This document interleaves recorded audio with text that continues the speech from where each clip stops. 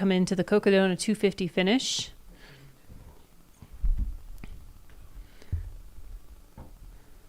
Michael is from Duluth, Minnesota.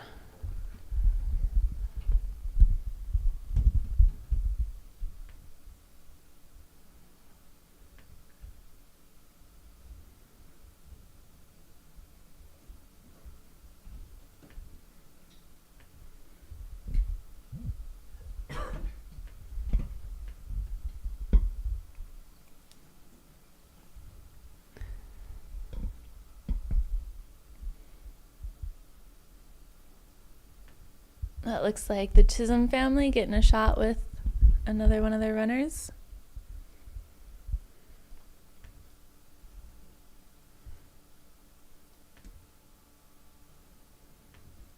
Who we will have on the show tonight at 9 p.m. Make sure to tune in.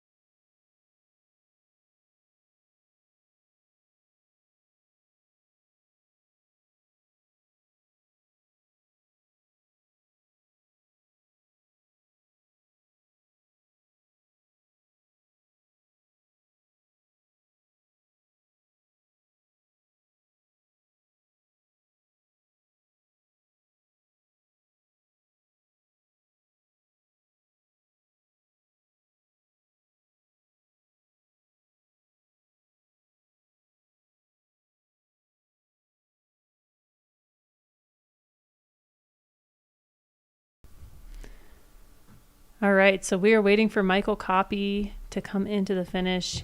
He is our oldest finisher of the Cocodona 250 this year at 73 years young. Big congrats to Michael Copy. I certainly hope that I am still out doing this at age 73. You know, my dad's 73. If only he were watching. He gets mad at me when I make him hike in the mountains, let alone run 250 miles. I'll have to share this story with him.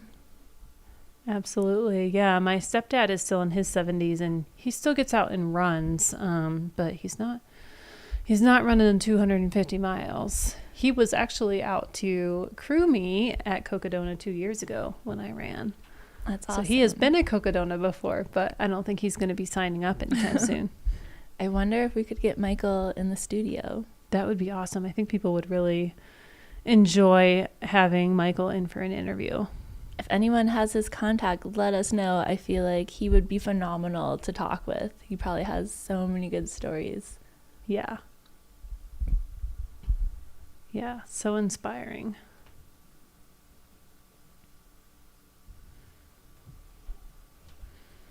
The last update I have on the tracker looks like he was going 3.5 miles an hour. Pretty good pace coming into the finish of Cocodona at mile 247. So he's getting closer here. Not sure if that's the most recent update, but that's what's showing up on my screen.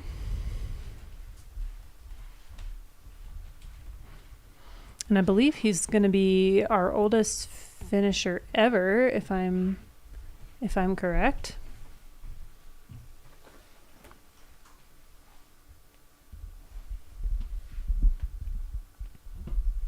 We need Aid Station Fireball to hurry up with his 38-mile race so that we can fact check that.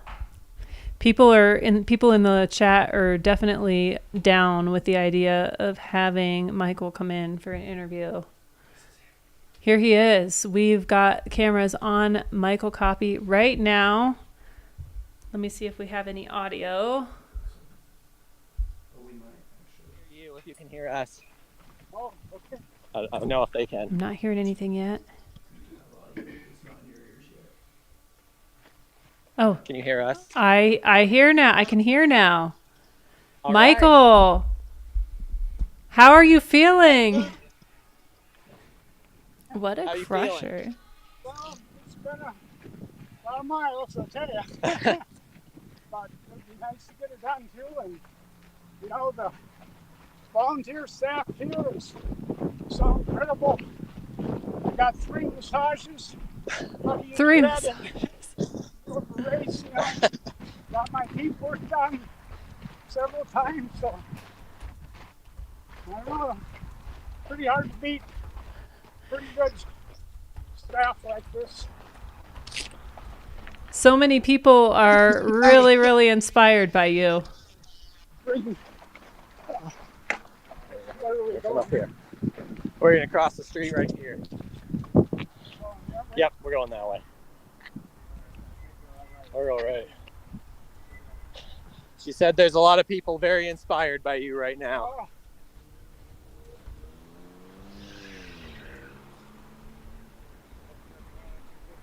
I am certainly among them. I hope that I am out there still at 73 myself.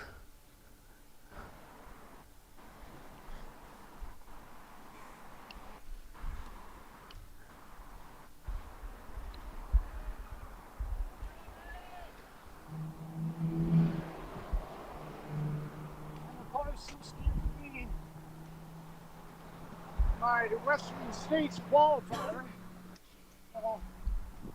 which puts me into my 10th year of qualifying. So I'm not going to get it in 2025. Okay. And I'll be going after the oldest runners to finish Western States. Wow. So Cocodona helped with that. That's amazing. So it only started here. Not done for a while yet. Okay.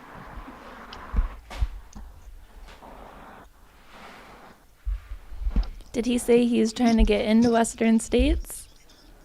He said this will give him his 10th ticket into Western States, which guarantees he'll get in, and he's trying to be the oldest finisher of Western States. Oh, I don't doubt him for a moment. Let's get him into Western States. Yeah. Jones, AJW is going to be my coach. Okay. And AJW is going to be his coach. Is AJW going to pace him out there? Going to be his coach. Maybe he'll pace him too.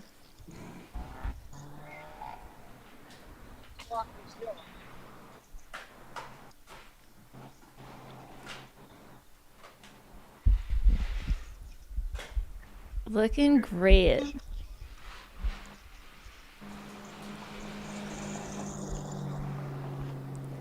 Moving really well.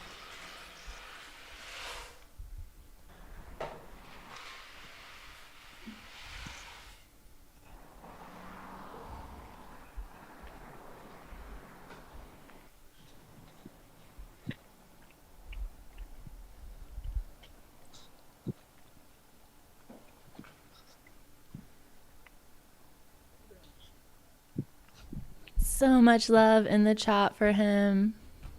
Just bringing him home.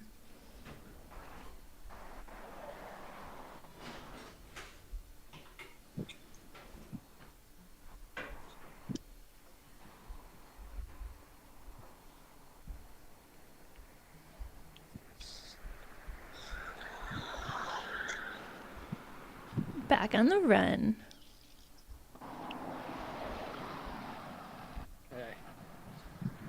Michael Copy from Duluth, Minnesota. They make him tough up there. Oh, yeah. They're going to cross This the is street one here tough and guy. all down here. She said they make him tough in Minnesota. He knows.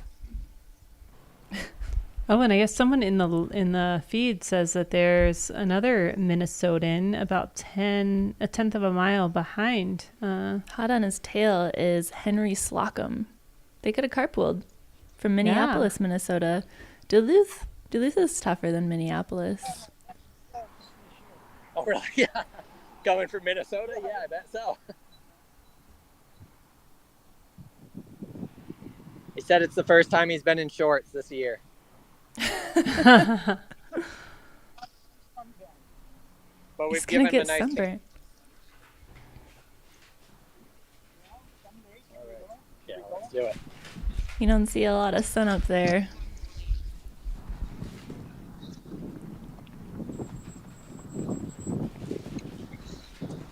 Had you been to Arizona before, or was this all new?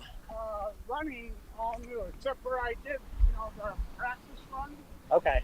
Yeah, Yep. Very good. saw my first rattlesnake there. Okay. Didn't scare you away? No, I did He not. scared the rattlesnake away, I'm sure. Yeah. I'd be She scared. said you probably scared the rattlesnake away. Oh, you betcha.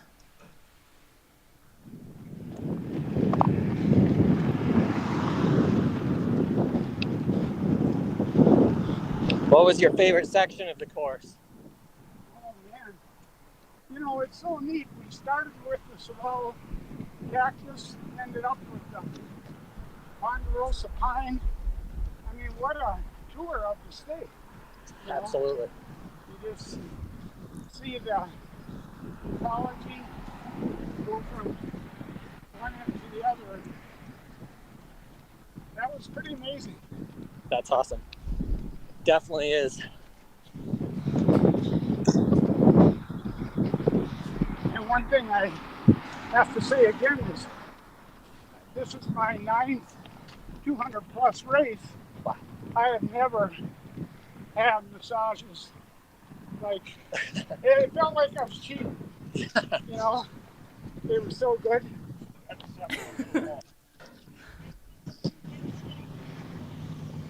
9 200-mile races. Can we just say oofta? Amazing.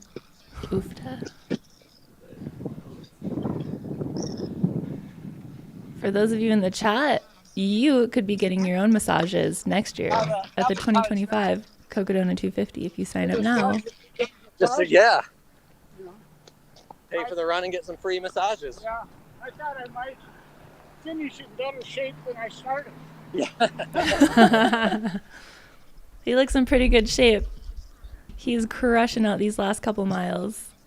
She said you're looking like you're in pretty good shape.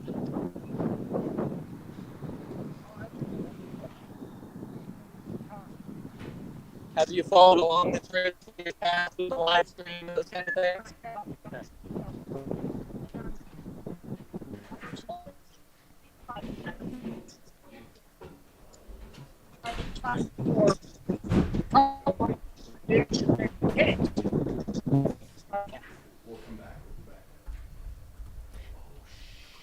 We will be back with Michael.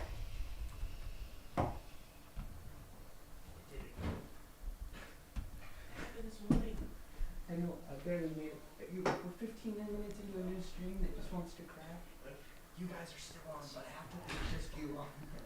Hello, we're still we will here. be back with the we'll be back with the footage in a few moments, folks. We're gonna reset. We gotta reset now so we don't miss it. Okay, it sounds like we need to actually do a reset here, so we will be back shortly. We don't want to miss Michael Copy coming into the finish line, so we will do this ASAP, and we will be back to see Michael come on through.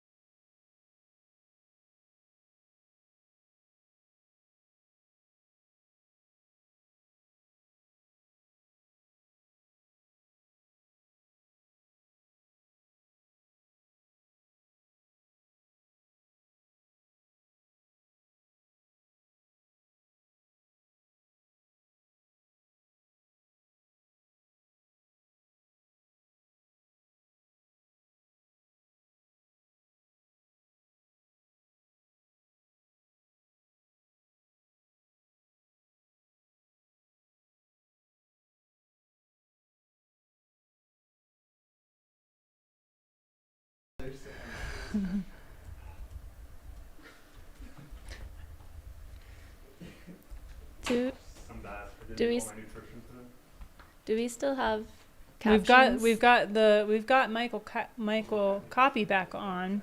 Look at this smoke. No, I just like I should have eaten more. It looks smokier on your screen. They can hear you now. They can hear you. Okay, is the sound working now, folks? We have Michael Copy back on the video here, back on the live stream. Awesome, sound is back. Thanks, guys. We're just making sure you're still paying attention. It turns out you are. Thank you. Michael is approaching the finish line. That was a fireball burp, not a floata burp. He's back in the house.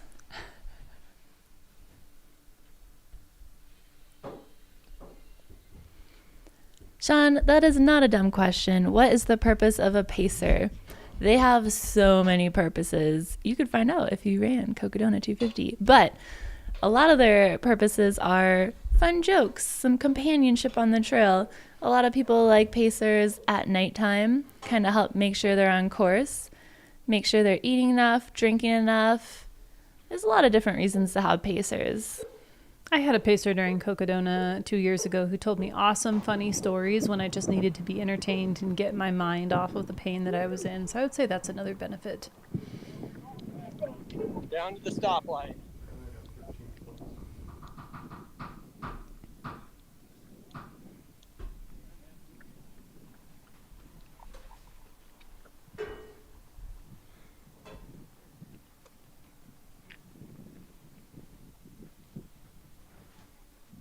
Thanks, Ian. I haven't done as much pacing as I would have liked to. Maybe I'll make that a goal this year. Anyone need a pacer for anything? Let me know.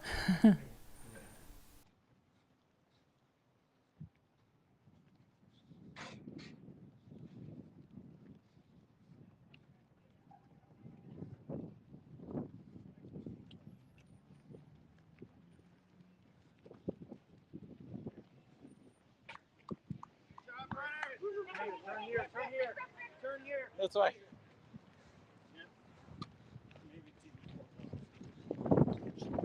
Watch the tree.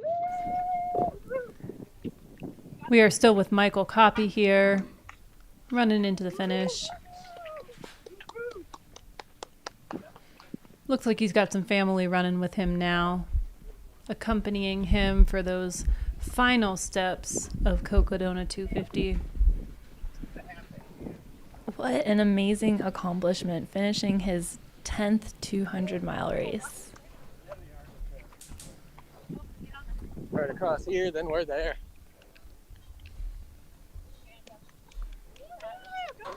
Coming all the way from Duluth, Minnesota to run in the sunshine of Arizona.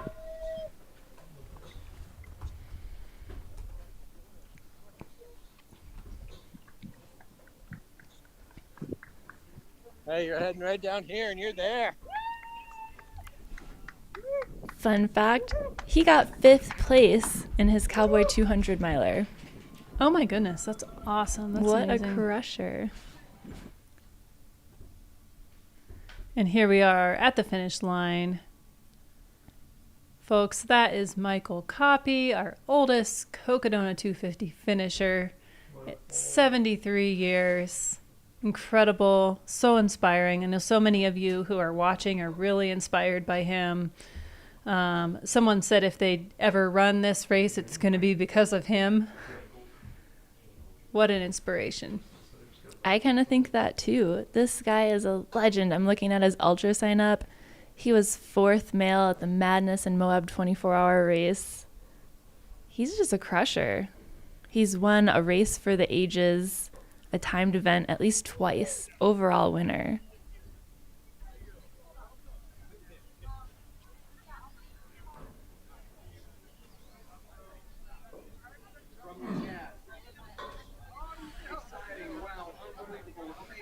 Some folks are saying they will never complain on a run again after seeing his strength and finishing Cocodona 250. Congratulations, absolute legend. What about Michael? Oh, hello. And we've got another finisher coming in here.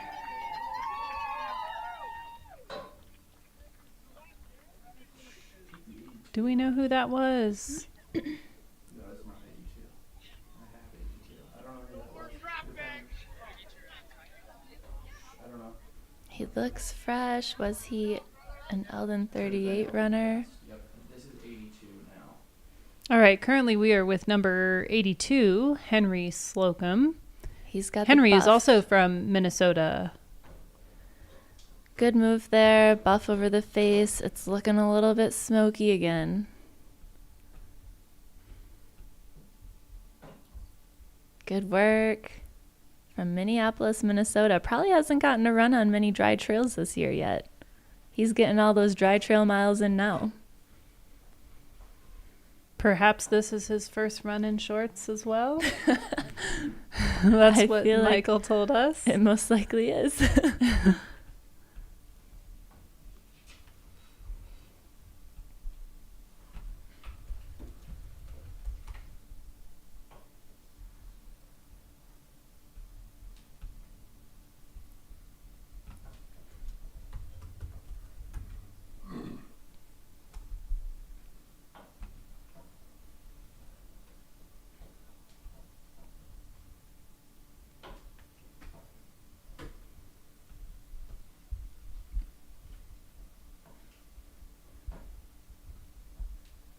Henry Slocum, it looks like this is his first race over 200 miles. His ultra sign up is showing a handful of 50 milers, 100 milers. He's done 120 miles.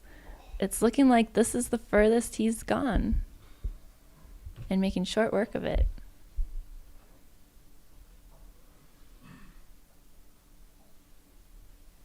Henry Slocum, 32 years old. 31 years younger Wow. than Michael Copy. Will he still be out here in 31 years Will he like doing this another distance? Cocodona 250? Ooh. 30 years of running 200 miles. I can't imagine. Some goals right there, folks.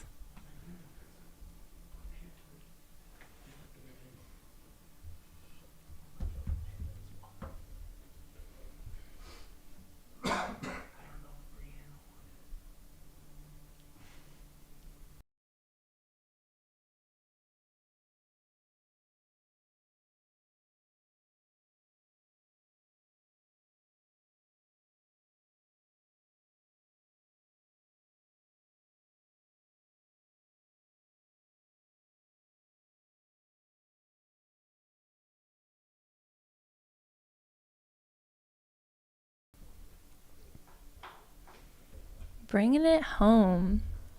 If anyone is just joining, we are currently following Henry Slocum, about to finish the Cocodona 250. He is from Minneapolis, Minnesota. And we are your hosts, Mercedes Siegelgaither. And I'm Bree Grigsby. Great to be with you.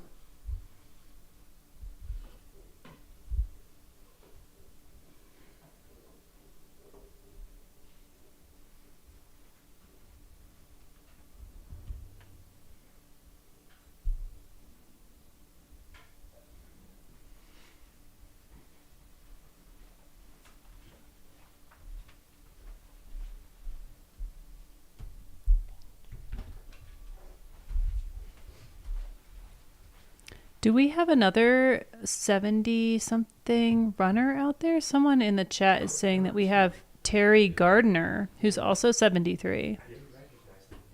Around mile 227, the last time that we got an update. That's awesome. More inspiration.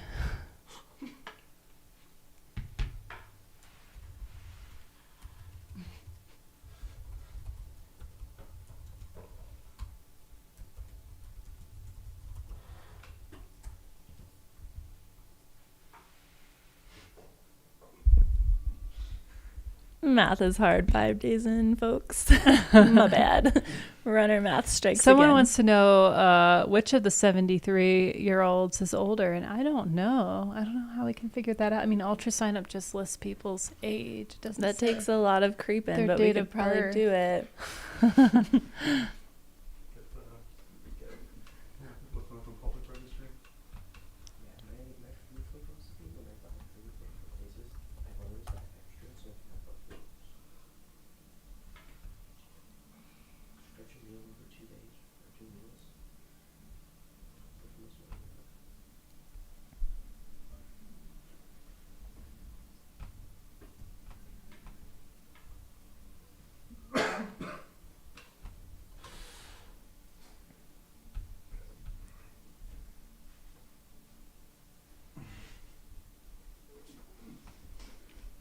Henry's got some friends in the chat cheering him on as he makes his final leg of the journey of the Cocodona 250 here.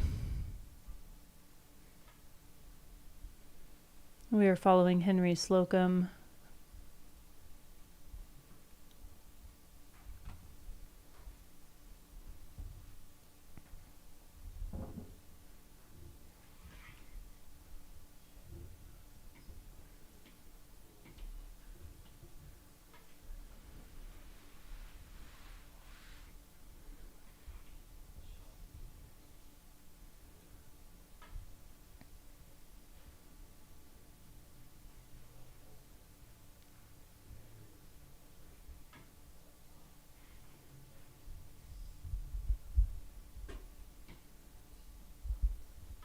Looks like he is saying something, but I cannot hear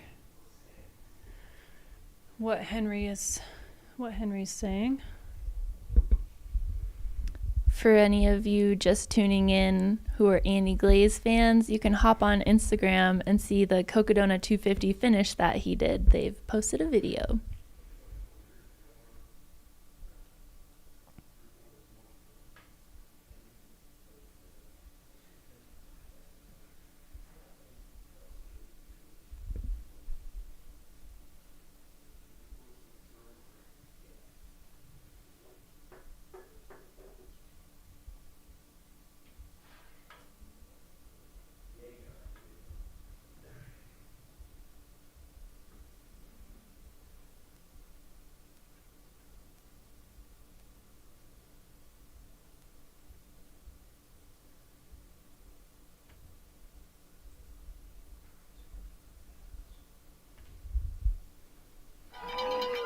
Oh, there we got some sound. Okay, another Elden Crest finisher just came in through the finish line.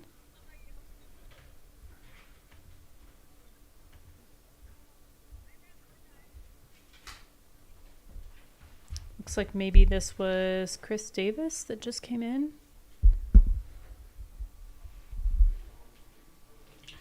And now we're back with Henry.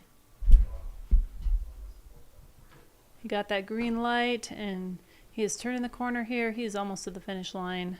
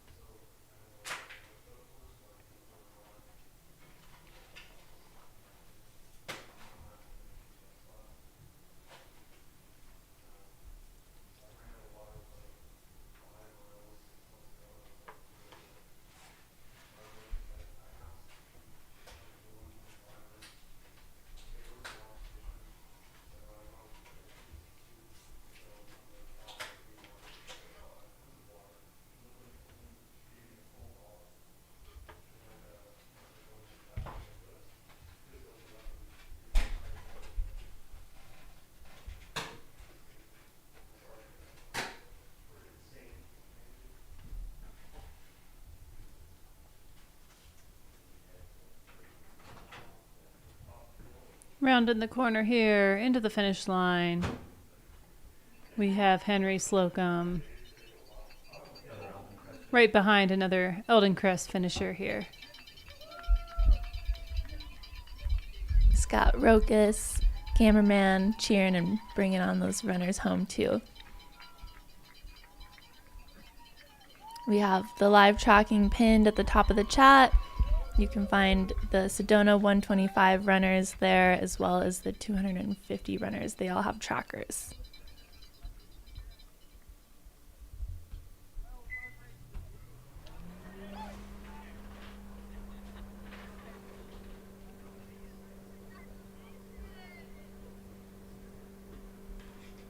Lots of people in the Elden.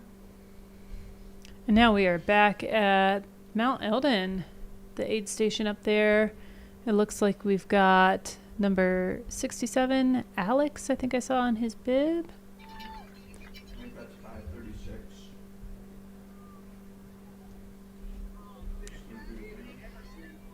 And this is David Emerson, who just came in through the finish line in the Sedona Canyons 125.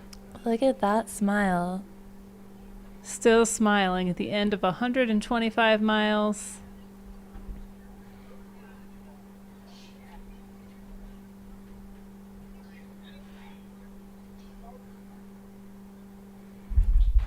I have some friends. They're about to start making their way up Elden. Shout out to Kara, Diamond Huseman, and Brian Huseman. What else would you rather do as a married couple besides sign up for a 250-mile race? Summit Elden together? I can think of nothing better.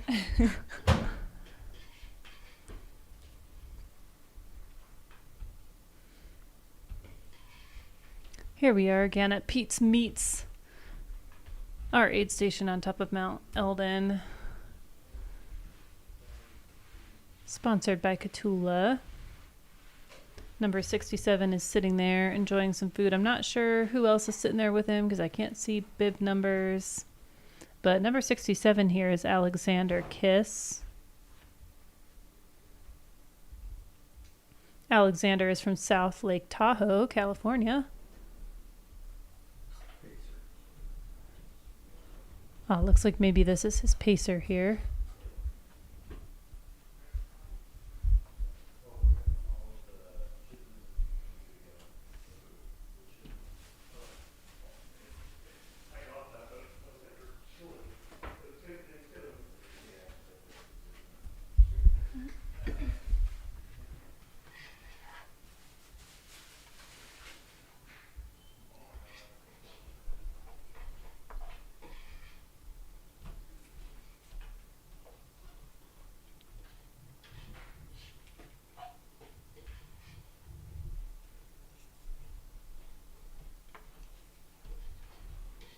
Someone in the chat is asking if there was an interview with Finn. We did interview Finn yesterday. So folks that are wanting to watch that can go back and watch the previous live stream videos. And I think, are we having the interviews out on separate videos as well? Yeah, you can go to Mountain Outpost on YouTube and we have clips. Instead of having to stroll through the live stream, you can check those out. I'm looking at the moment, and Finn's should be up hopefully here in the near future. Currently, we just have the interviews uploaded of Jeff Browning, Kevin Goldberg, Arlen Glick, Jeff Garmeyer, Heroldus Supertas, and we will have more to come soon.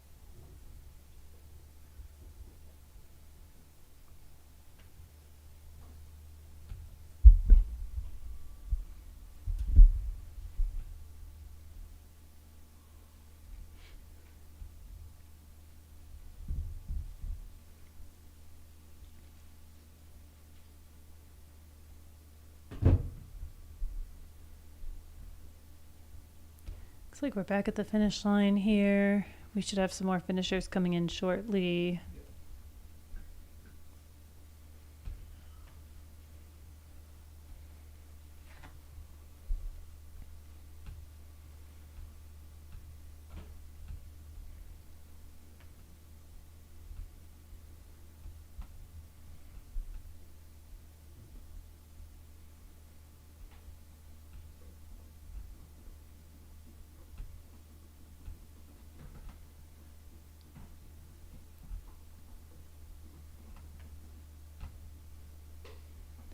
Someone's asking about number 155 Wes Plate. Hopefully his GPS tracker is just glitching and he's not off course. Does look like he might have wandered a little, but let's just hope it's the GPS. Otherwise, maybe he's snacking in somebody's house. Oh, we just had another finisher here. Number 589. Tyler Colby in the Sedona Canyons, 125. He is from Scottsdale, Arizona. Congratulations, Tyler.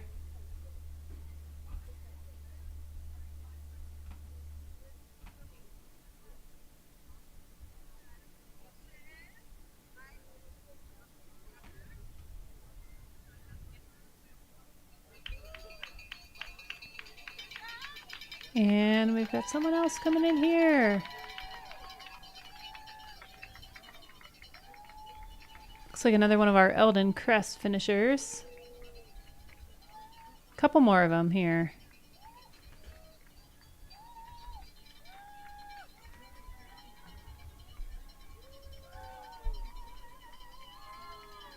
And another one of our Sedona Canyons finishers. Number 446, Candace Simpson. Just rolled through the finish here. Candace is from Buckeye, Arizona.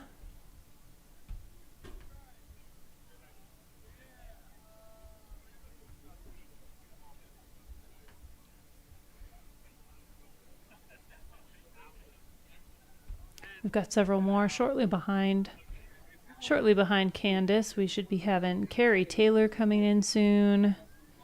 We should be having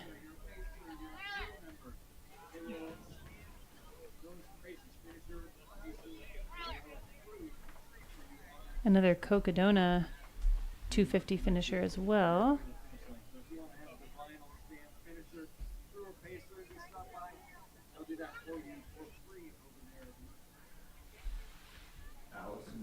Allison. We're working on her. We should be with Allison shortly here.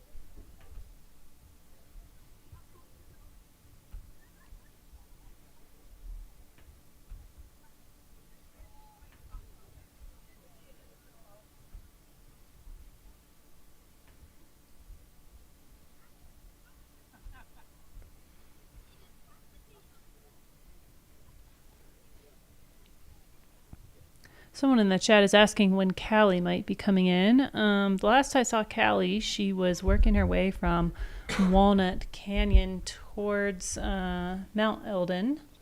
So she'll be starting that Elden climb here within the next little bit. She's at mile 232, right? She's at mile 232.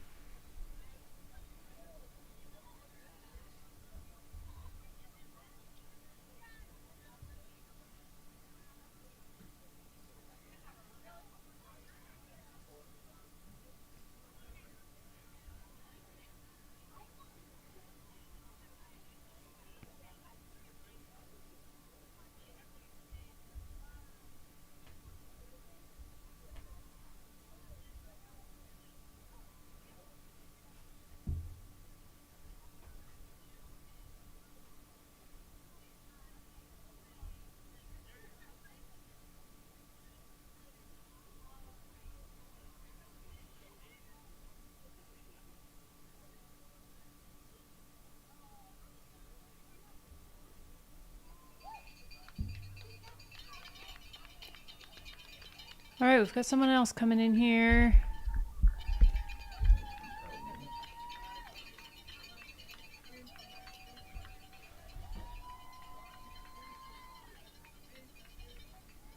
Some videoception going on. Yeah, I didn't see the bib.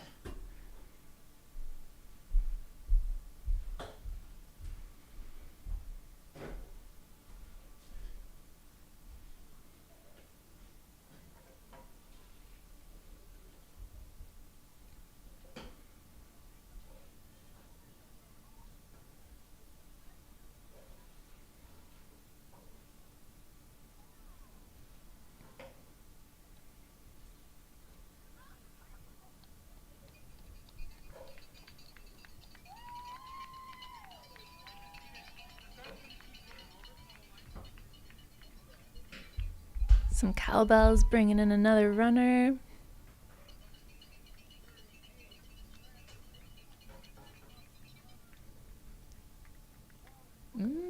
Looks like another a Elden 125 runner.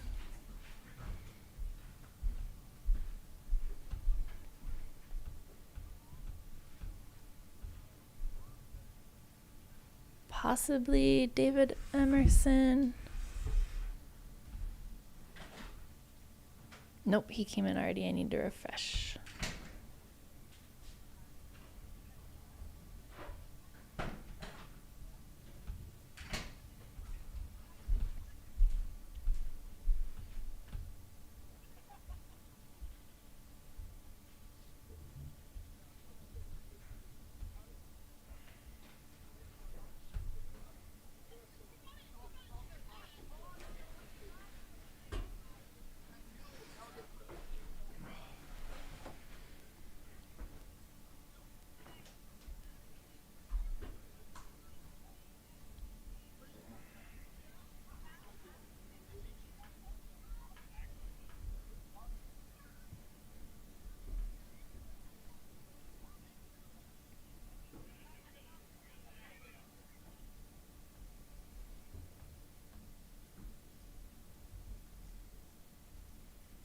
Up on Elden.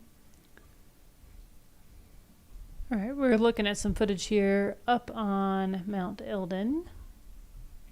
Not sure who that is. Sounds like we've got a number of people. We got a lot of people up there. A lot of people up on Elden right now. Almost 30 people. Wow, almost 30 people are up on Elden right now. Including pacers.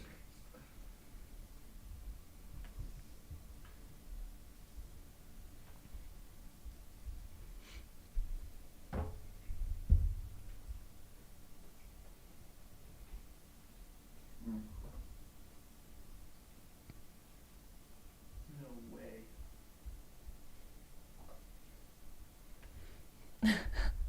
Oh, wow. Who do we have here? 438.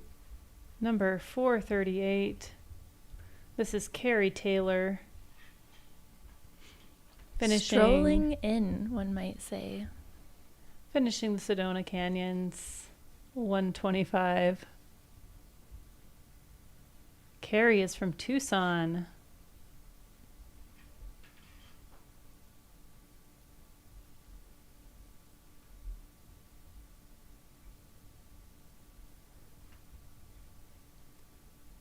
Strong mama there, pushing that baby into the finish. 125 miles on her legs, and she's still got that energy. Mom power.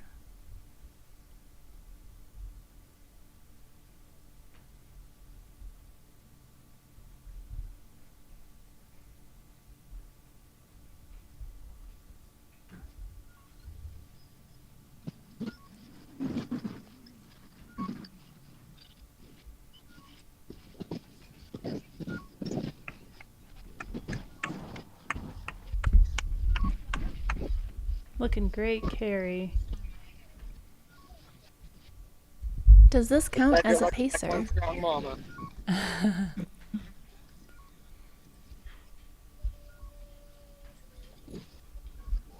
feel like a big job of the pacers to provide moral support, and I feel like the little one could be doing that.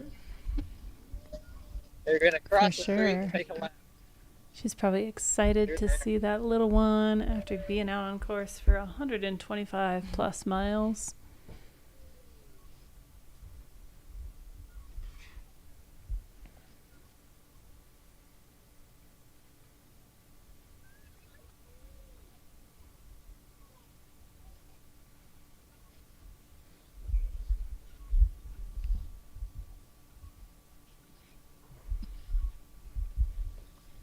I wonder if her kid is going to get into ultras, because I feel like this is definitely a positive experience for him.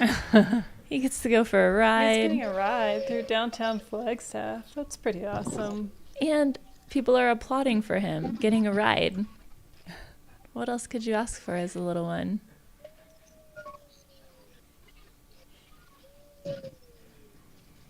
Feel like this is adding a little extra work. He's got to be, what, like 25 pounds?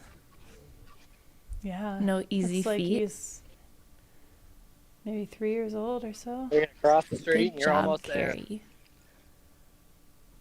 Awesome job.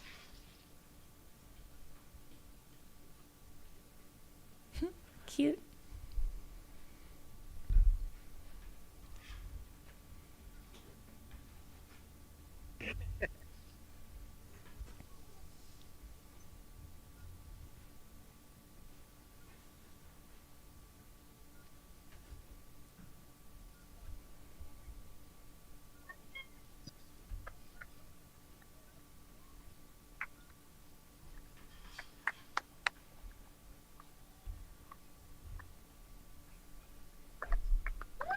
Turn in here and you're there.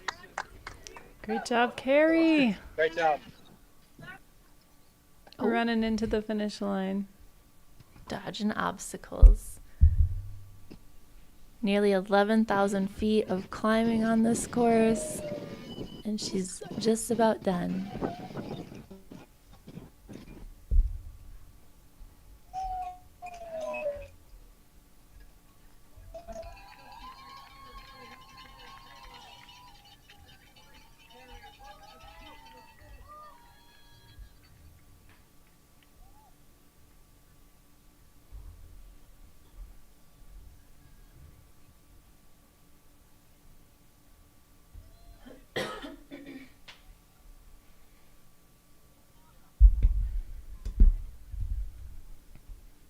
We're 106 hours and 35 minutes. Make that 36 minutes into the 2024 Cocodona 250-mile race. Thank you for watching. We're bringing in racers from all distances, from the 250 to the 125-mile Sedona Canyon race and the Elden 38. And pretty shortly here, we should have another Cocodona 250 finisher coming in. Allison J. Not too far behind Carrie Taylor, who we just saw finish with her babe in the stroller.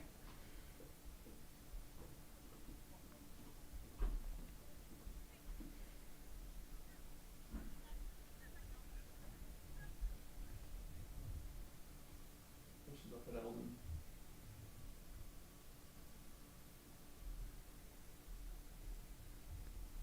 A shot of our Mount Elden aid station here. Looks like several runners there enjoying some food before they run down that last stretch.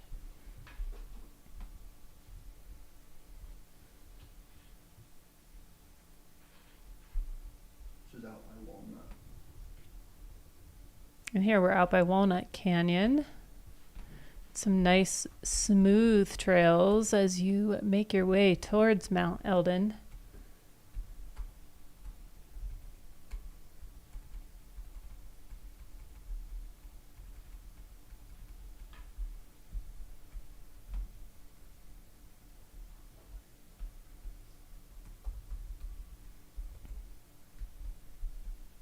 This is 120, or I'm sorry, this is 250 yard.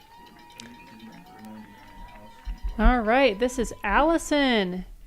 Wow, a lot of energy coming into that 250-mile finish. I'm pretty sure. Allison is from Missoula, Montana.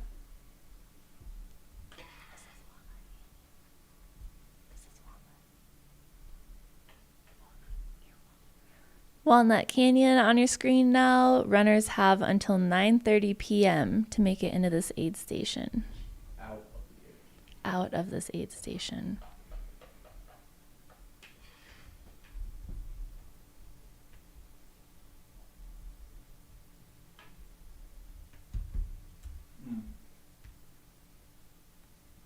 That might have been this may be. Oh, okay. Getting word This that is Allison. this is actually Allison. Excuse me, folks. A bit premature on that last one. This is Allison finishing Cocodona 250 from Missoula, Montana. Allison J. Great job, Allison. She even had enough energy to jump up and hit that arch. Like, That's impressive. That's impressive, yeah.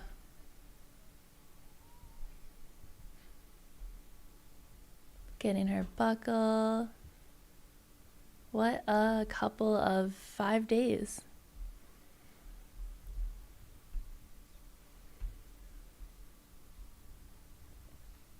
This race is such a journey in so many ways, and definitely one that people are not going to forget. Oh, I misspoke earlier. The 9:30 cutoff at Walnut Canyon today is for the Sedona Canyons 125. We have multiple cutoffs happening now.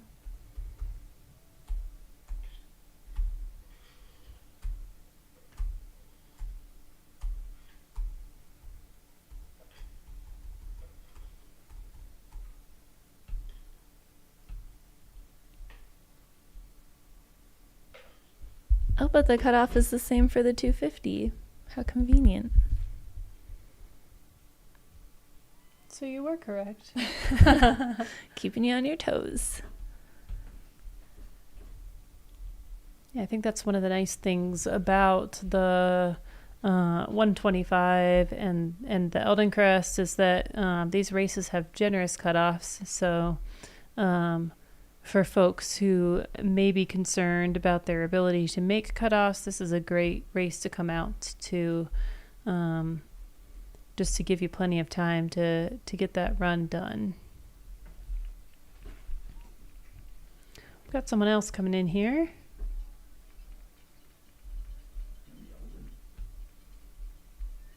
I think this is another Elden Crest finisher with a red bib. Yep.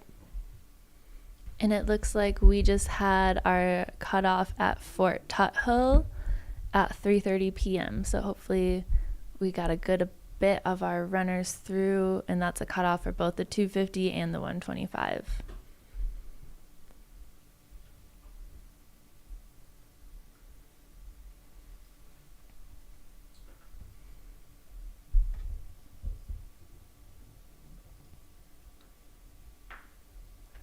Back to some footage heading out of Walnut Canyon here, making the way towards Mount Elden. This is a really nice section, actually. When I ran the race in 2022, I was surprised how long the section was before you actually get to Mount Elden, but it really has some great views. And the trails are nice, smooth, not too hilly for the most part. And you can just see Mount Elden getting closer and closer as you go, that final climb. There, we're getting another view of Mount Elden here.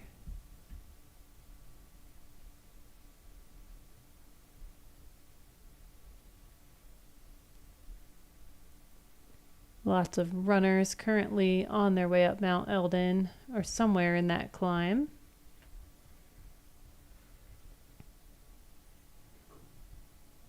The last count I heard was about 30 runners, not including their pacers, in the midst of that Elden section. Climbing up the mountain toward the last aid station. of the Cocodona 250.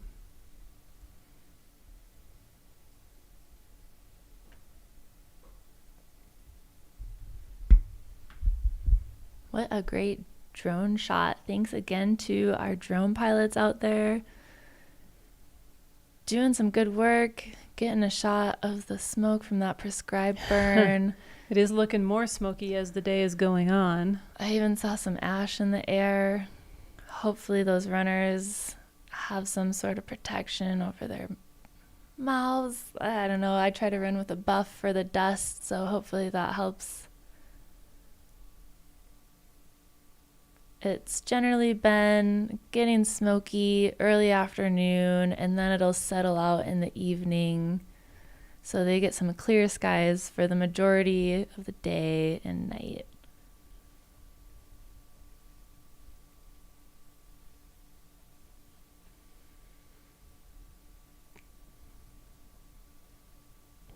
I feel like I can see here in this shot where that smoke is coming from.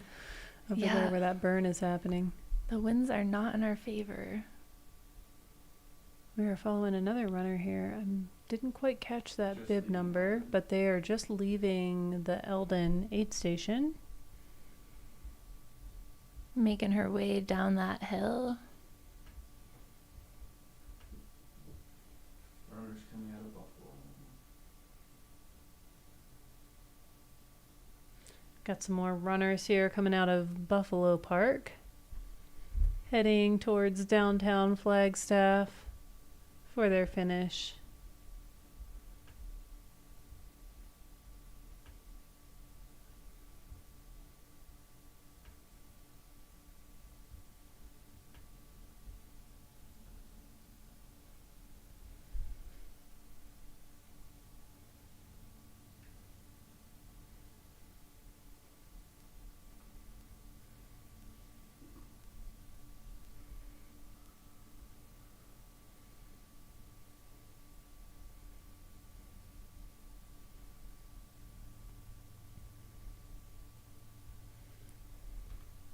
Looks like we should be having Sedona Canyon's 125 runner Daniel James coming through before too long into the finish.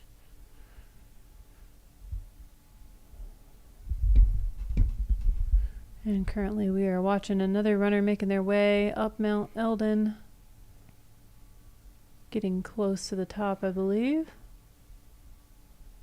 Here's your next 250er, Alexa Hassman. All right, we are with Alexa now. Alexa Hassman, we saw her earlier today up at the Elden aid station, and here she is running it down to downtown Flagstaff, coming in for that finish. Number 116, Alexa. From Portland, Oregon. Portland, Oregon. Pacific Northwest representing here.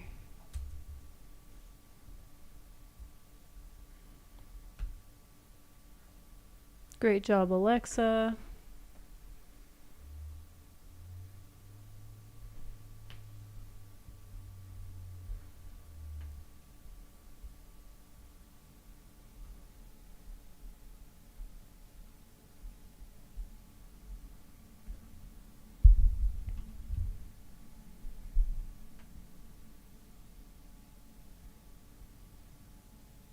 If there is more than one Alexa Hansen, I could be wrong, but from Google, it looks like she is the lead character designer on Rick and Morty.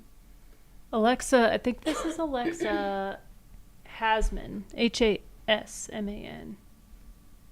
I have been corrected. Sounds similar though.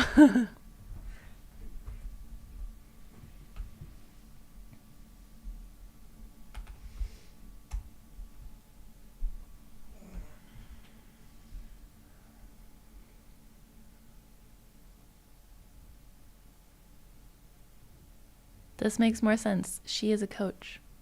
There we go. Okay, that would make sense. Is she a running coach? Fit Life, Run Life. That sounds like a running coach. Sounds like a running coach.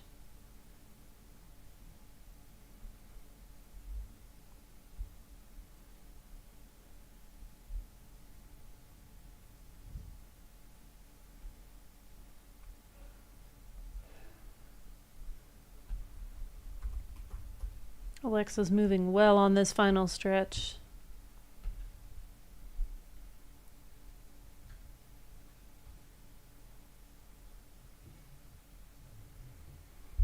Last year, she was 11th female in the Bigfoot 200. Oh, wow. So this is not her first rodeo.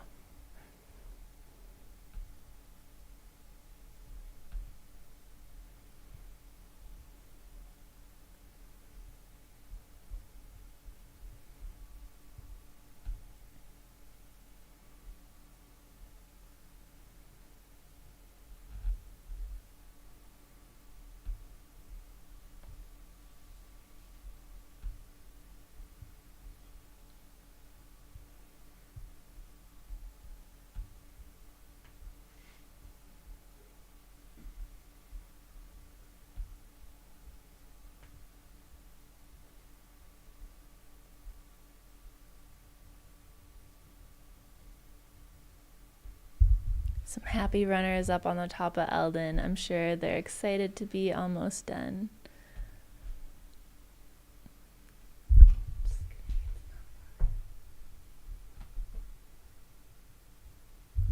Just kidding. My stream wasn't updated. It's true nonetheless. There are happy runners on the top of Elden, happy to almost be done. I'm just channeling their energy right now.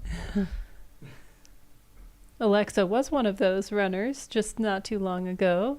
We saw her up at that aid station this morning or this afternoon. You know, I honestly can't recall what time it was. Time is starting to get away from me here.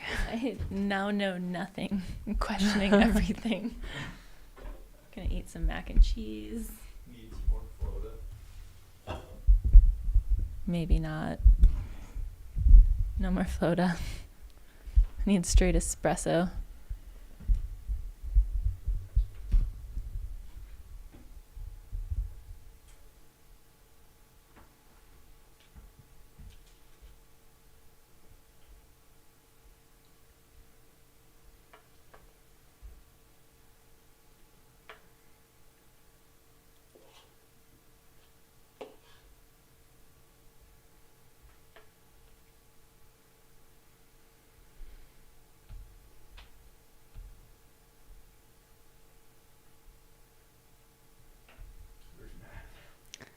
Yep, Matt is out there filming. Alexa running in toward the finish of the Cocodona 250.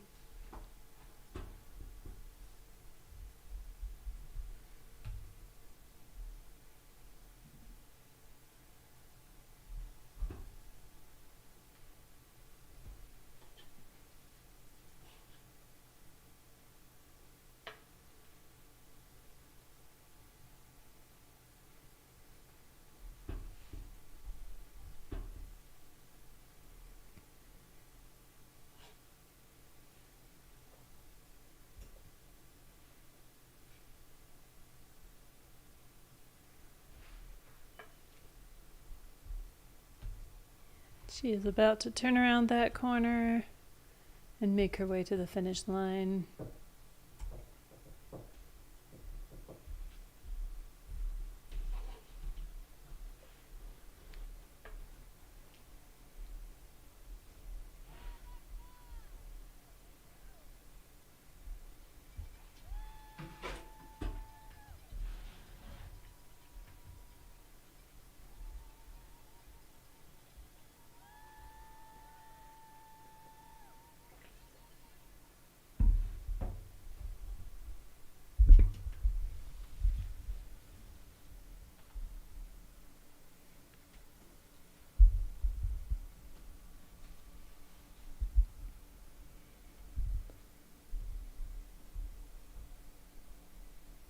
Now we are back over here with some drone footage heading out from Walnut Canyon.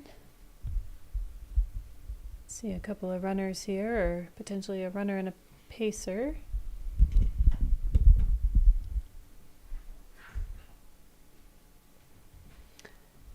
And back getting close to the finish line, we have another Sedona Canyons 125 finisher. I'm thinking this might be Daniel James, but I can't quite make out that number. No, perhaps this is James. This is James Willett, 548. James Willett. Here you go. James is from Chandler, Arizona. And this is Daniel. Daniel James, number 605.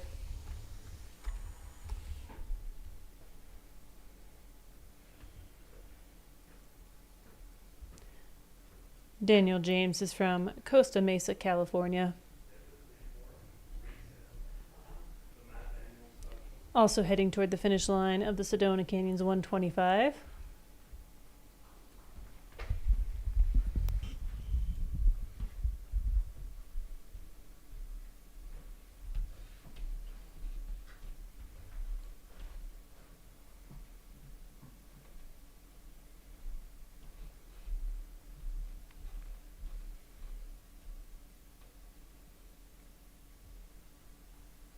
James is running it in here, looking strong. It's hotter than I thought it was. There were some spots that are really hot. And smoke here. Still smoking from yesterday, but all in all,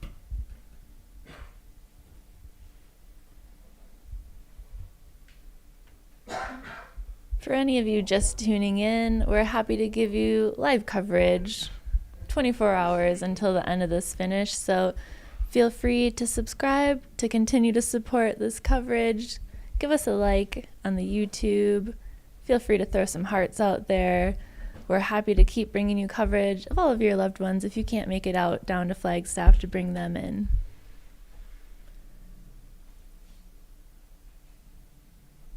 But if you are local, feel free to head downtown, bring your cowbell, cheer in some of our runners. We have a lot more people still coming in. As we mentioned earlier, there are quite a few people making that Elden climb right now. So we are anticipating many more finishers coming in the next several hours here.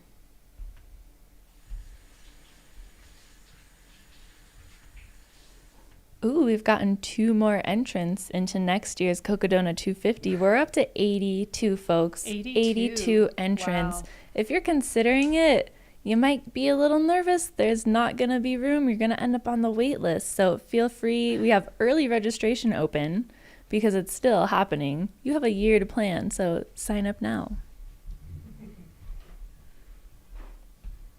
And by no means do I benefit from you signing up, FYI.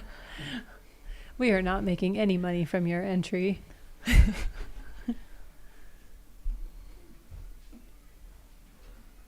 Thanks, Trinity, in the chat, cheering all the way from the UK.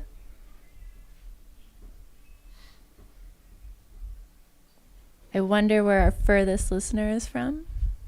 Let us know if you think you could be that listener.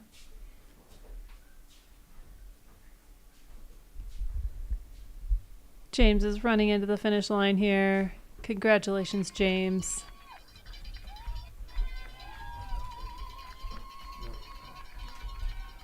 last year, the climb on Elden, they figured probably an extra hour and change versus what they sent us up today. Oh, you think it could add an extra hour?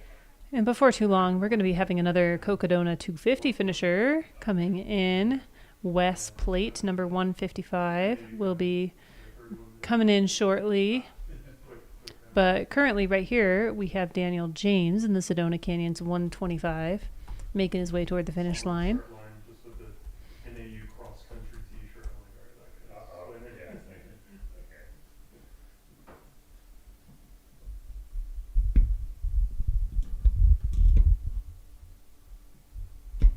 could You still have time to make your own poster, make it down to that finish line.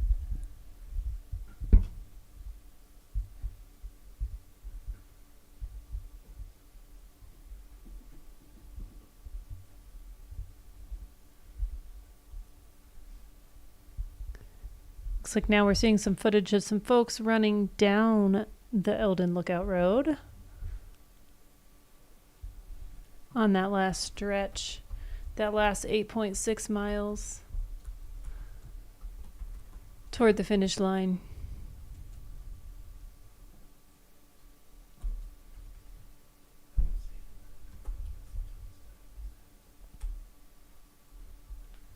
Meanwhile, Daniel James is about to make his way into the finish. It looks like he's accompanied by some family here, sharing those last steps of the journey with him.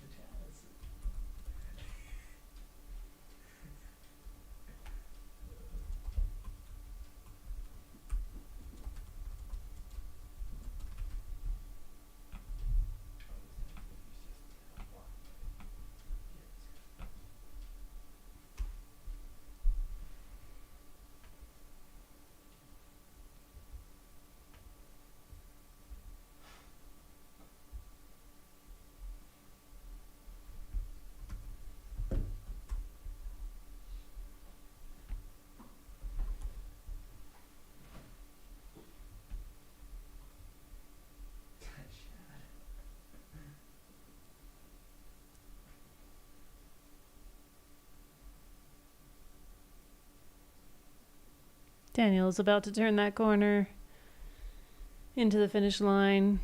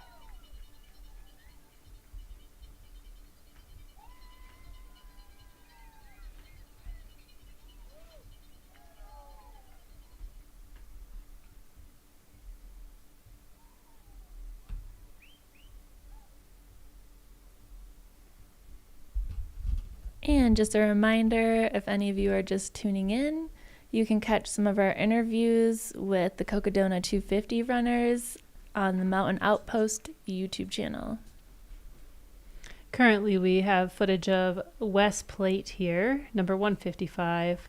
Wes Plate is about to finish the Cocodona 250. Wes is from Everett, Washington. This is the 4th time he's ran Cocodona 250. Wow, so he is about to be a Cocodona 1000 finisher. 4 times 250. Why stop? Yeah. What's next one? I wonder if ask? he's coming back next year. It looks like next year he's taking on a 300 miler. What is he doing next year? Oh, he's doing the Arizona Monster 300. Okay, that's going to be the inaugural year for that race next year. He is signed up for that.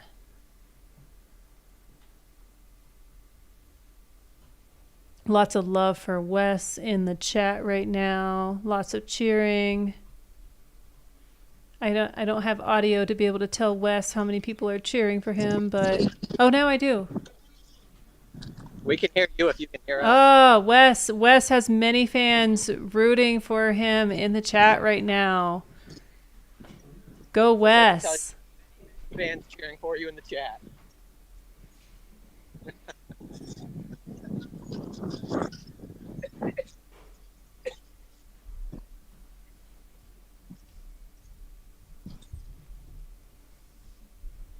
There's no 200 miler he can't conquer. He's done Tahoe, Cocodona 4 times. He's done the Triple Crown and got 7th place. Stop. Bigfoot. Wow. You can't stop this guy. Oregon 200.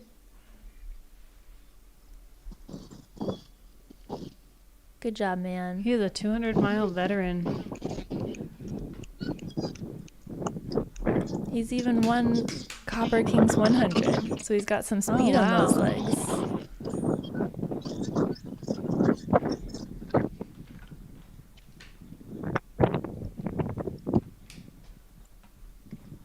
Maybe next year he will do the Cocodona 250 and the 300. Oh The no. Arizona 300. What do you think? I can't think about that. That's like a month apart. He looks like he's got it in him. He would be one to finish those.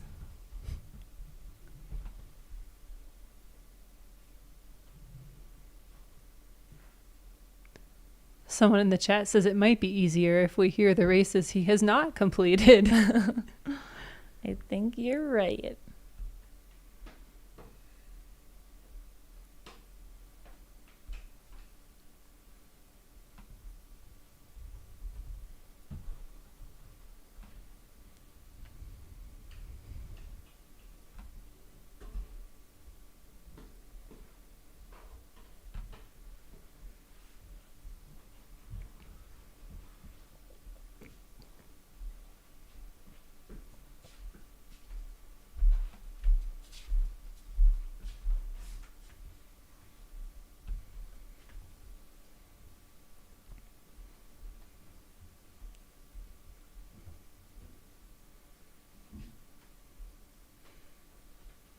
I love that Wes is capturing his own footage here as he's running into the finish.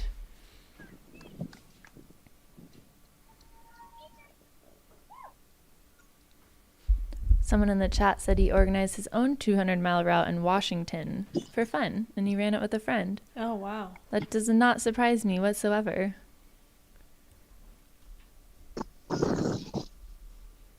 This guy sounds pretty hardcore. He sounds tough.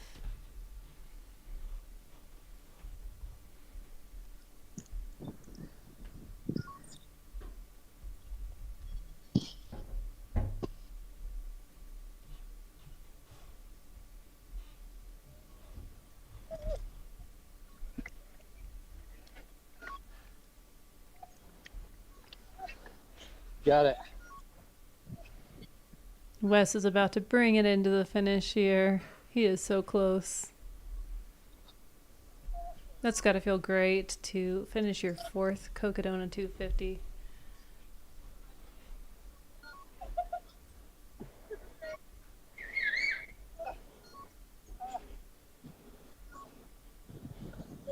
All right, you got it. I'll make it last. Let's go get 1,000 miles of Cocodona. What else do you need in life?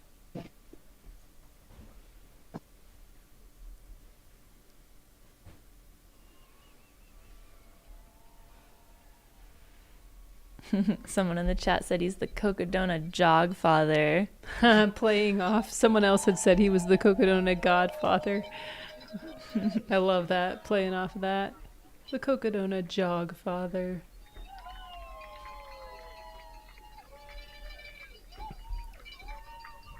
Lots of cheering for Wes here. Wes is my inspiration. Nice finish, Wes. Great work.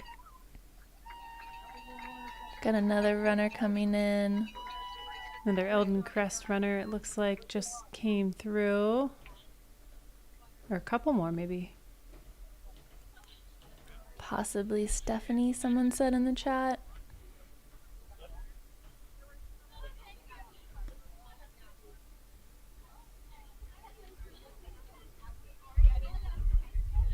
And stay tuned for Cocodona After Dark. We have some great interviews on the schedule.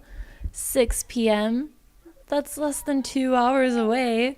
We have Allison Mercer from fastestknowntime.com. So if you're thinking about doing a fastest time, want to learn more, definitely make sure you tune in for that. At 7 p.m., we have Mike McKnight, a previous finisher and crusher of this race.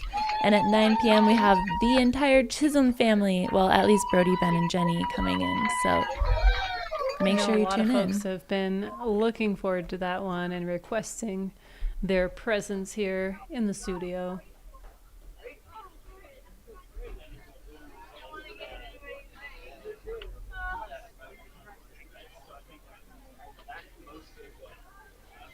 Before too long here, I think we're going to have another Cocodona finisher, James Chutz, heading toward the finish line.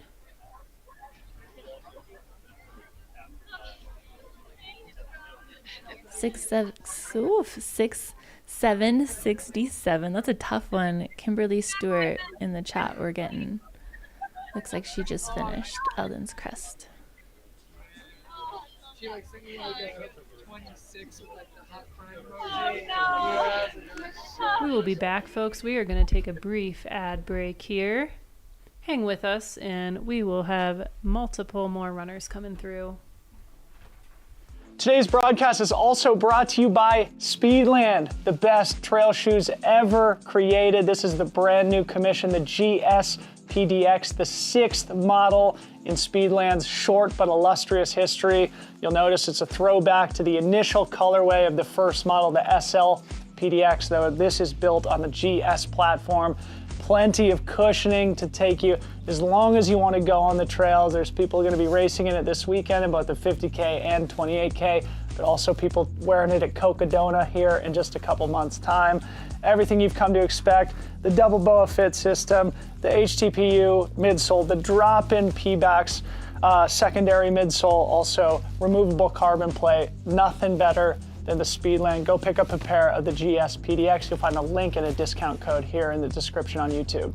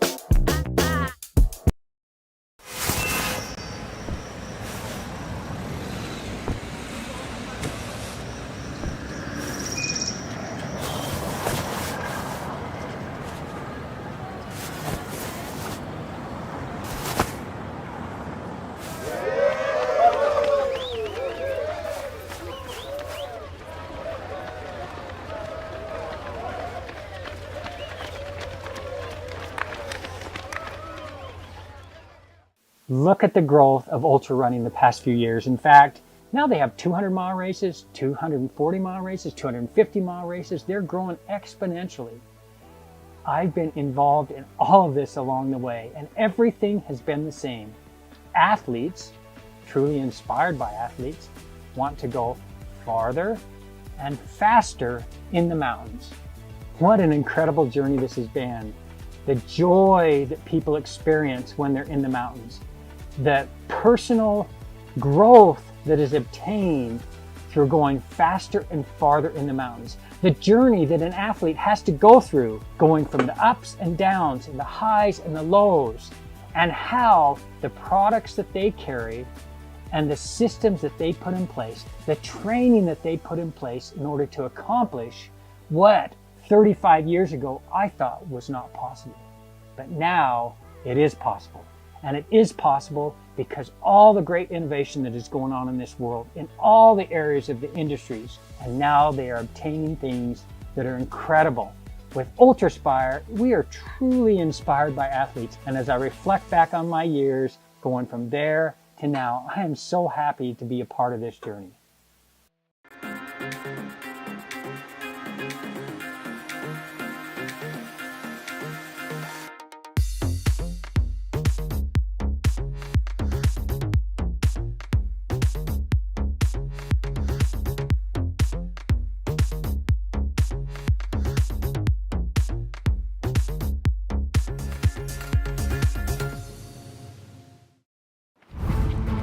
This is your machine. It is strong and fast, tough beyond measure, brave beyond belief. It will take you high in the mountains, deep into the woods, over rivers and deserts, and further within yourself than you have ever dared to go. but it is only as good as the fuel you put into it. Feed it real food. Feed it real power. Feed it spring.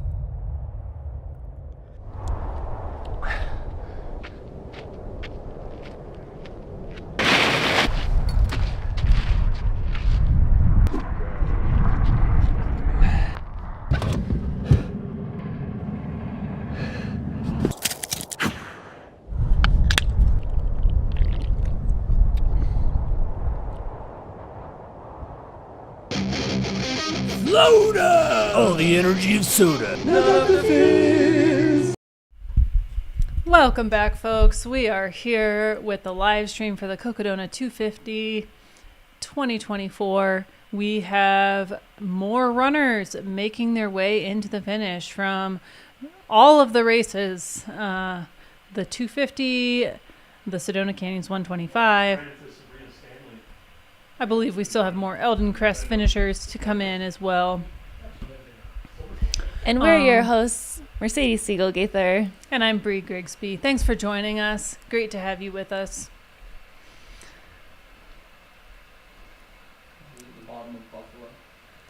So here we're getting a view of runners coming out of Buffalo Park, running towards downtown Flagstaff.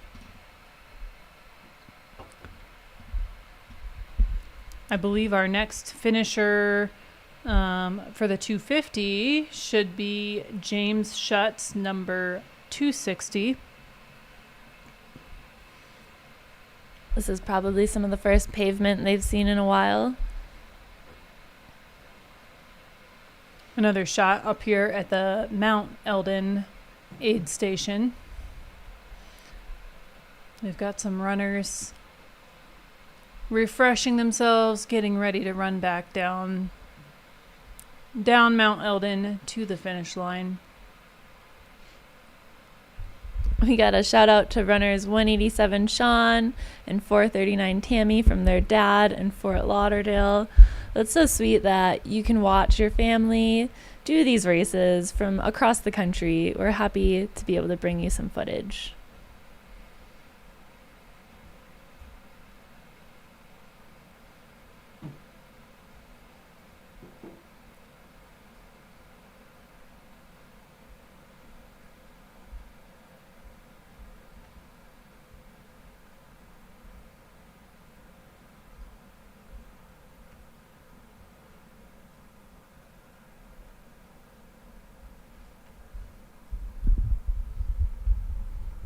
Got some runners just fueling up before they make their way down that 2,000-foot descent off Elden. What is your favorite aid station food, Mercedes? All varieties of potatoes. I like potato chips. I like mashed potatoes. I like baked potatoes. If I can get them, I like tater tots. Potatoes are great. It's nice to kind of get a break from the sweet gels and all the sweet stuff that we tend to eat when running. Oh, definitely. Some salty things. What's your favorite? You know, I'm really bad at eating food that's actually solid and requires chewing while I'm racing, but I do love some potatoes too. I brought along mashed potatoes when I did Run Rabbit 100 last fall, and it was nice to be able to break up the sweetness with some salty mashed potatoes. So yeah, I will also go for potatoes in pretty much any variety. Sometimes some watermelon is nice too. Ooh, watermelon's when good. It's hot out, especially. If they have popsicles during a hot race, I'm always magic. down for that. If you've ever run Javelina 100 before, sometimes people will bring like popsicles out and hand them out to runners as they're running through. That sounds great. Running through the headquarters.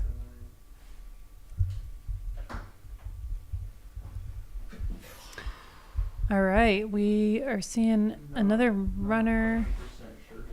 Yeah, we are not totally sure who this is. Haven't gotten a bib number yet. This might be James. This is James Chutz, number 260 in the Cocodona 250. Looks like he is going to be our next finisher in the Cocodona 250.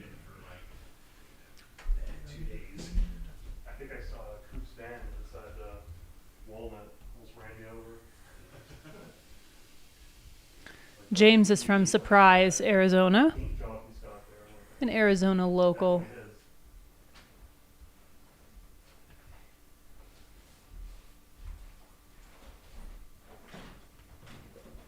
And shortly behind him, we should have Josh Underwood, another Arizona local.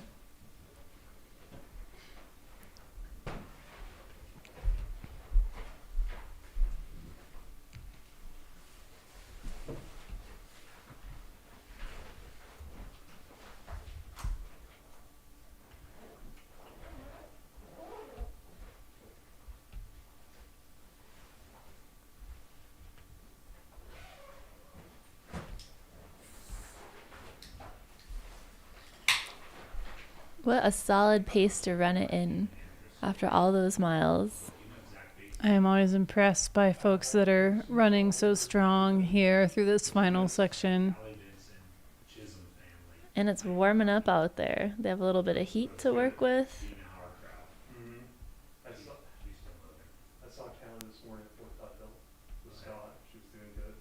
Scott thinks she'll be in after midnight, 12 to 3-ish. But she looks like something to finish. Who's the other one?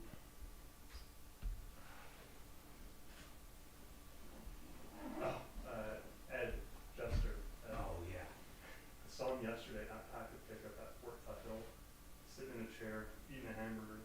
Saw him again today at Sandy Seat in a chair, eating a hamburger. It's like 16 hours later on, and that's the same.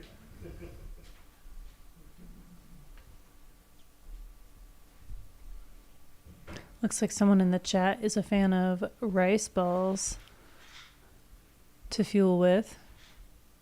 I know Jason Coop has a recipe in his book for some rice balls, more savory option for when you get tired of the sweet stuff. Haven't tried them yet. Been meaning to.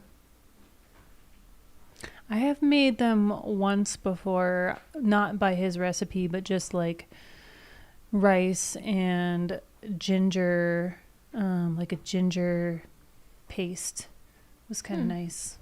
Interesting. I love ginger. And of course, salt.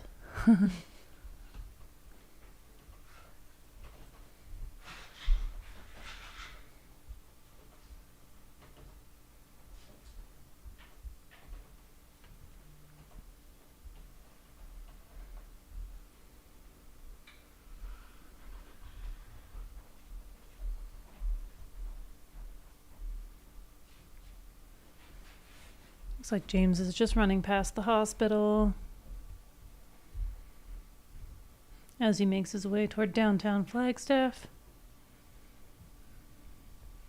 I wonder how many miles his pacers ran. A lot of these pacers are doing ultras on their own. I mean, yeah, that's true. They could pick out a 100-mile race, or they could volunteer to pace for 90 miles. Exactly.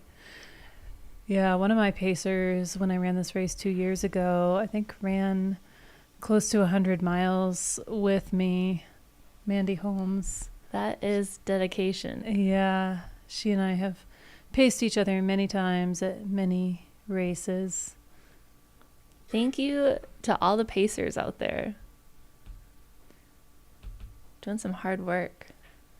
And the other thing with pacers, they're usually running a little bit slower, so I feel like it takes quite the toll on the body. Yeah, not to be running at your normal speed can sometimes be difficult.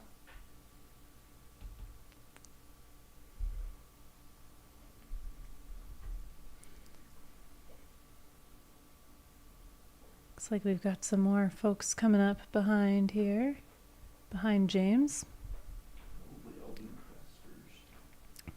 Probably folks who are running the Elden crest, it looks like.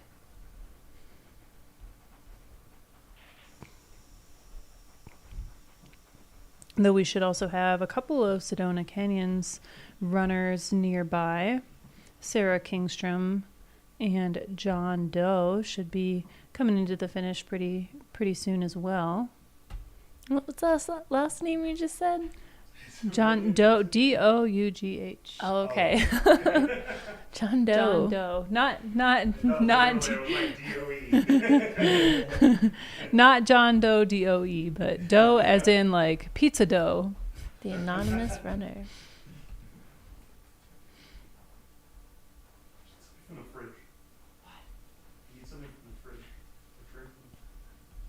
And can you give me a drink from the fridge? Top left shelf. I don't know if you can hear Aid Station Fireball in the background being a little high maintenance.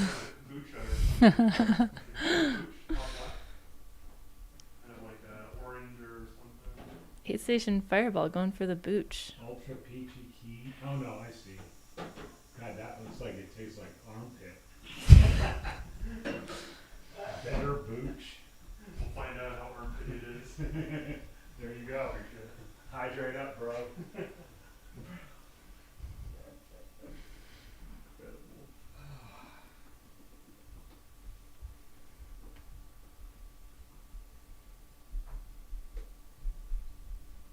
Someone in the chat says that this is James's wife, Alicia, who is pacing him into the finish. What love.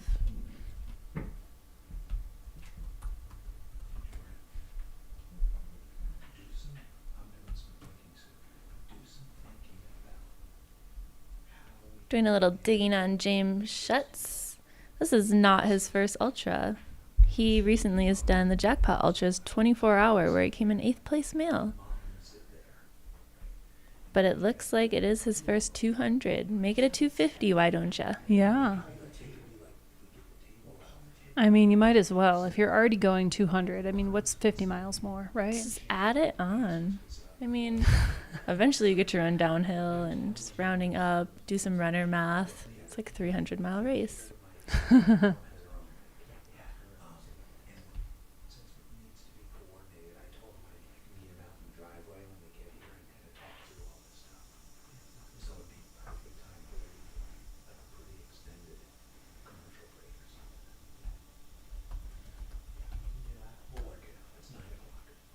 Aid Station Fireball says he is smashing some booch right now. What happened to the Mead Aid Station Fireball? Should be in the doors. Mead Sadies? Still waiting on the Mead Sadie's flavor to come out.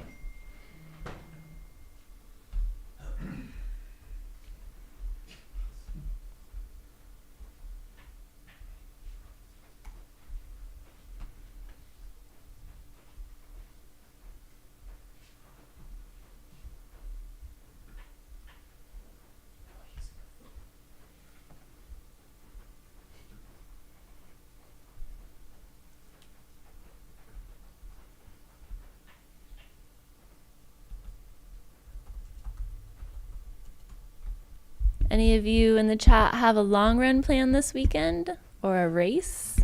Have you been inspired yet? A lot of people have mentioned that they have been inspired by these runners. I'm wondering if anyone that's been on the chat is one of these folks that has signed up today for next year's Cocodona 250. I can only hope.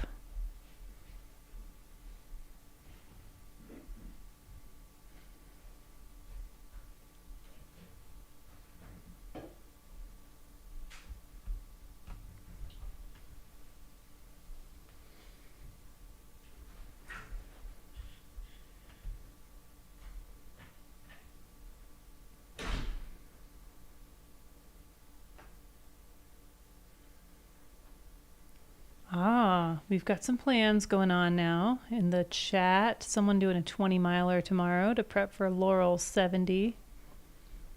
Brad signed up for Black Canyon this morning, so you'll be racing him potentially. Let's go, next Brad. year.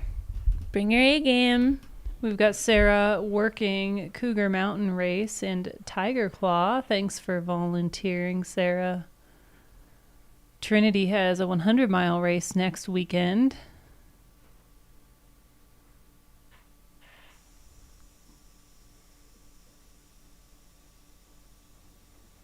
Sean's going to sweep the first 25 miles of the Hmez 50. Thanks for volunteering.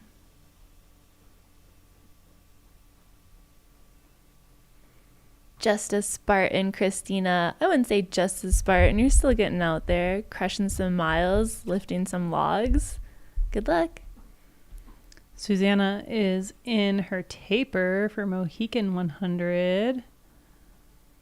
So only a 9 and 18 this weekend. I don't know if I would put that only there. That's still a big accomplishment, Susanna.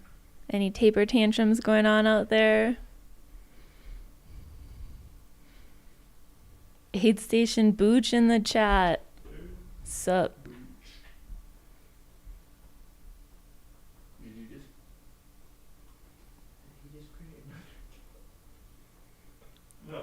Alejandro's running the Habanero 100 in August. That sounds hot. And we have someone else. Brandon is racing the Dirty German 50K tomorrow. Good luck, Brandon.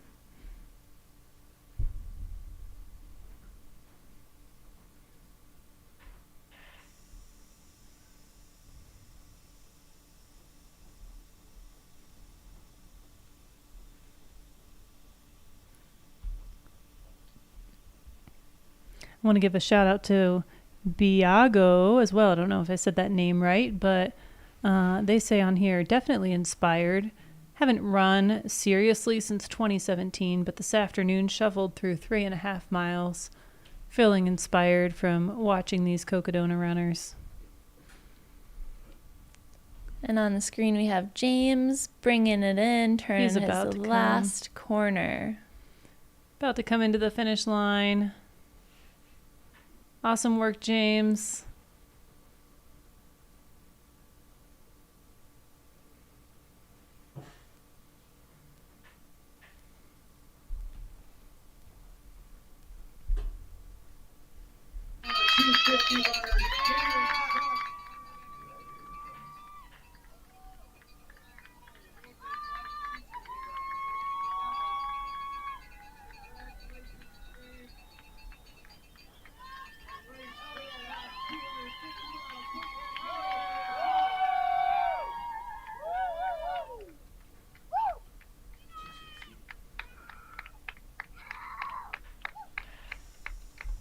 James Chutz just finished the Cocodona 250. If you have just tuned in, that's who you're seeing here at the finish line.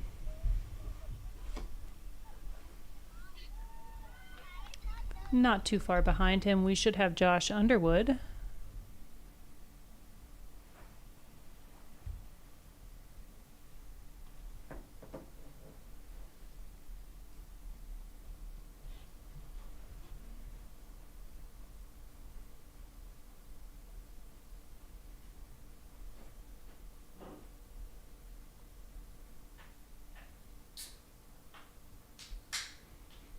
Oh, the crack of a flota in the distance. Guava mango kombucha. Oh, excuse me. Guava mango kombucha. Aid Station Fireball. Number 2. It looks like we are at Walnut Canyon again here.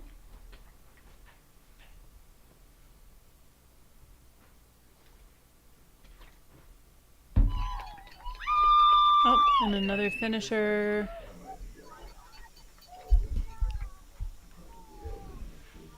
We think probably a finisher in the Elden Crest 38 miler. With his kids there, it looks like.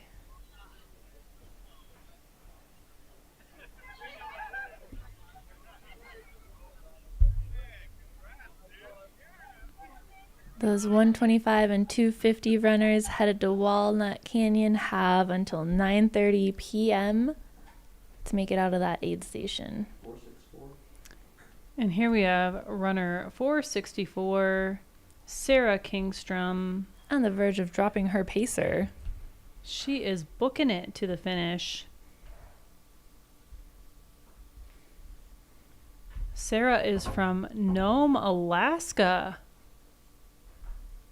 Great job, Sarah.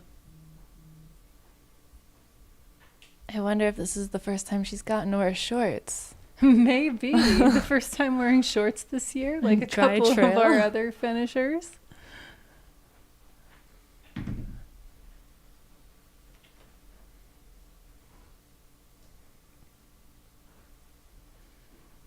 is Zachary Bates.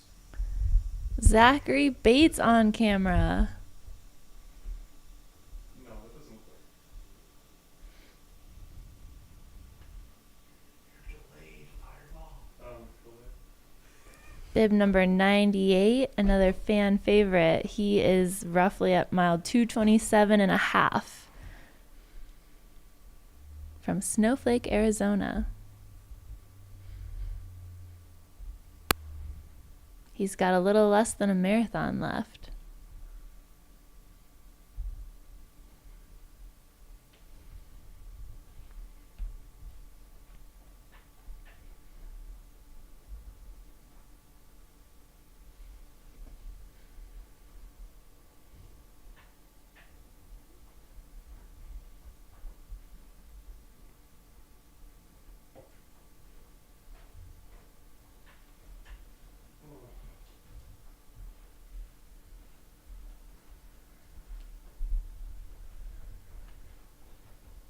Nice, Bill. Signed up for the 125.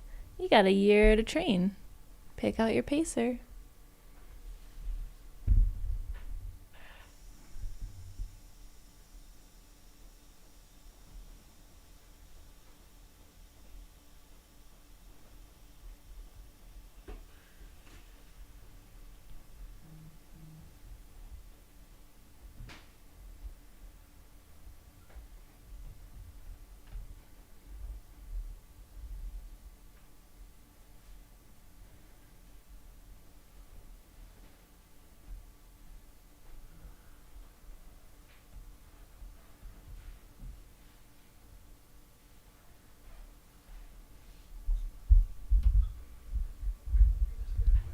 Looks like Zachary Bates and his pacer are moving well, looking smooth. I was listening to Dylan's new business podcast that he does, and talks about this other guy that says his business. Making their way toward Mount Elden. Like I said, be careful what you're very good at, and I thought of you staying up till 4 in the morning, because you're very good at it, but be careful how good because of those hours. This is true. But at least I need looking tomorrow evening and share with at least I can be distracted by this stuff.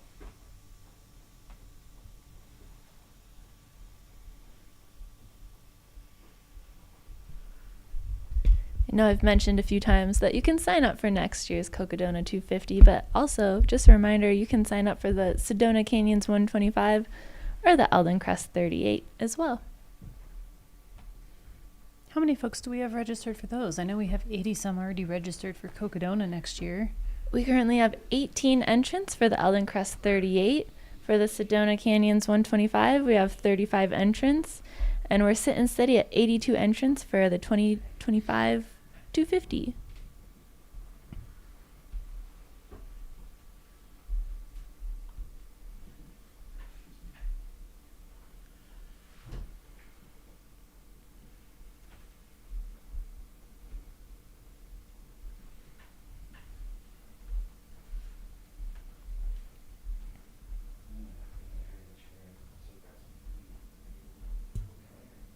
For now, I am. I will eventually want something good.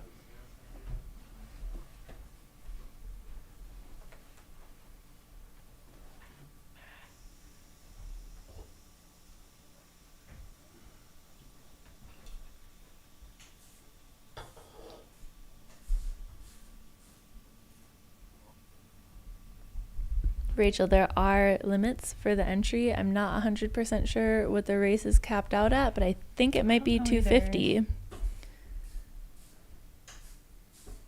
In which case, if we get that high, you'll end up on the wait list. Much more suspenseful not knowing if you're going to get into a 250-mile race.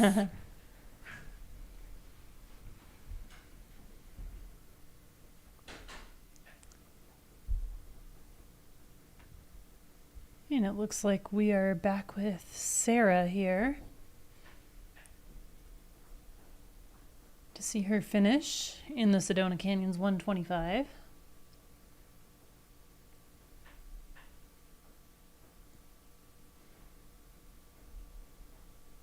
She is about to turn that corner. The final turn.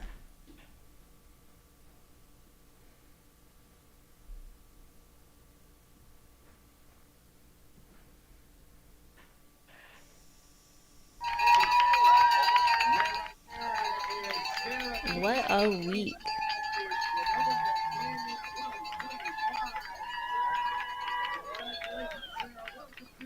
One of the great things about finishing in downtown Flagstaff is that there's so many great options so close by for food, and we all know that these folks have got to be hungry after finishing such a long distance. I'm hungry just watching them. Me too. Sitting here is making me hungry. 296. Josh Underwood. This is Josh Underwood. He is about to finish the Cocodona 250.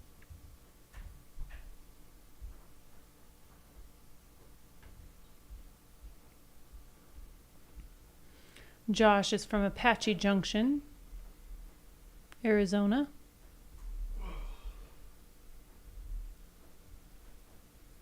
Looks like he is running solo here. Don't see a pacer with him.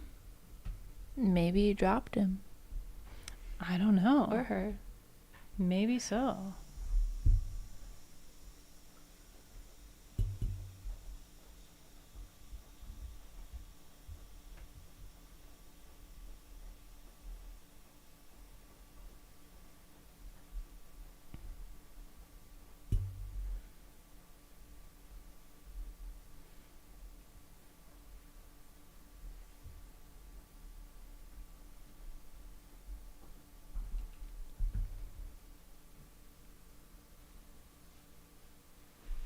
He is definitely making steady progress, booking it toward the finish line. At this point in the race, there's nothing you want more than to see that finish line. And he will be seeing it soon. And maybe a burger. Mm-hmm. Yeah, I think Diablo Burger is pretty close to the finish line, along with other dining options.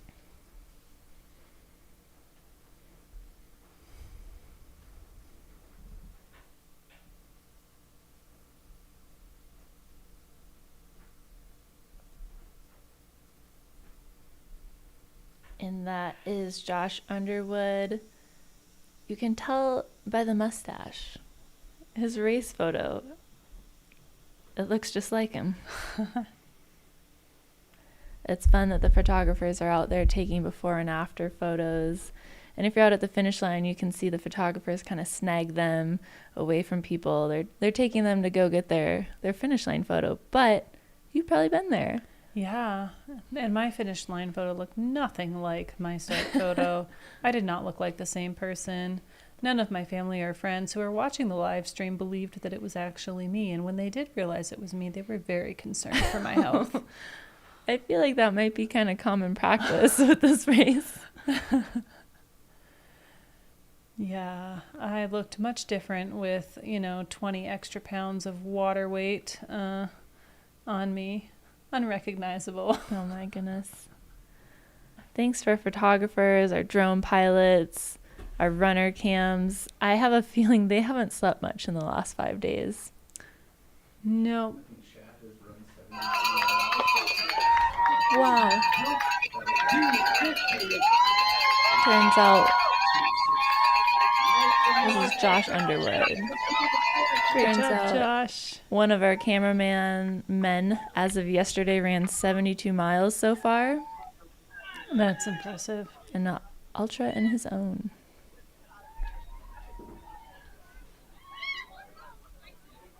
Next up, we should have Cheryl Lambert from Cocodona 250, just a few miles out.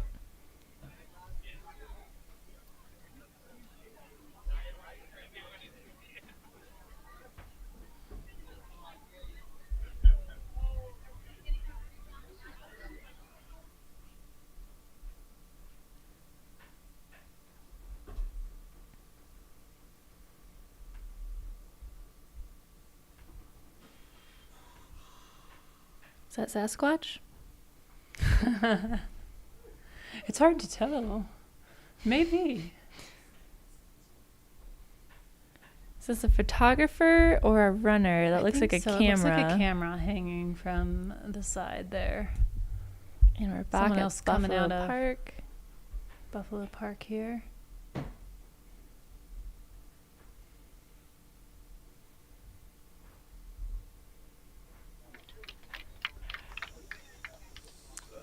Another Elden Crest finisher here with his family at the finish line.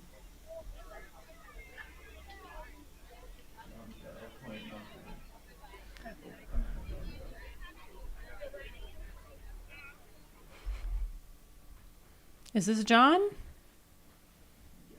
This is John Doe. Number 614. About to finish Sedona Canyon's 125. He looks ecstatic.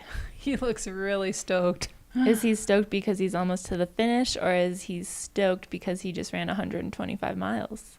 Or is he stoked for both of the above reasons? Or something else? Oh, I have some audio here. I'm not going to be here. Can you guys hear us? I can hear you. John looks really stoked, and we were wondering what is making him smile right now. You look so stoked, and they're just wondering what's making you smile so much right now. I'm so excited to be here, man. Like, what an awesome event. I can't really put it into words. That's me getting a week, and I might be mentally sound.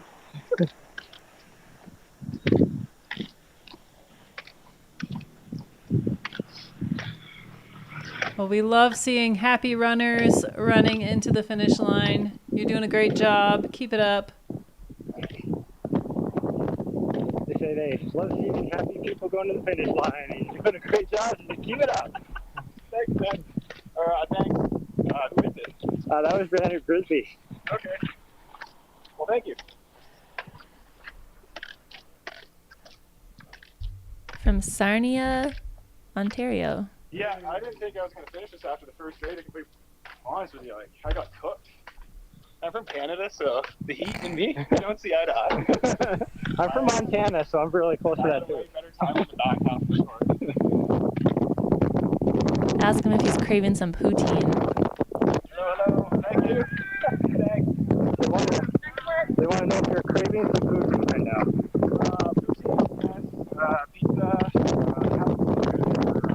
out to that 8th agent guy. He gave me the best hamburger of my life. Up on the top of Elden? No, it was one of the last two ones. Yeah, I was dying. It was probably the best burger I've ever had in my life, and I'm not even saying that. The best burger he ever had in his life on top of Elden? We've got to get up there. No, he said it wasn't on top of Elden. It was at one of the previous ones. Oh, it wasn't Pete. We won't tell Pete. Yeah, don't tell Pete.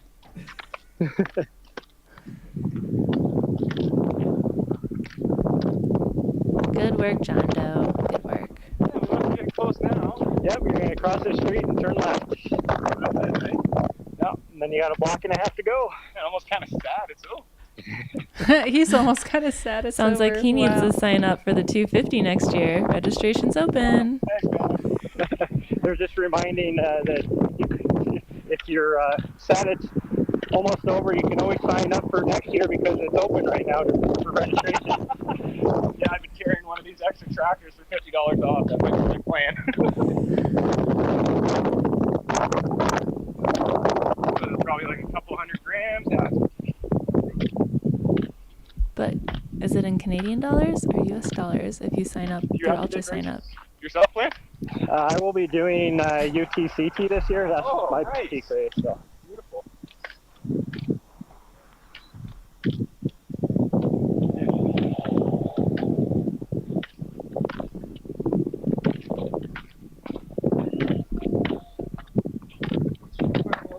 Thanks, man.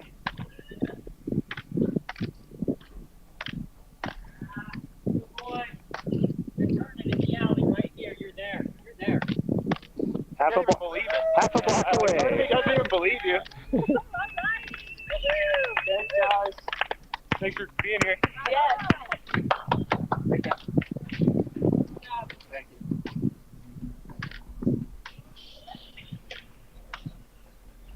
But as far as ultras go, I gotta say this is probably the hardest. Even though there wasn't that much climbing, the heat, elevation from Canada.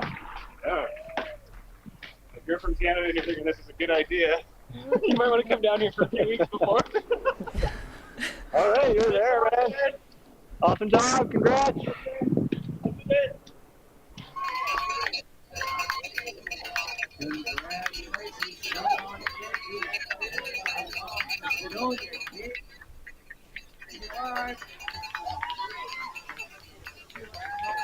Well-run race for Steve.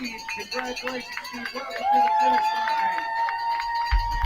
Woohoo, welcome to the finish, Canadian John Doe.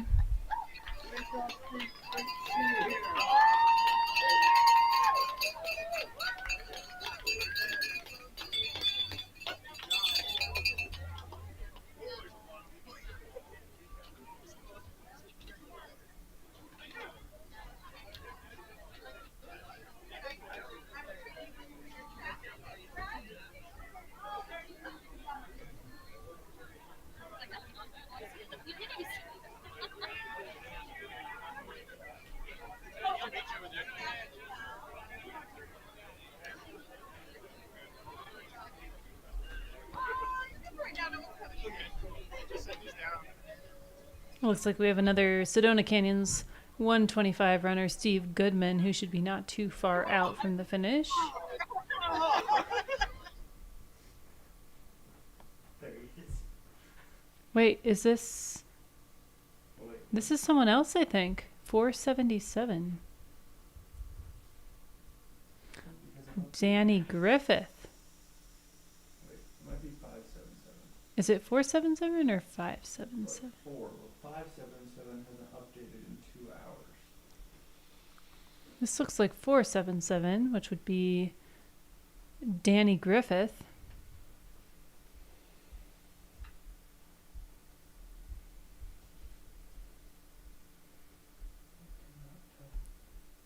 Danny Griffith is from Flagstaff, Arizona. Coming home.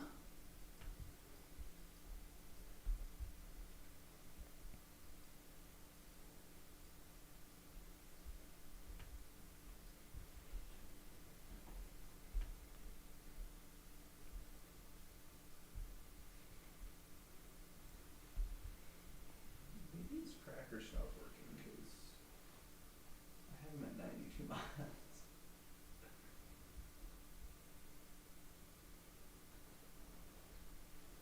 His tracker definitely. Yeah, there seems to be an issue with Danny's tracker. He is not showing up on the map here, but he is... His last ping was 50 miles ago. His last ping was 50 miles ago. All right.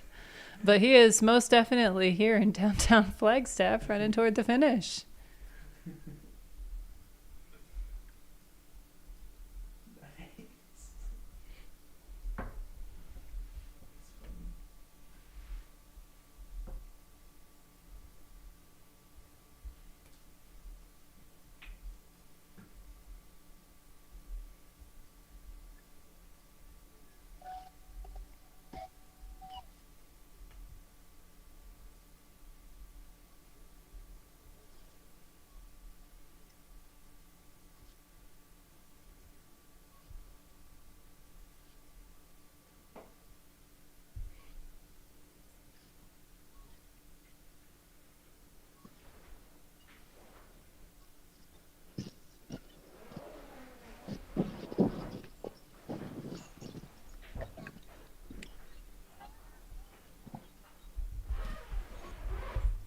Getting fist bumps on his way in.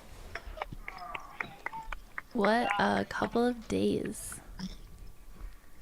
We're almost 108 hours into this 250-mile race.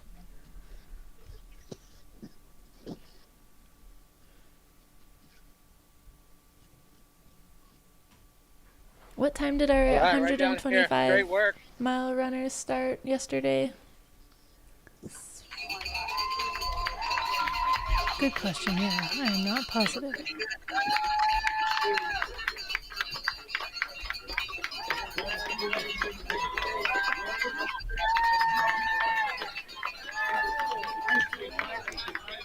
Great run. 1:25. Fantastic run for Danny Griffith.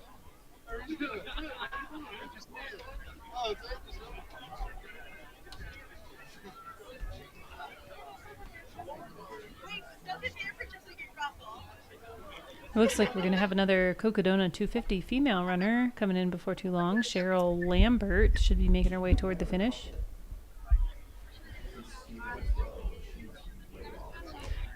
Yeah, hopefully that tracker is not accurate on Susie Stevens.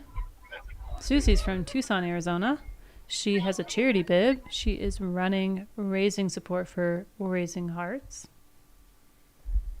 So I've gotten my days mixed up. The Sedona Canyon's 125-mile race did not start yesterday, but Wednesday at 7 a.m. It is easy to lose track of time and days during this Cocodona week.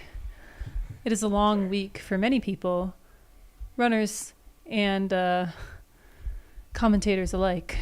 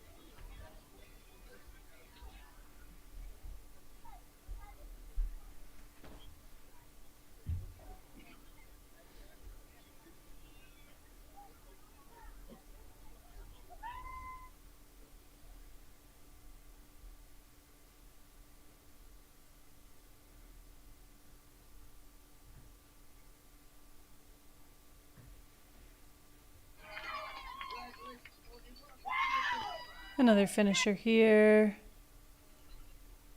I think an Elden Crest runner potentially.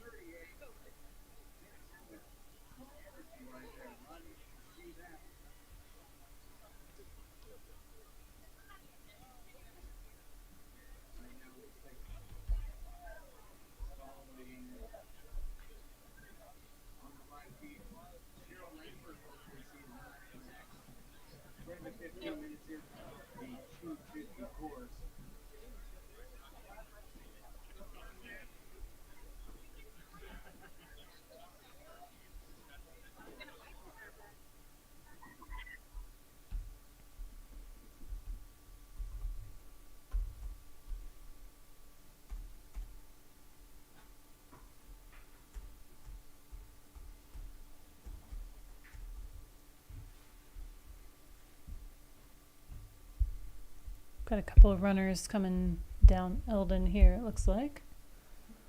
Someone in the chat is asking about the golden hour. The 250-mile runners have until tomorrow to finish, Saturday, May 11th at 10 a.m. So the golden hour will be starting about 9 a.m. tomorrow morning, and we will be bringing you live footage. If you're local here in Flagstaff, you can come on out and watch that at the finish line. The more people here to cheer, the merrier. I think it's either Joshua Cannon or Tommy Jacobson. That's my suspicion.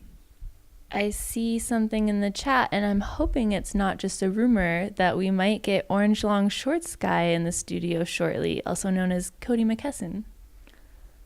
That could be exciting. The chat loved him. Acronym OLSG has just been bringing him in.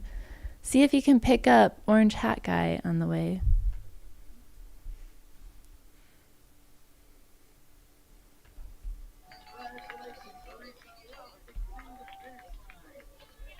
Another finisher from the Elden Crest, 38 here finishing.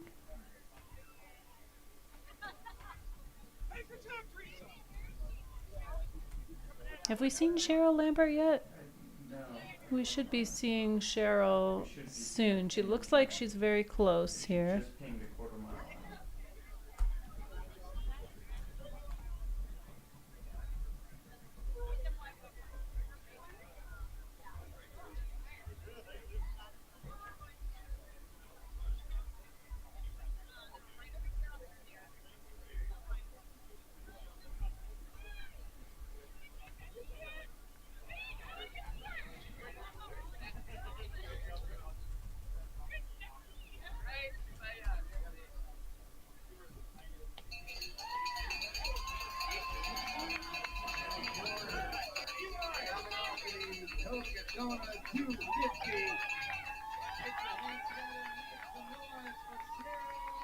This is Cheryl Lambert from Carlsbad, California.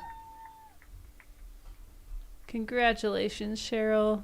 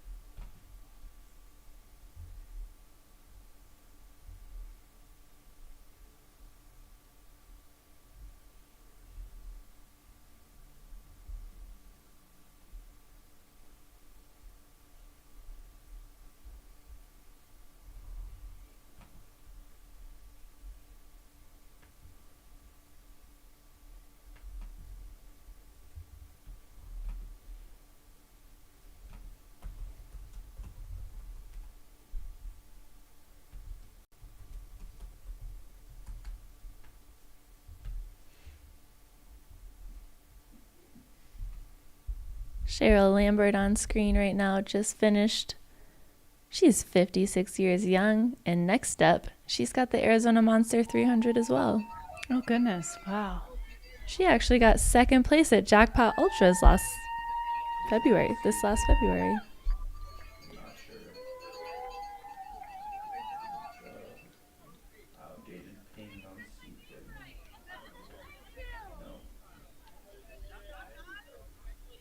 Cheryl also got 15th female at Cocodona last year. Oh, wow. It is not her first Cocodona.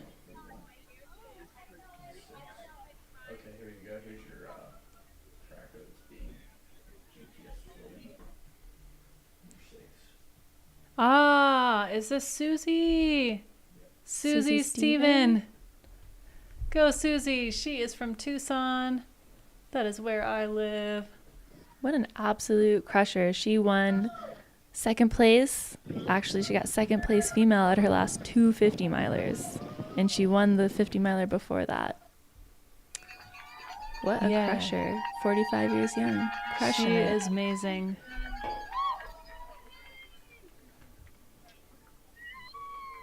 Great work, Susie.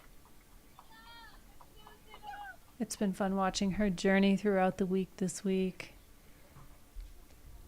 It looks like maybe she lived in Hawaii and won 1, 2, 3, 4, 5, 6, 7, 8, 9, 10, 11 races out there. Wow. Her ultra sign up, 97.67%. Amazing. Yeah. She won the Colossal Vale 50-miler in Arizona this past December with a blazing fast time. Wow. Under 8 hours. 7:54. 7:54. Oof.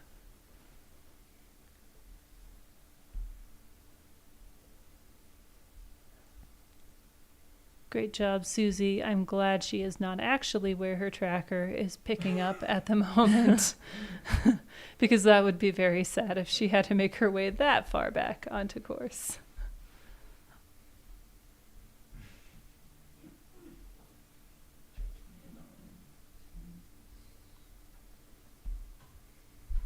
Is that Howie up there with the camera? Sure is.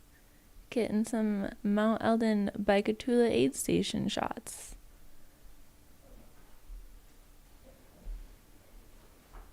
Howie! Always so fun to see him at races. Always getting the shot. Yeah, you know, at Javelina, last time I ran Javelina 100, I did not notice that Howie was sitting beside the trail, and I was just like running down a hill singing at the top of my lungs. And then I was kind of embarrassed because I ran by Howie and I was like, oh, hi. He was out at Broken Arrow in the snow, laying on his stomach, getting the shot in the middle of the snowy road. He is dedicated to getting the shot, getting the great shot. I think I saw someone walking his dog on my run, but I didn't want to ask if that was Mishka because I thought it'd be weird. I think that's his dog's name. Mishka. Yeah. Mm-hmm. But I'm pretty sure I've seen a lot of photos on social. Was, yeah.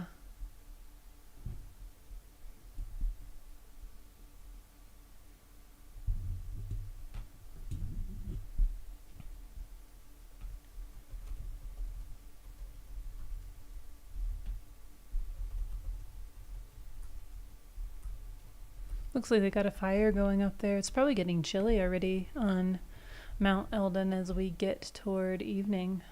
Yeah, they're gonna lose that sun pretty soon.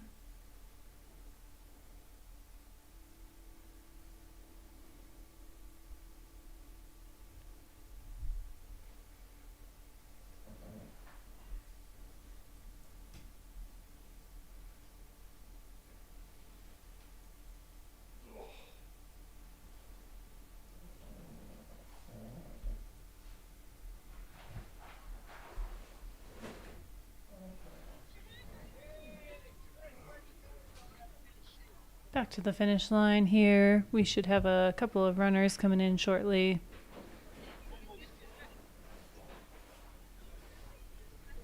We've got Steve Goodman, who will be finishing pretty soon in the Sedona Canyons 125 race.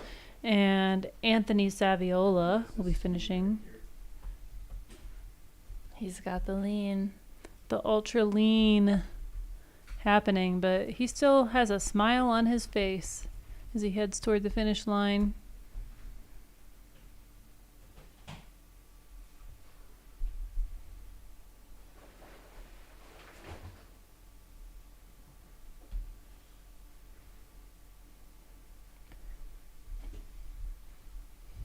Someone in the chat mentioned that Susie is running with a charity bib. You can still donate if you go online. Susie Stevens is raising funds for Rising Hearts, so feel free to check that out. You can still donate. Susie is close to her goal, is what we hear. Oh, she hit her goal, but we could blow it out of the water. Goal. She was trying to raise $5,000, and she's a bit above that, but that's awesome. We can still fundraise. Here's 199. Oh yeah. All right. And then we have number one. Was it 199? Correct. 199. Anthony Saviola finishing Cocodona 250. He's running really strong right now. In toward the finish. He is from Golden, Colorado.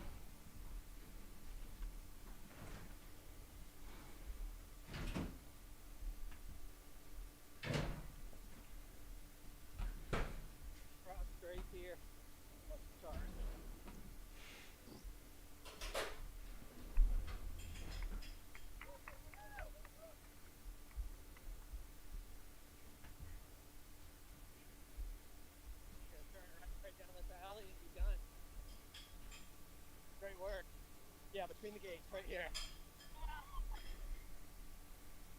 He is stoked. Can just see the joy there.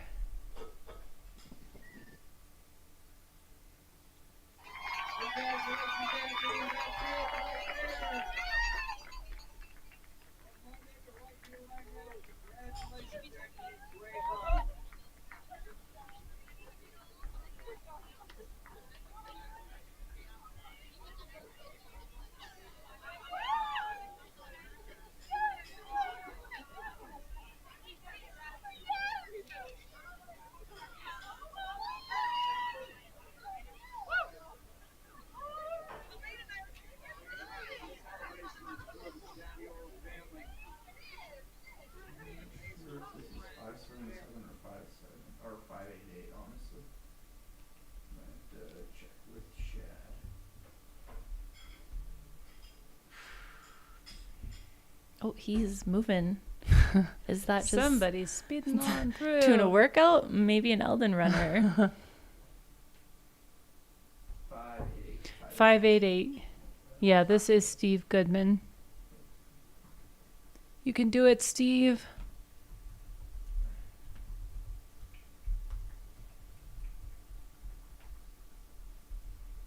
Just a block and a half to go, someone says in the chat. Get that man a massage therapist stat. Steve Goodman. He is one of our 74-year-old runners, if Ultra Sign Up is correct. Oh, wow. Steve Goodman, 74. So he may be our oldest. Is he doing the 250? He's doing the Sedona. He's doing 125? Sedona Canyons. That's right. So I don't know who our oldest runner was in that race. It could be But Steve. it could be Steve. And in just a couple months, he's doing the Tahoe 200. Wow. Throw it on the calendar. Way to go, Steve.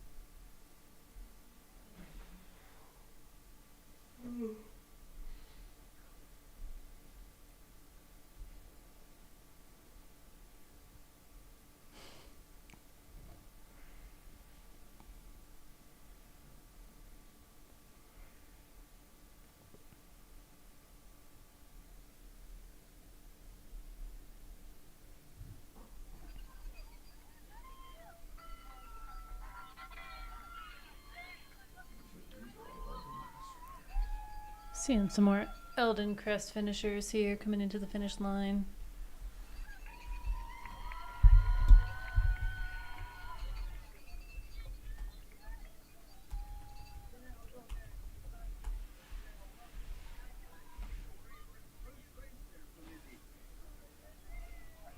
Elden Crest started at 7 a.m. this morning, so our runners are going on, bear with me, runner math, almost 10 and a half hours.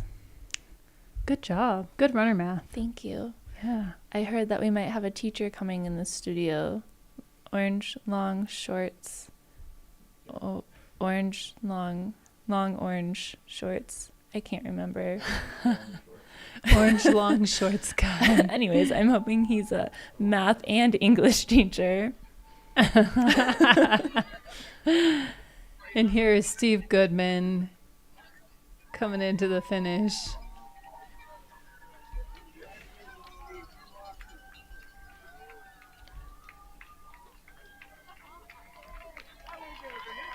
Good job, Steve.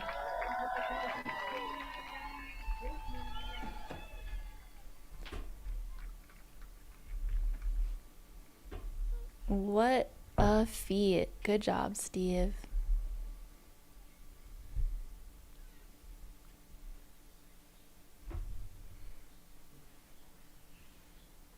Get this man a buckle.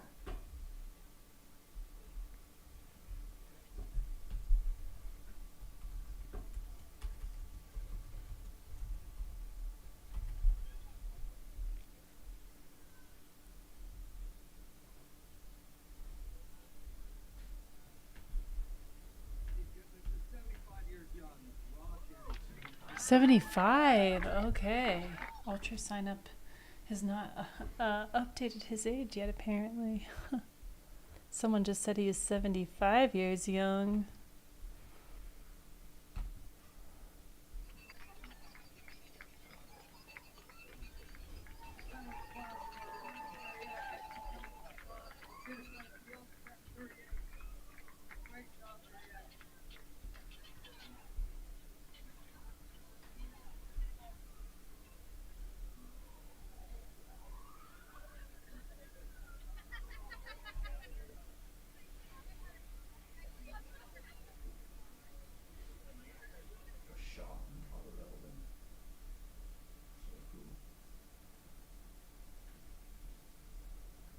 And it looks like we're back at Elden.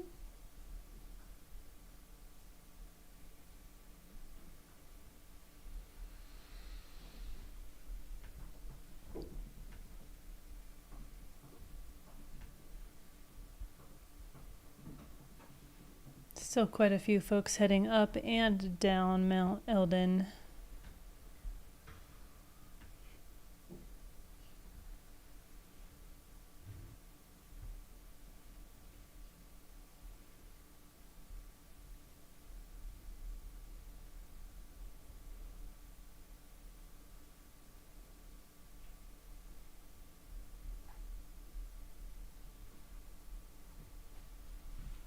This might be 577.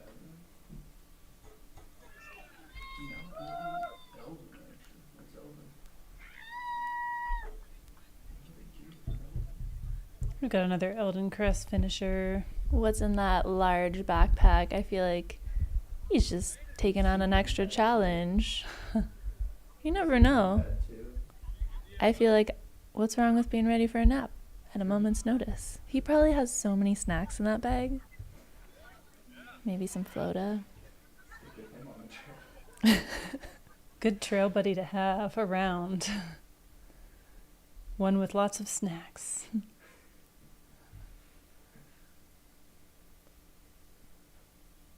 What a great shot from that drone. Looks like a nice clearish sky. It's starting to look a little less smoky, I think. Thank Maybe? goodness. 207. And here we are with runner number 207. Fernando Montes. Fernando is from Michigan, Haslett, Michigan. He ran Cocodona 250 in 2022. Ah, same year I ran. We were out there together. Nice. He finished just shy of 100 hours in 99:10. That's right around the time I finished, too. I can't remember exactly my finish time. It was 99 something. And maybe you guys shared some miles. We might have.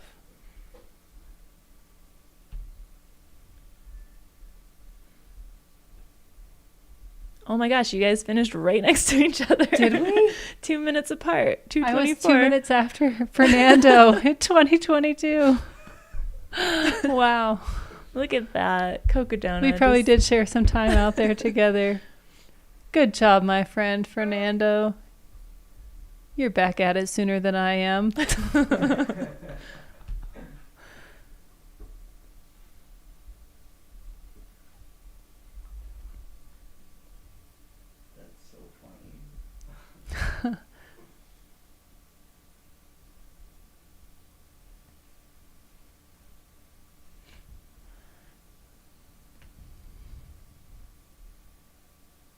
Looks like he's wearing the sun shirt that we got that year, too. That sun hoodie from 2022. Nice.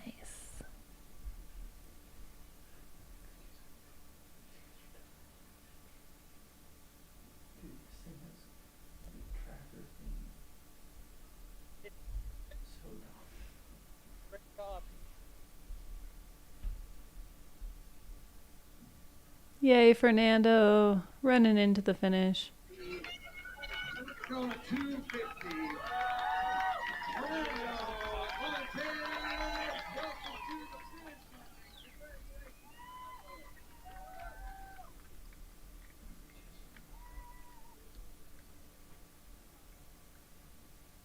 I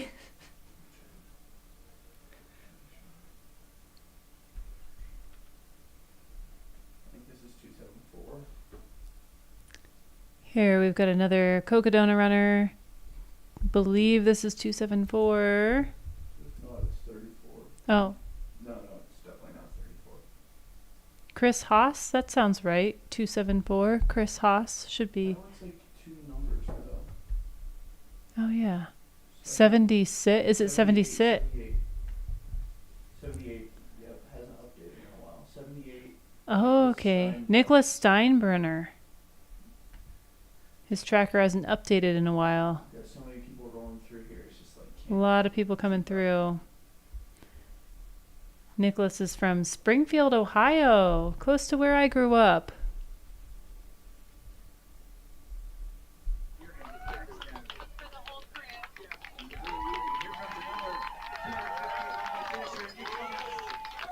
Well done.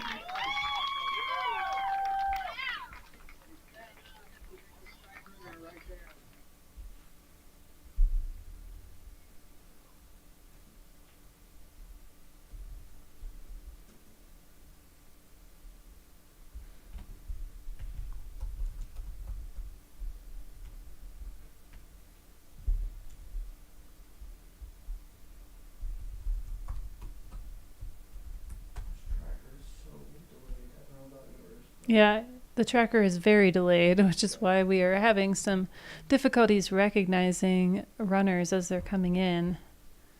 There's quite a bit of a lag on the tracker.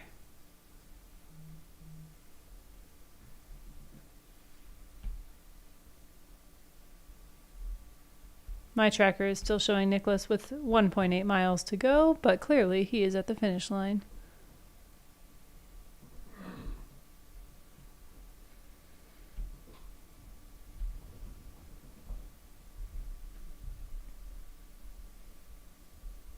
He's got 2 months until his next race. What is he running next? The Summit 200. Wow, another 200. Is this his first 200 or has he done the distance before? It looks like this is his first, and he must have just assumed that he was going to like them. He has done the Denali 135. Okay, so that's, pretty close to 200. He's done it twice. It rounds up. Yeah. I mean, 35 Math. definitely, 135 definitely rounds up to 200 when you're doing runner math. After 250 miles, I would round it up to 200 at least.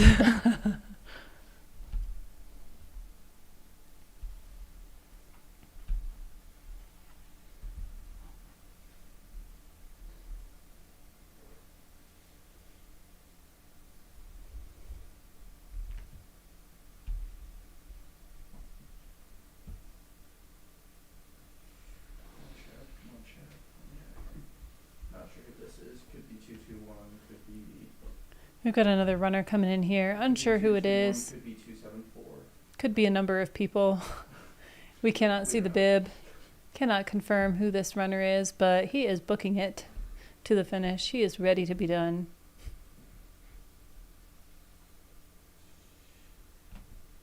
Oh, here, we got one ahead of him.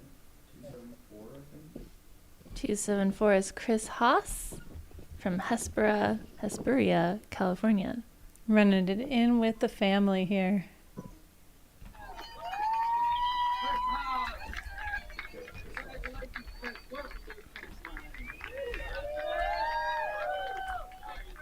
this will be Michael Cars. Michael Cars. We believe this is Michael Cars coming in. Awesome run for Team Haas. Right behind them. Running solo, Michael Cars off of the lead. Cocodona 250.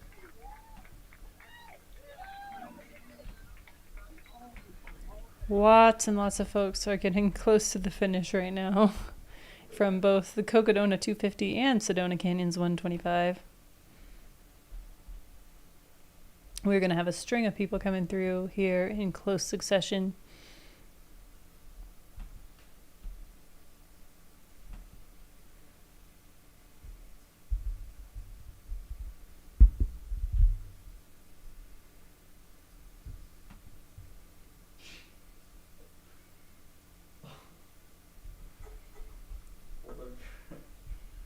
Trackers are so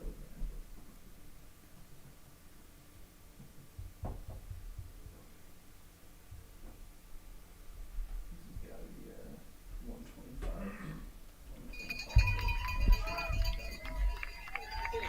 This has got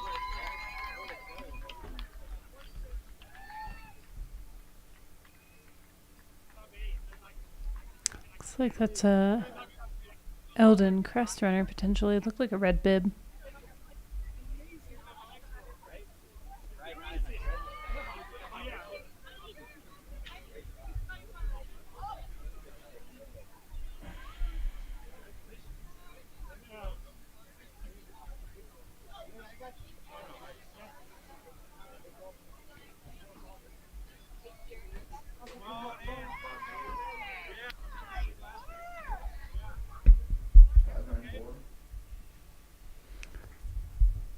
We've got number 594, Remy Rivera coming in for the finish of Sedona Canyon's 125. He's from Las Vegas, Nevada.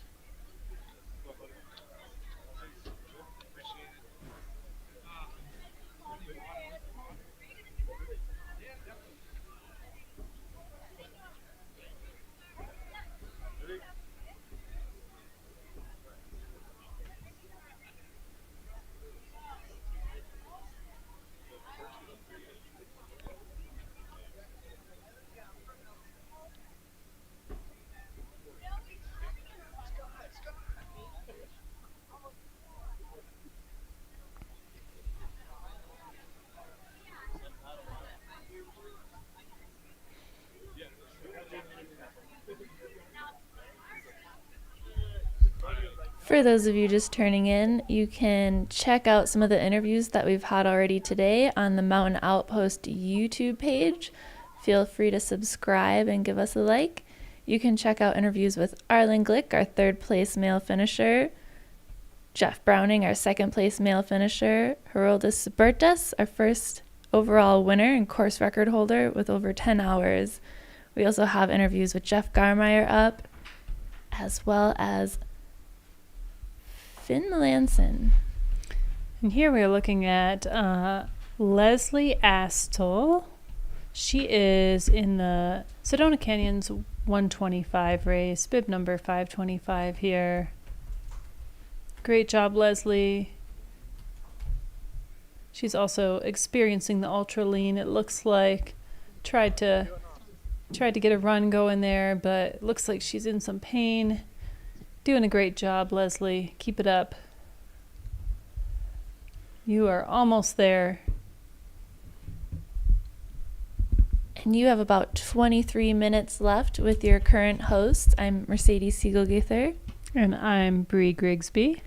And at 6 o'clock, you have an interview coming up with Allison Mercer of fastestknowntime.com. So if you're thinking about doing any FKTs, it'd be a great time to tune in. We have another interview at 7 p.m. with Michael McKnight, and a fan favorite, we have the Chism Family at 9 p.m. So stay tuned.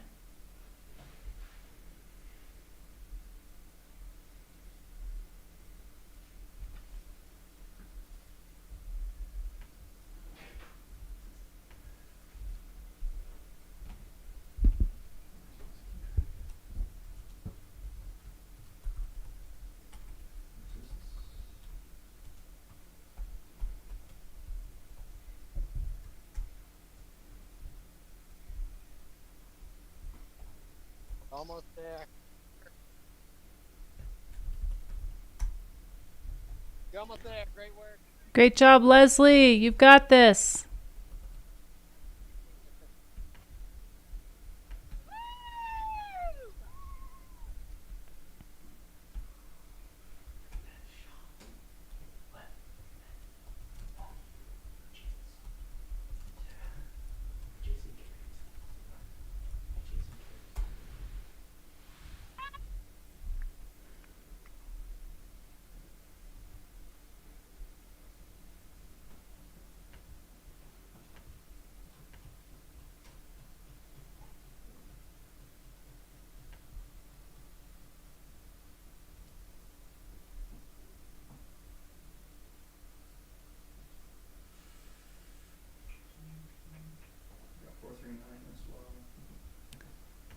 We have number 439 here.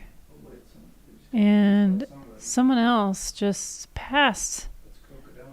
Okay, Tammy is number 439. Someone here just passed Tammy. 34 might be 96. It's likely 96. Yep. This is Jake Wyatt running the Cocodona 250. Looking rather fresh and yes, he pacerless. is. Jake is from Denver, Colorado.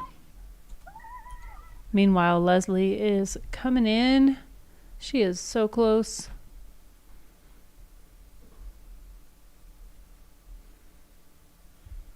Wowza, Jake Wyatt has a 100-miler June 1st, June 22nd, June 19th, August 24th, Wow, September this guy really likes long 13th. distance races. He sure does.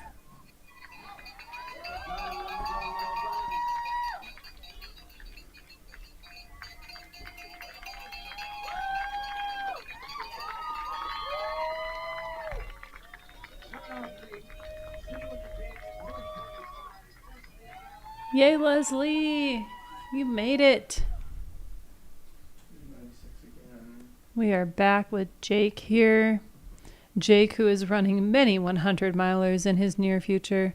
He looks like he can do it, too. I mean, if he's this fresh at the end of a 250. 100-miler. 100-milers, nothing for him.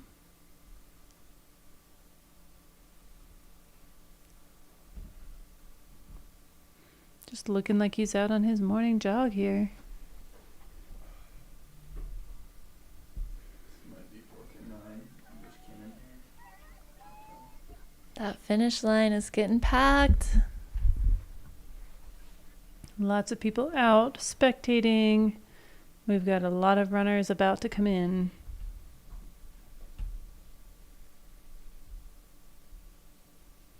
If you're looking for some running inspiration and you're in Flagstaff, head out to the downtown finish line and give some runners some cowbell.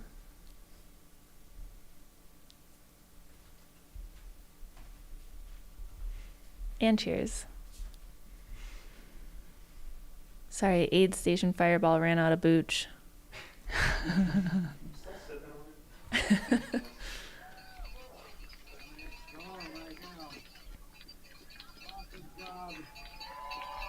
Cocodona 250. Jake lost it home. Well done, Jake Wyatt.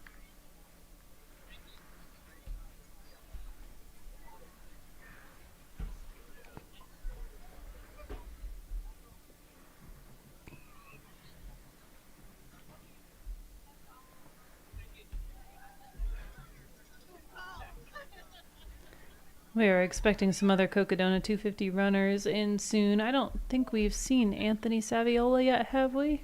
Here's 439. That's a Oh, 125. here's a 125 runner. Here's Tammy Lynn. This is Tammy. Tammy Lynn, finishing Sedona Canyon's 125. She is from Flowery Branch, Georgia. What a lovely name for a town.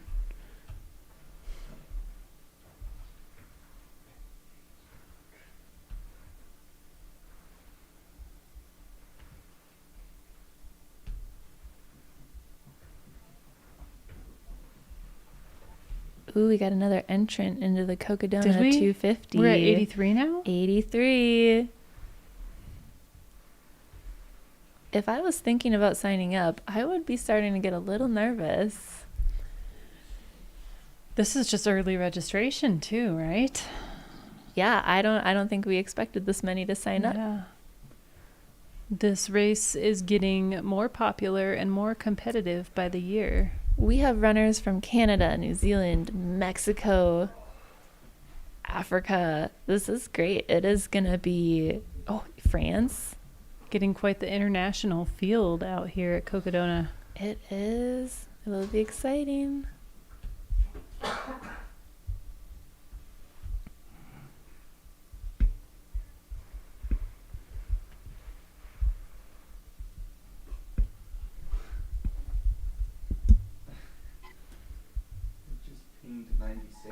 finished a few minutes ago, just ended a mile out.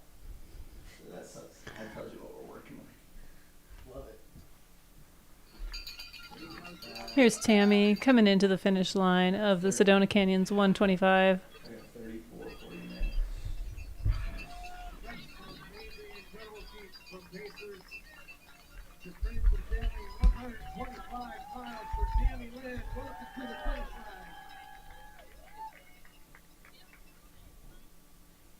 And here is number 34. This is Chad Cossey.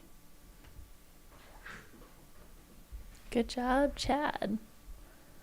Chad is from New York, New York.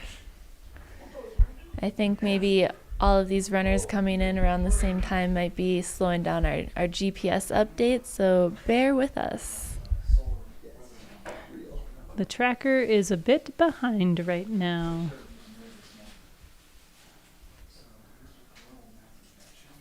Thank goodness we have runners out there following these folks into the finish line so we can see their finishes and actually know what's going on currently.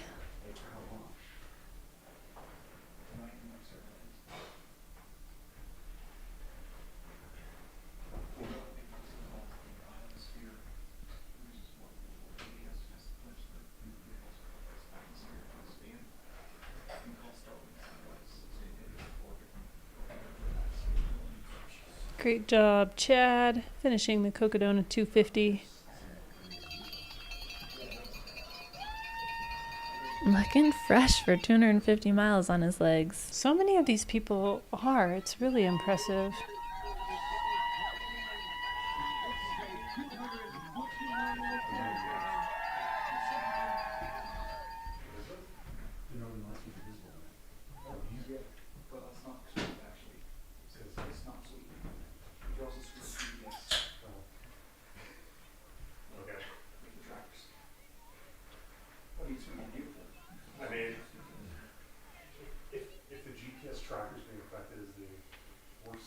For all of you Callie Vinson fans, you could go onto Instagram and see her starting to head her way towards Elden on the Cocodona 250's Instagram page.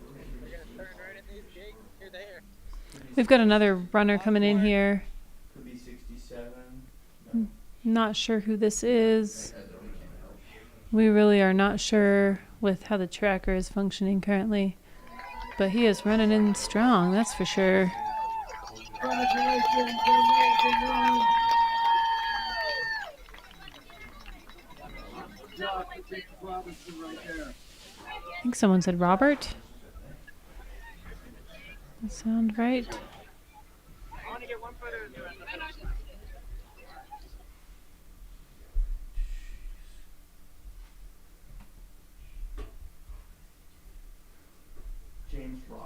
James Robertson. That's who this is, folks.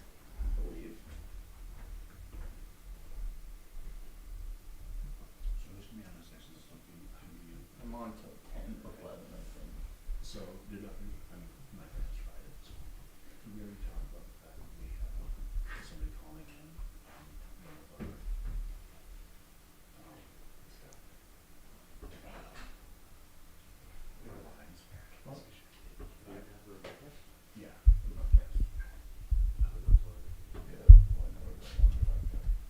Our replacement is in the house. Turns out he's coming back from retirement for this live stream. Hello. Nice. Eric Sensman is in the house, folks, and he's brought beer with him. It's going to be a good time tonight.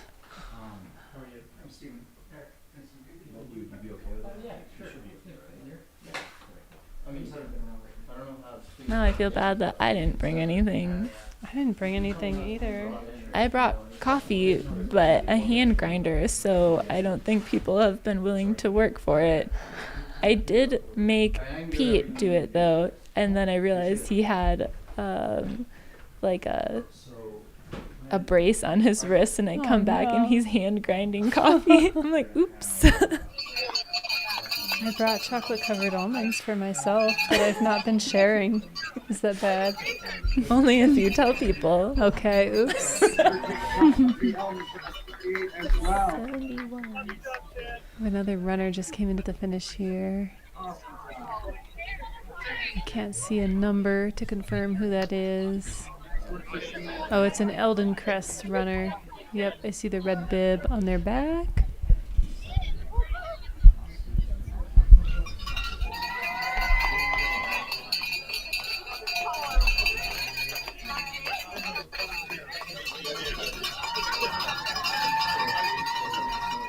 We are now watching number 203. Anthony Russell is coming in.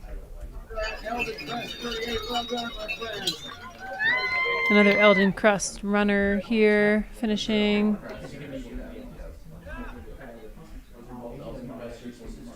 This is Anthony Russell that we're watching right now. Anthony is from Ann Arbor, Michigan.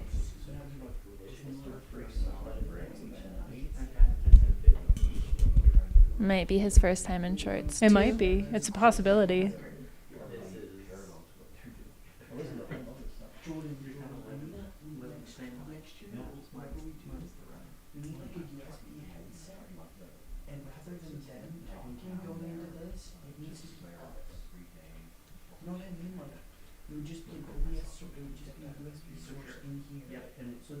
He is running hard. He is ready to. He's ready for that finish line. Man on a mission. I bet he can't wait to take that pack off. It's gonna feel so good to be at that finish line. Get off the feet.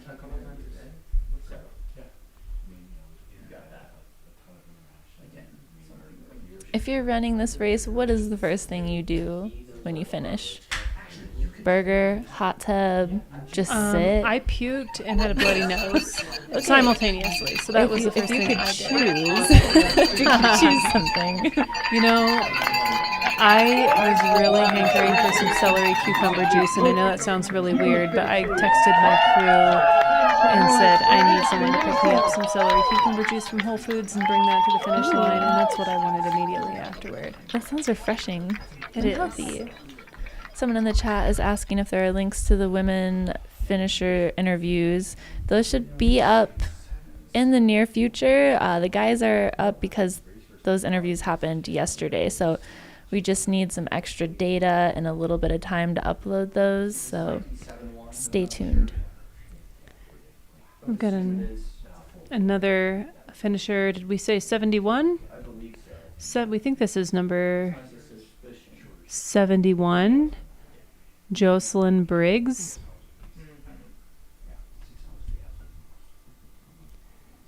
Jocelyn is from Whitby, Ontario.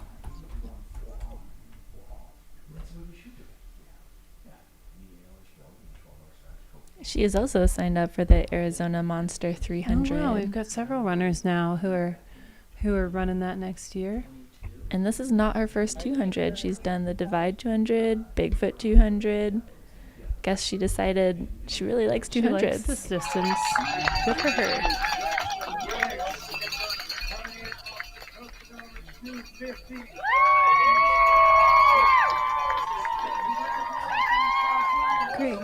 Great job, Jocelyn.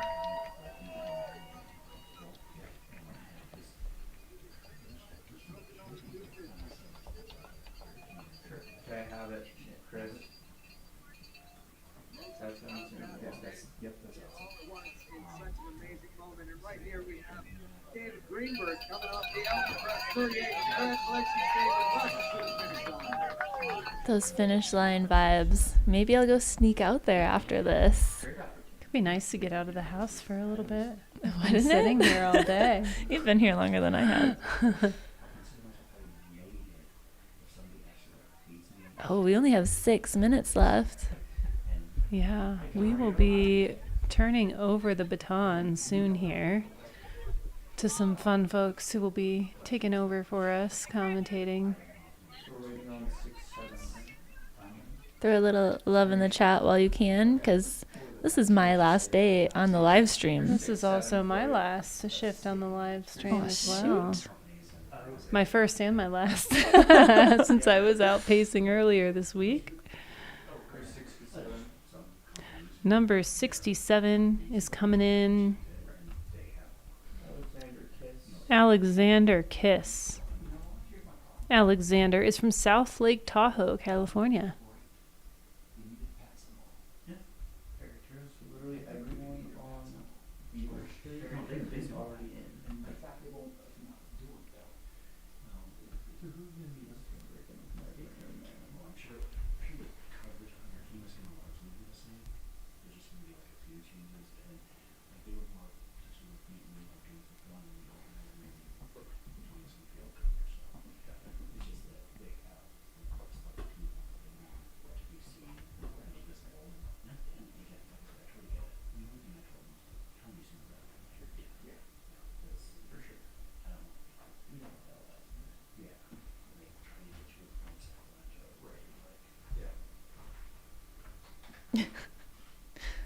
Oh, Beverly, thanks for the love.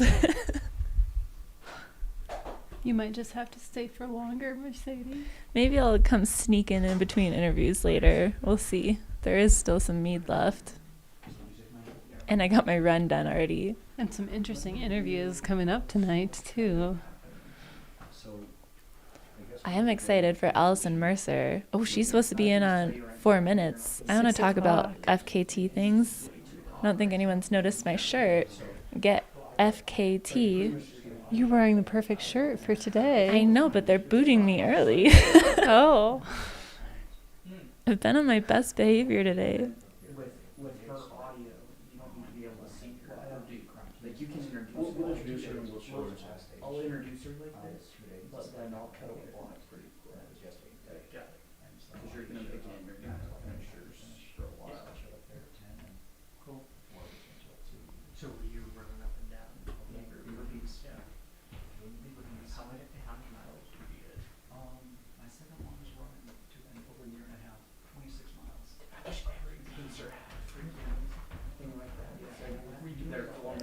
I crew AJ. That's a great shirt. With their face on the front. Because we don't even have to be able to see the number to know who this is, since his pacer conveniently has it on her shirt. What a great pacer. Good job, pacer and runner.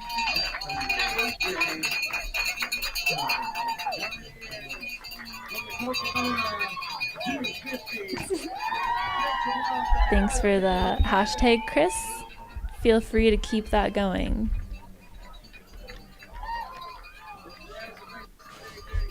Thanks, V Vega, as well.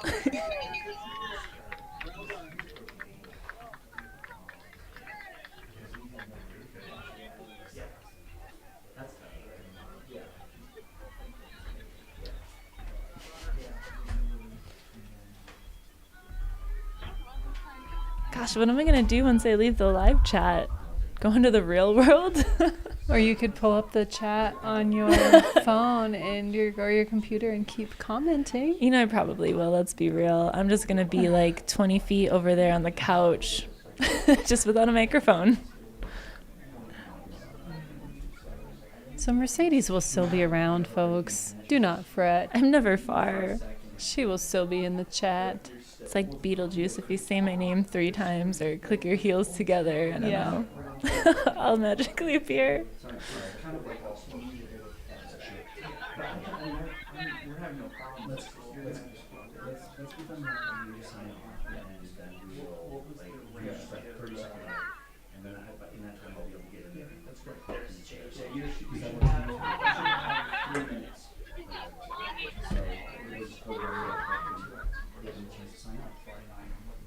All right, folks, thanks so much for joining us today. We are about to sign off. We have some other friends coming on to join you for the live stream.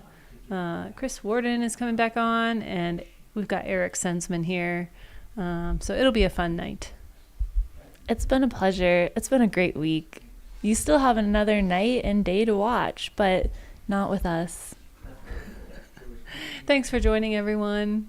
It's been fun. And again, Mercedes Siegel-Gaither, Bree Grigsby, thanks for putting up with me all day today. It's been great to be here. Bye, all. This is your machine. It is strong and fast, tough beyond measure, brave beyond belief. It will take you high in the mountains, deep into the woods, over rivers and deserts, and further within yourself than you have ever dared to go. But it is only as good as the fuel you put into it. Feed it real food. Feed it real power. Feed it spring.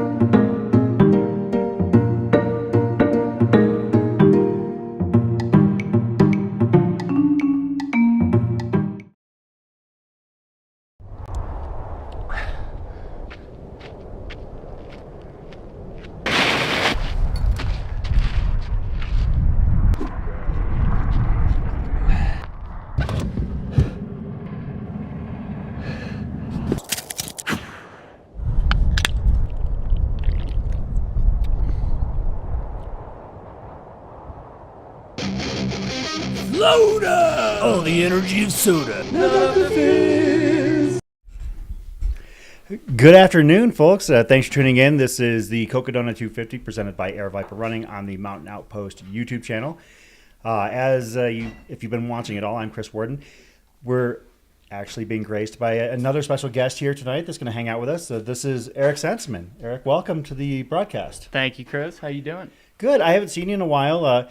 Since the last time I saw you, there's been a bit of news in your life, and we'll have to talk about that this evening and talk about what you've been doing since you made some decisions in life. That sounds good. Hopefully we'll talk a lot about the race, too. Absolutely. We'll definitely cover the race because the people that are out there right now, they're the grinders. If we can just grab some shots out on the course, we will start to follow. That is the finish line. That's the final destination for these runners here in the Cocodona 250, as well as the Sedona Canyons 125 and Elden Crest 38. Have you been out on course much the last few days? If on course means the streets of Flagstaff, then I've made my way out a little bit. You've been busy, otherwise busy. Absolutely. Looks like we've got someone coming in hot. 201? Yep.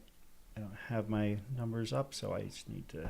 201 is Chris Prairie. Chris Prairie. Out of Texas. Guy named Chris Prairie coming out of Texas. That sounds appropriate. It sure does, and he's moving, Chris. Yeah, you know what? Does this match you stride for stride when you finish the Cocodona 250? Or? He'd be leaving me in the dust. I think he's trying to make it in time for dinner. Don't blame him. Well, he definitely is doing so here as he's heading down Cocodona Alley. I was down there a little bit ago, and the energy's just great. Yeah, so you had mentioned that you've been getting down there each day. What time are you showing up pretty early in the morning when you're down there? No, what happens is I have my 9 to 5 job that I do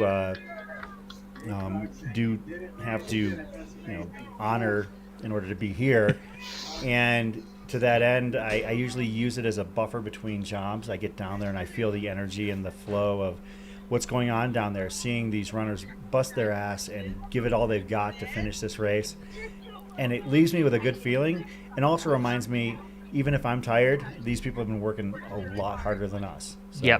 Yep, that's good perspective for sure. And we're going to bring in our first guest here in just a few moments. Looks like we've got one more runner that's making the most iconic left-hand turn in all of sports, as Matt Feldick would say. The left on Birch. Going to start getting some bystanders here at this hour. The Flagstaff locals out and about.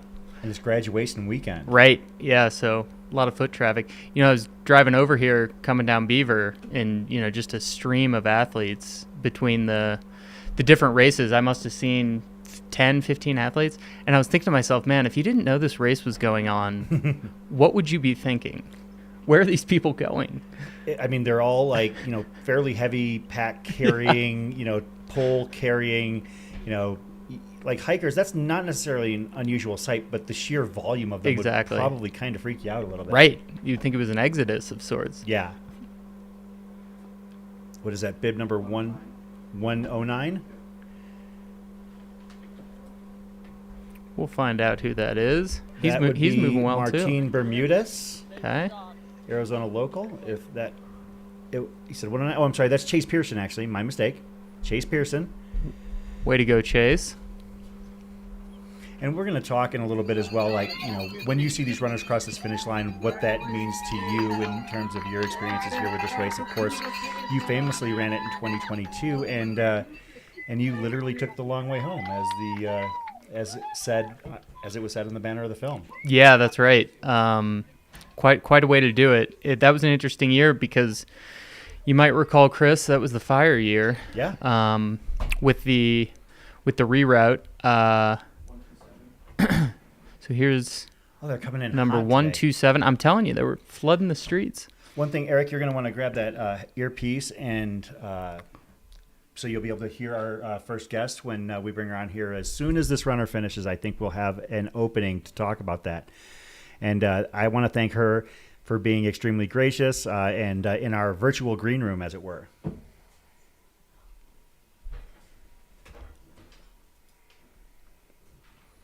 What time of day did you finish this race, Eric? It was at 3:47 a.m. So just a few less people. The ultimate dead zone, I think. A little bit darker outside. Right, but then also like so late that you don't have people who are staying up really, and not late enough that people are waking up. Mm-hmm. So it was pretty deserted. But to be honest, I enjoyed that aspect of it.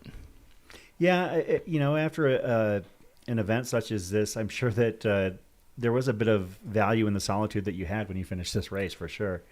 And we'll talk about that at further length, of course, here as we see. What was the bib number again? I didn't catch the 127. Perfect.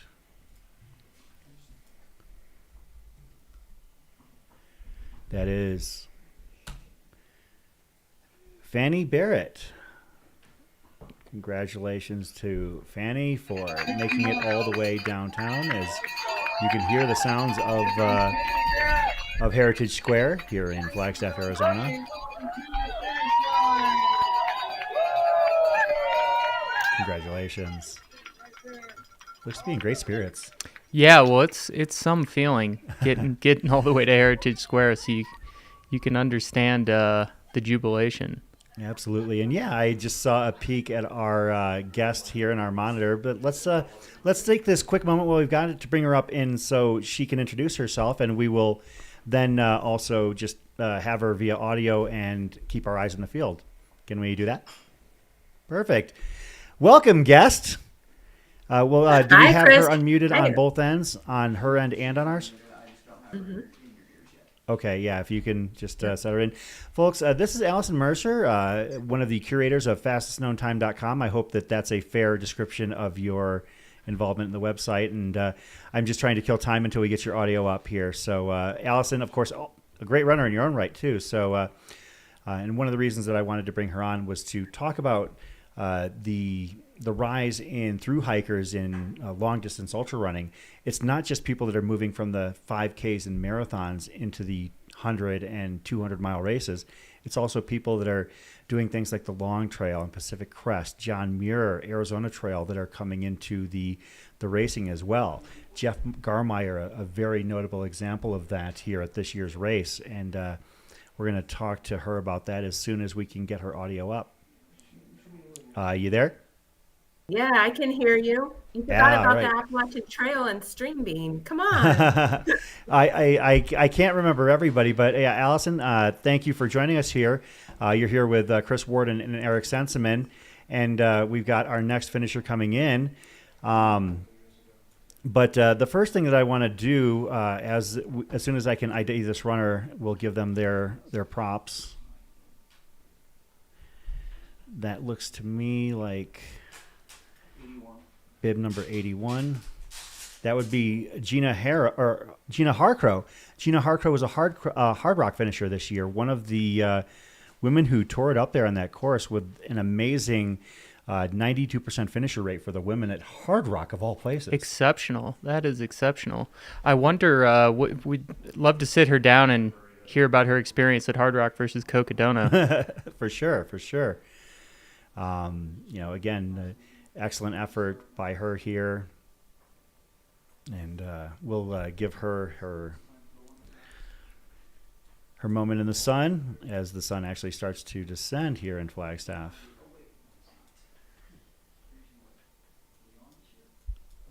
She's got everybody in tow. Yeah, I think that it's kind of like once you hit the streets of Flagstaff, it's almost like a Roby point to the finish. Yeah, situation. Totally. No, it's great. It warms your heart. Yeah, it sure does.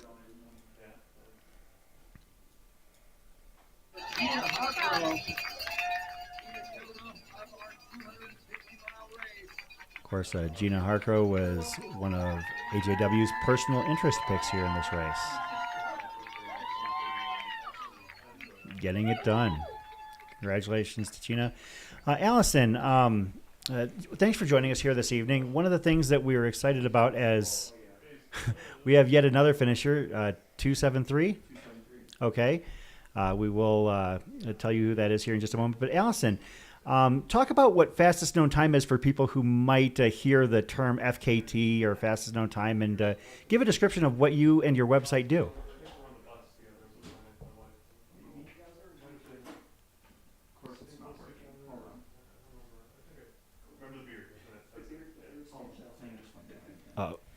What whole thing went dead? The whole system? The remote cameras are being done again. Hold on. Yeah. All right. So some technical difficulties. We've seen it before. We'll see it again. We definitely will. So, but this is Kyle Carter right here coming into the finish. Yeah. So she mentioned Joe, aka String Bean. He was, I believe, 4th this year. Yes. Former winner from 2 years ago. Not only did he at one point have the Appalachian Trail fastest known time, there was a time when he had the Pacific Crest Trail fastest known time as well. So pretty accomplished, obviously, in those multi-day, multi-week events. This is almost under distance for him. Yeah, and the thing about String Bean is that he's such an outlier on both ends because he's also like a 4:12 marathon or miler in college too. Yeah, I believe so. I don't want to split hairs with you, Chris, but I think I remember even faster than that. I wouldn't be surprised. Yeah, he was very quick, and has finished just outside of a golden ticket at a number of golden ticket races over the years. So yeah, the range is pretty exceptional. Absolutely. As we mentioned, that is Kyle Carter at the finish. We'll see if we can get Allison back up here. Yeah, and he's done a 12-hour, 53-minute 100-miler for String Bean, so that's he can do it all. Of course, Allison, we do have your audio back on. Thanks for joining us. As I was saying, can we have you walk us through what fastest known time is for people who might not be familiar with it or with FKT? Sure. Fastest Known Time was a website that was founded by Buzz Burrell and Peter Bachwin as a kind of database of iconic trails. And one time when they were going out to do the Colorado Trail, they were wondering what was the fastest known time on the Colorado Trail and the John Muir Trail. So You're You have to what? just gonna have to wait a second. Okay. Sorry, Allison, we're having some technical difficulties. There's something with our end here. We'll see if we can get that audio taken care of. Our dear producer is handling it with he's aplomb. He's killing it. He's been killing it all week. These two guys, have been working extremely hard in bringing this race to the internet. So. We'll get her back shortly, but I even know what FKTs are, but as she was beginning to tell us, I was getting really intrigued. Yeah, there's definitely an interesting backstory to it if you do a little bit of digging. So, and I feel that, and to me, that actually has a lot of it kind of intertwines its history with the races, such as like the 200-mile races. It's one of the things that we saw, I think. And we'll talk about this if we can get Allison back, is the fact that there was such a significant rise in FKT attempts when when we were dealing with the pandemic. And if you didn't have a place to race, you basically looked for a prominent trail where there'd been a lot of people trying to take a stab at a great time and check to see if you could beat it. Exactly. I think that I'm sure she has the data on that, but I would, the traffic to the website alone, it wouldn't surprise me if it really went up from 2020 on. But certainly has gained a lot of traction and popularity in the sport. Yeah, and keep in mind our tech guys, if you combine their ages, it's still a decade younger than me. I think that's a good thing, Chris. Well, yeah, that's probably a good thing at this point. All right, let's try one more time. Allison, do we have your audio here? I don't have her audio. Okay, we're going to continue to work on that here, and hopefully we'll be able to bring Allison in here shortly. But yeah, the history of ultra running, I don't think you're going to be able to tell it moving forward without the concept of the FKT.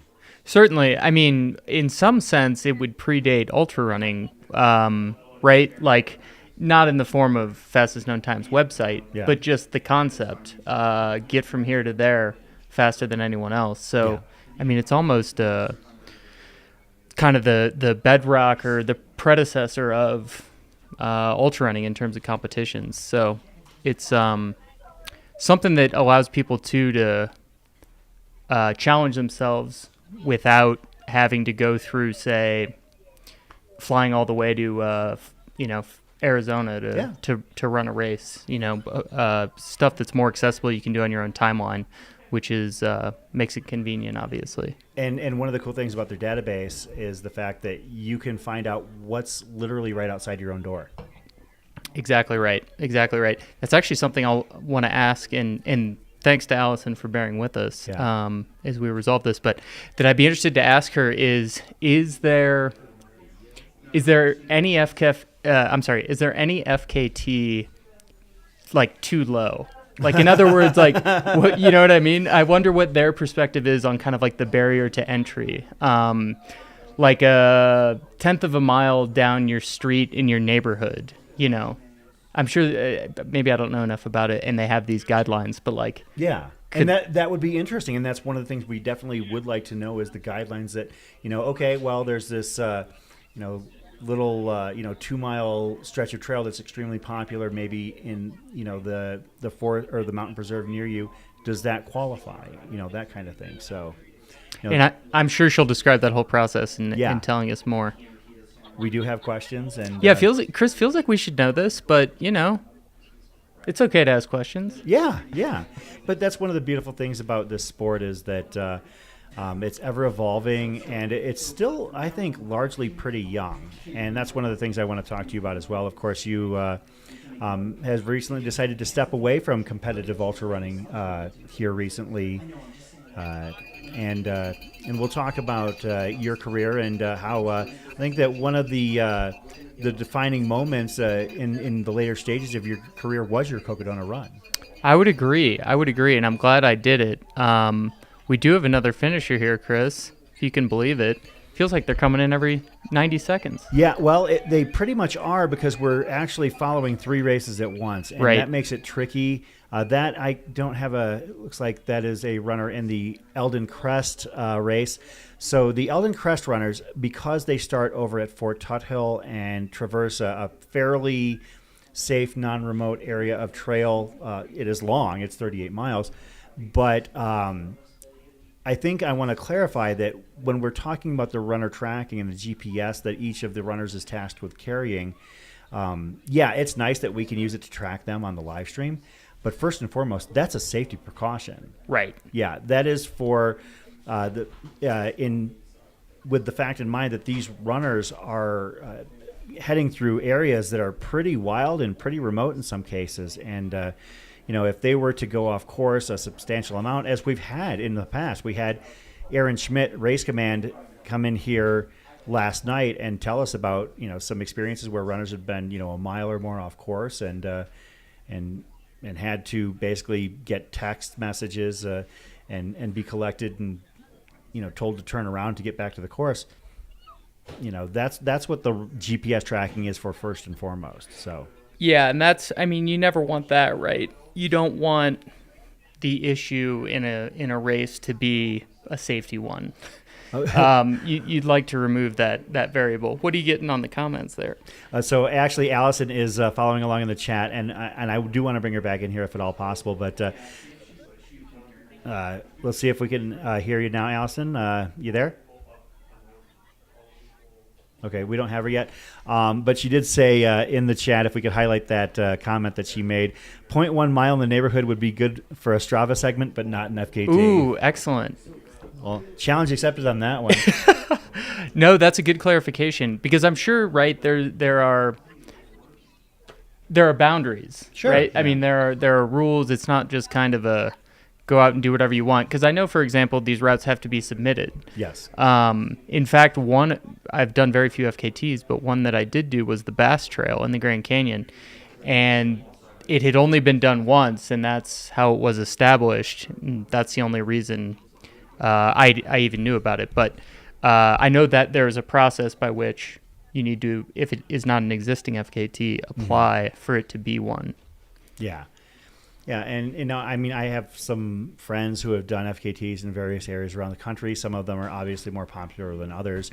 It'd be interesting to see, which ones, we know which ones are most prominent and, the ones you hear about the most, but are there certain ones that they hear about being attacked more than others? Or maybe are there ones where the standard gets lowered, on a more frequent basis? These are things that I definitely think would be a good corollary discussion to the Cocodona 250, because a lot of these trails that are a part of this race do involve FKTs. Exactly right. I mean, in the case of Cocodona, who knows how many stretches would be part of an FKT. Now, I don't think these runners are approaching those fastest times over this distance, but for sure. Yeah, I'm sure there's a lot out there.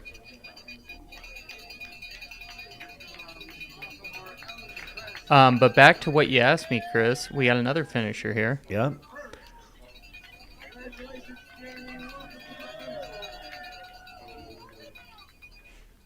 Such a, you really don't get the full scope of the finish line from this vantage point. I mean, it looks like a nice finish line, but that Heritage Square is really neat. Really fans out. There's room for a lot of people. It's the center of town. I mean, it's a pretty awesome backdrop for the finish of these races. When you first heard that they were going to use Heritage Square, what was your thought? I thought that there'd be a lot more people in that square than usual. You don't just have randomly people, 200-300 people at any given time hanging out? Or? Yeah, exactly. No, it's pretty sleepy. I mean, the whole town's pretty sleepy. That's why I love it, frankly. But yeah, certainly these weekends when you get an influx of people and that Heritage Square really picks up and becomes lively. Allison, you there? Yeah, can you guys hear me? Awesome. We can hear you just fine. All right, Allison. So let's get our discussion underway. Of course, we were talking about fastestknowntime.com, and you were starting to talk about a couple of individuals that were kind of beginning to inquire about whether or not one of their efforts was going to be an FKT. Yeah, so Peter Bachwin, who is a accomplished runner, and Buzz Burrell decided to start the website as a pro board for people to list the fastest known time from iconic trails. And in 2018 and 2019, it became the site you see today, where different trails and routes are submitted from all over the world. And every day we probably get at least 20 submissions, up to 40 a day, all over, you name it, even places like Qatar, all over. And so you want to learn a new trail or some, like you said, in your neighborhood and attempt something new, you look on our site and you can find it. Or if you don't, you can create it by submitting a route. And Eric, you were asking about guidelines. Actually, can we get to guidelines in just a moment here, Allison? Oh, yeah. That's bib number 64. This is Randolph Curley, a Navajo runner. Randolph Curley coming into the finish. We can get that finish line cam vantage point here, being flanked by a whole group of people.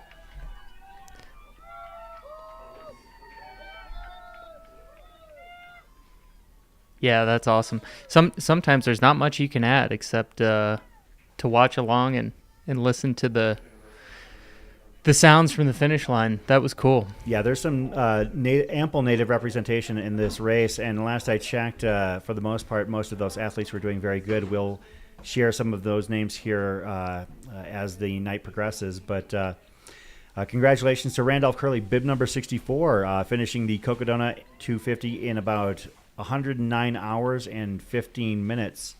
Allison, okay, you were talking about you were about to go into criteria for an FKT and what constitutes the proper criteria, because it sounds like Eric was looking for streets in his neighborhood to try and claim as FKTs. I mean, depending where you are in Flagstaff, I can't imagine how steep and maybe technical it could be. But we require it to be at least 5 miles and 500 feet, and also be something iconic that someone else would want to do. We don't want to have too many only known times. We want something that's competitive, where you see constantly the bar being raised. So, Allison, what does that look like? You know, you said you get maybe 20 to 40 submissions a day. What does that look like when you sit down to approve or disapprove of those different routes? Yeah, we have a team of regional editors that are in specific areas to cover each country, where they are very well versed in routes, all the intricacies of the trails, because as you know, there's plenty of reroutes and closures. So what they do is, once they get a submission, they take a look and verify to make sure that the runner did it in the time that they said they did it, so that we know that it is indeed the fastest known time. Allison, what has been the, I guess, what are some of the more iconic FKTs that runners tend to chase after here? Any that maybe traverse parts of the Cocodona 250 course?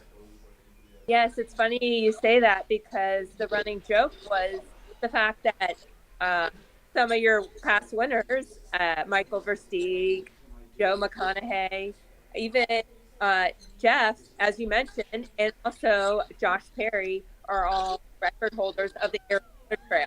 So they are well aware and very passionate, I would say, about the state of Arizona. And also, we can't forget Michael McKnight, couple attempts on the Arizona Trail. So we know he's had his fair share. And Allison, how about the evolution of FKTs in the last, say, 5 years? Not just with respect to the website, but more as its place within the sport of ultra running. Can you talk about that evolution from your perspective, running the site now? Yeah, definitely. I mean, when y'all were talking about the pandemic, the way you could stay competitive and kind of have your own race, and also not have to travel because of the restrictions, were FKTs. And that's when we saw an influx, because what else people do if they want to stay active, they want to show their fitness.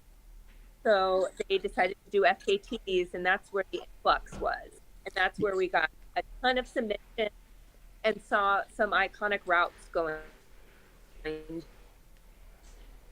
Yeah. Looks like we've got a lot more people wanting to get after it. All right, looks like we've got our next runner coming in. Is that 125 that I see? Oh, sorry, Allison. I apologize. I think your audio was cutting out there for a second. But we're going to take a quick pause with our discussion about fastest known times and FKTs and how they relate to the Cocodona course, because this is bib number 125, Bryant Shook. They're all moving well, Chris. It makes me now, just as I say that, he goes into hike mode, but I bet he'll pick it back up. It makes me a little bit disappointed in my own finish, which you referenced earlier. I mean, I don't think I ran a step the last 3 miles. These people are charging in.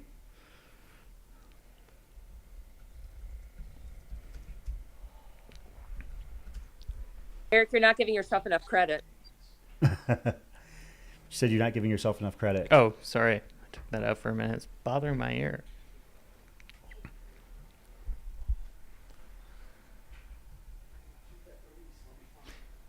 Of course, as we mentioned, this is Bryant Shook here, coming into the home stretch of the Cocodona 250. He'll just be taking a right down the alley here shortly. Bryant Shook from California.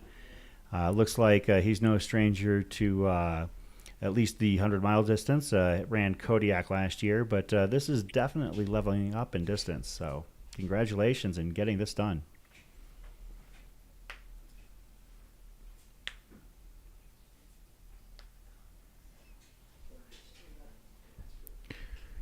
Makes that right-hand turn down the alley.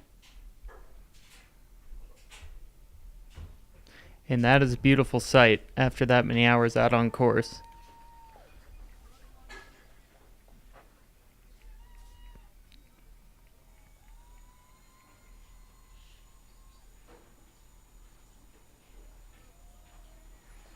Family in hand.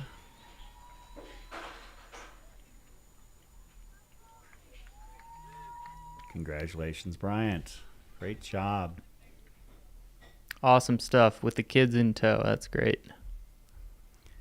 Yeah, Allison, you were beginning to refer to certain FKT segments that may have become intertwined with the Cocodona course.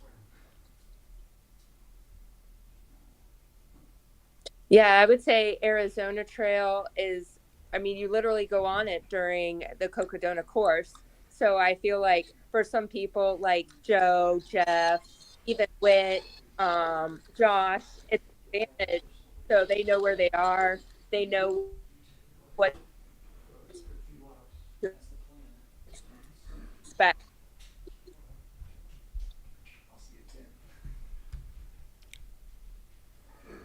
I think we're gonna probably have to try and table this discussion with Allison. We're really struggling with our audio here. I don't know what the issue is, but okay. No, I appreciate you trying, Allison. I'm gonna reach out to you here, and maybe we can try and do something a little bit later on. But I appreciate your time here, and I apologize about the technical situation. We'd love to have you on, but it seems like we're having some issues right here. But I do want to spotlight what we're seeing here. You're familiar with this place. Sure am. Allison, thanks for your insight there. Yeah, hopefully they get you back on a bit later, because very interesting, that side of the sport and everything they're doing over there at Fastest Known Time. So thanks again. Yeah, what we're seeing here is the last aid station, Chris. I don't know, that's maybe overlooked. You're at the top of this mountain here, Mount Elden, and this is your last spot for aid. And if I remember right, it's about 8 miles from here to the finish. A lot of that downhill, but nevertheless, a long 8 miles left. But this 225 Didier Breton Aird has successfully made it from that aid station. Yes. Nice segue. That aid station is famous for their meats, as many probably know. They do a lot of grilling up there. So he's moving well, looking good.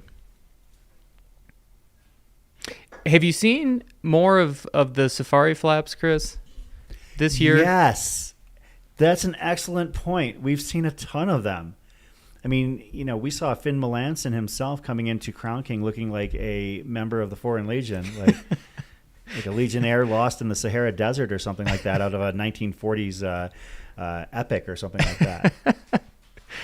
Well, if it's good enough for Finn, he got 7th place, was it? He had a fantastic race. Yeah, really, really strong performance.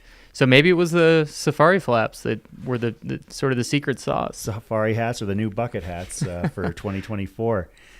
Jonah with a good question, and I have, I think, a pretty good answer, asking if we can get an update on upcoming cutoffs. There are cutoffs remaining. No, there is one cutoff remaining, and that would be at Walnut Canyon at 9:30 tonight. That is, of course, coming up in just a couple hours here. The good news is that if you make it to Walnut Canyon, like I want to say, I can count in 4 years of this race, I can count on two hands the number of people that made it to Walnut Canyon that did not finish this race. You're so set for success because if you can get to Walnut Canyon by 9:30 p.m., you've got over 12 hours to go about 20 miles. Yeah. Now, granted, 2 of those miles are going to be the toughest miles of your entire life. Yeah, it makes it sound probably a little bit more achievable than it is. I mean, I'm actually surprised there aren't more who have made it to Walnut Canyon but not finished, because that is a tough final stretch. Even for, say, a 90-hour finisher, for example, you're probably doing that Walnut Canyon to the finish in 7.5, 8 hours. So just for perspective, even people that are moving fairly well, it takes a good bit of time to get over those last 20 some odd miles. Didier Bretonnier from Quebec, I believe. Crossing that finish line. Congratulations. And all right, we're going to try and confirm. It looks like we couldn't get eyes on the bib, but we believe it might be bib number 212.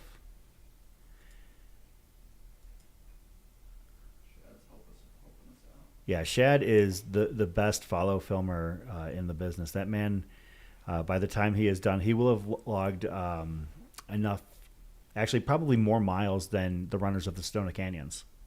Really? Yeah. So 72 yesterday. Yeah. He did 72 miles yesterday? He did as of yesterday. As of yesterday. Yeah. Running the camera along Beaver Street here. Yeah. Wow. We said bib 212, Elliot 212? Yeah. That would be Elliot Waldock.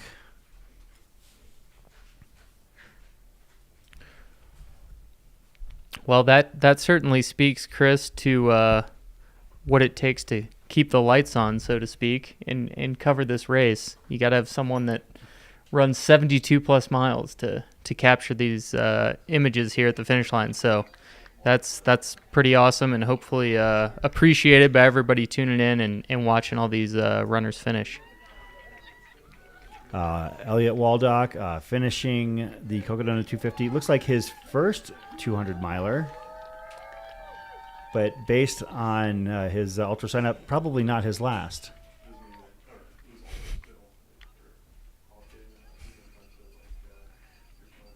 Elliot Waldock with the Cocodona finish. Congratulations to him. So is it true, as I'm hearing, Chris, that the youngest ever finisher of Cocodona is gonna grace this studio at 9 p.m.? Even better, the youngest two Cocodona finishers. Yeah. Tell me more. Okay, so there are two brothers that'll be joining us as part of their family. There are actually going to be 6 members of the family joining us tonight. Where are they going to sit? That's a good question, and we're going to have to figure that out. I think that we might just have to introduce everybody on camera and then kind of like maybe move some chairs around. Yeah, and, yeah. Of course, I do like, showing people, what the studio looks like and introducing ourselves and everything. But for the most part, I like to keep the cameras out on the field because that's where the story's going on. For sure. They can hear us. Yeah. They don't need to see us. As dashing of a fellow as you are, I mean, they can hear your voice, and that's the next best thing. You flatter me, Chris. Yeah, I don't tune into a baseball game to watch the announcers. Exactly. Exactly.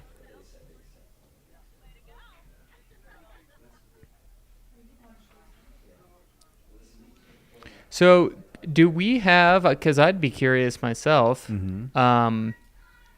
But you may have this data right in front of you. Because we're not on camera, people don't know this, but Chris didn't tell me I needed to bring a laptop so that I could have all the data in front of me. So I'm sitting here with nothing, and he's got all the data. So I guess it sort of worked against you, Chris, because now I'm just going to have to ask you a lot of questions. And, I'll remember to bring my laptop next time. How many runners are on course presently? That's a good question. I don't have the answer to that. Okay. I am actually using and leveraging the same tracker that they are in the crowd. That is pinned to the top of the chat. It is pretty good in terms of like trying to locate runners and guesstimate their location based on satellite pinging and GPS tracking. However, the display and how that info is disseminated would require some cutting and pasting and that kind of thing. I'll bet somebody is going to drop it in the comments.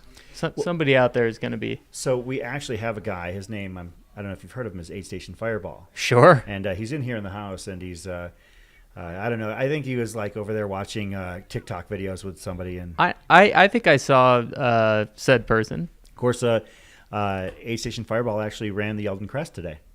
Wow. Well, that's 2 full-time jobs, running Elden Crest and being 8 Station Fireball. Yeah, it's not easy. I mean, very, very special skill set, making memes and running races.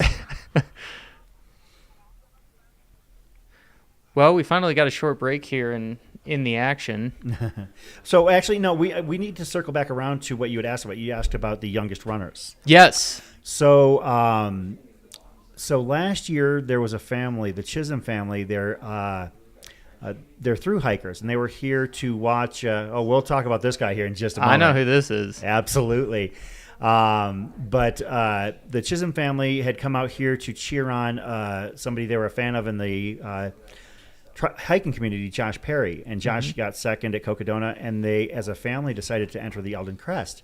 And the youngest son, at the age of 16 got fifth in Elden Crest. Wow.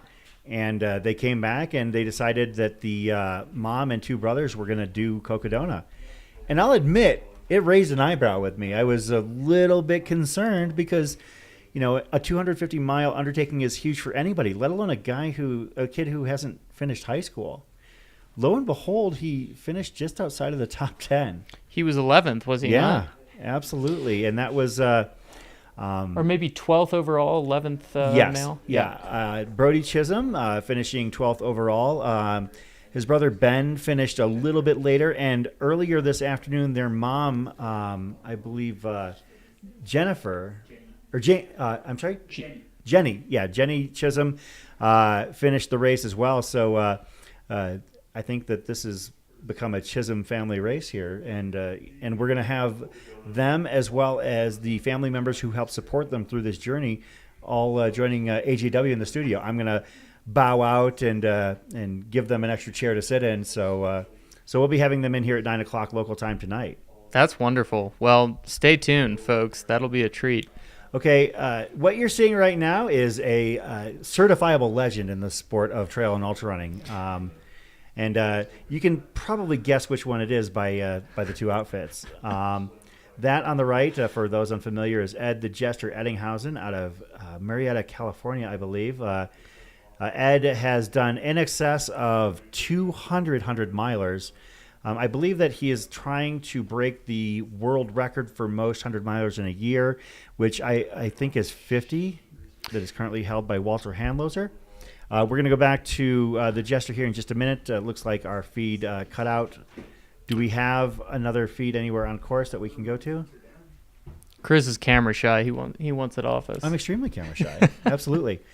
This is with this shirt and this Cocodona 250 after dark. So I think I have an idea with this shirt. I've had several people approach me and ask me if they were going to make this shirt available for sale. Yeah.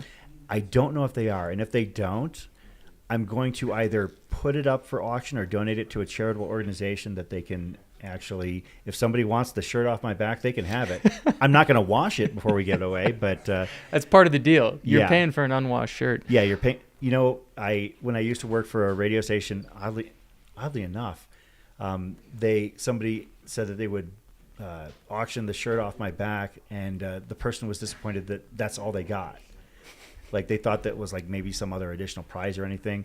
No, I think it was a calling contest. Like the caller 10 gets, I'm not going to say my old radio name, shirt, and so when they came to pick up the prize at the radio station, they literally just got handed an old shirt. So I've got a lot of questions, but the first one is, why can't you say your old radio name? It's just not. I mean, okay, this is late 90s radio when everybody had a stupid nickname. And Sure. I mean, if you're familiar with WXRX in Rockford, Illinois, the rock station 104.9 The X, and you can out me and my former name, then you're more than welcome to do it in the chat. I won't. But you're not going to do it yourself. Absolutely not. So if you were listening to modern rock in Rockford, Illinois in the late 90s, I might be in trouble to get incredibly embarrassed. That's great. So we're gonna Okay. We're going to do a quick reboot. Apparently our system is under duress, and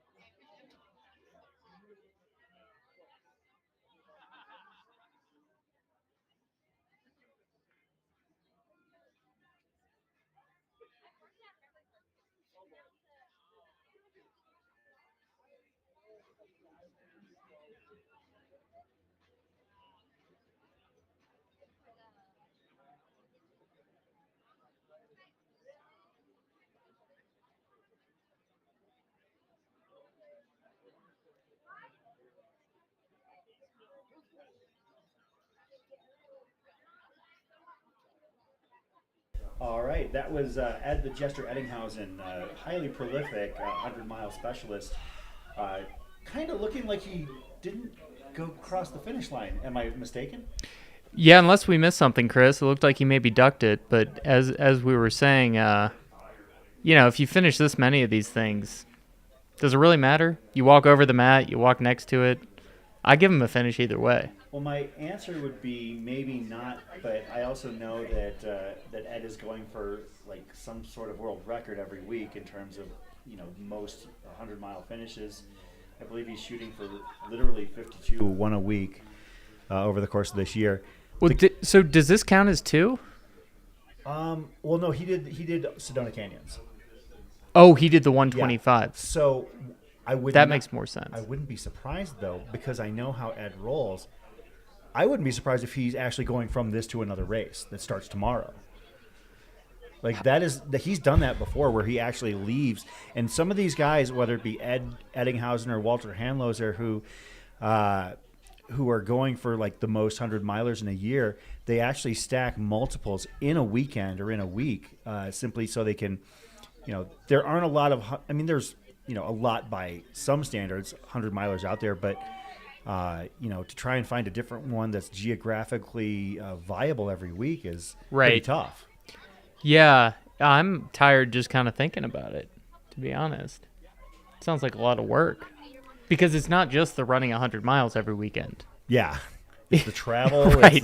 It's the going there, the getting back, etc. And Ed is a native of Southern California, so this isn't too bad of a drive for him. And I'm sure that I have no doubt that Ed basically probably is going to head here back home, but there's probably some fixed time ultra that starts tomorrow morning. And the amazing thing about Ed the Jester Eddinghausen, who just finished Sedona Canyons, is that I raced against him back when I was in shape, and he was at an event, and it was the first time I'd ever seen him in person, and I was like, man, I want to watch what this guy does to make him tick. And so after about 10, 15 miles, I had been basically following behind him about 10 steps at a fixed time loop race.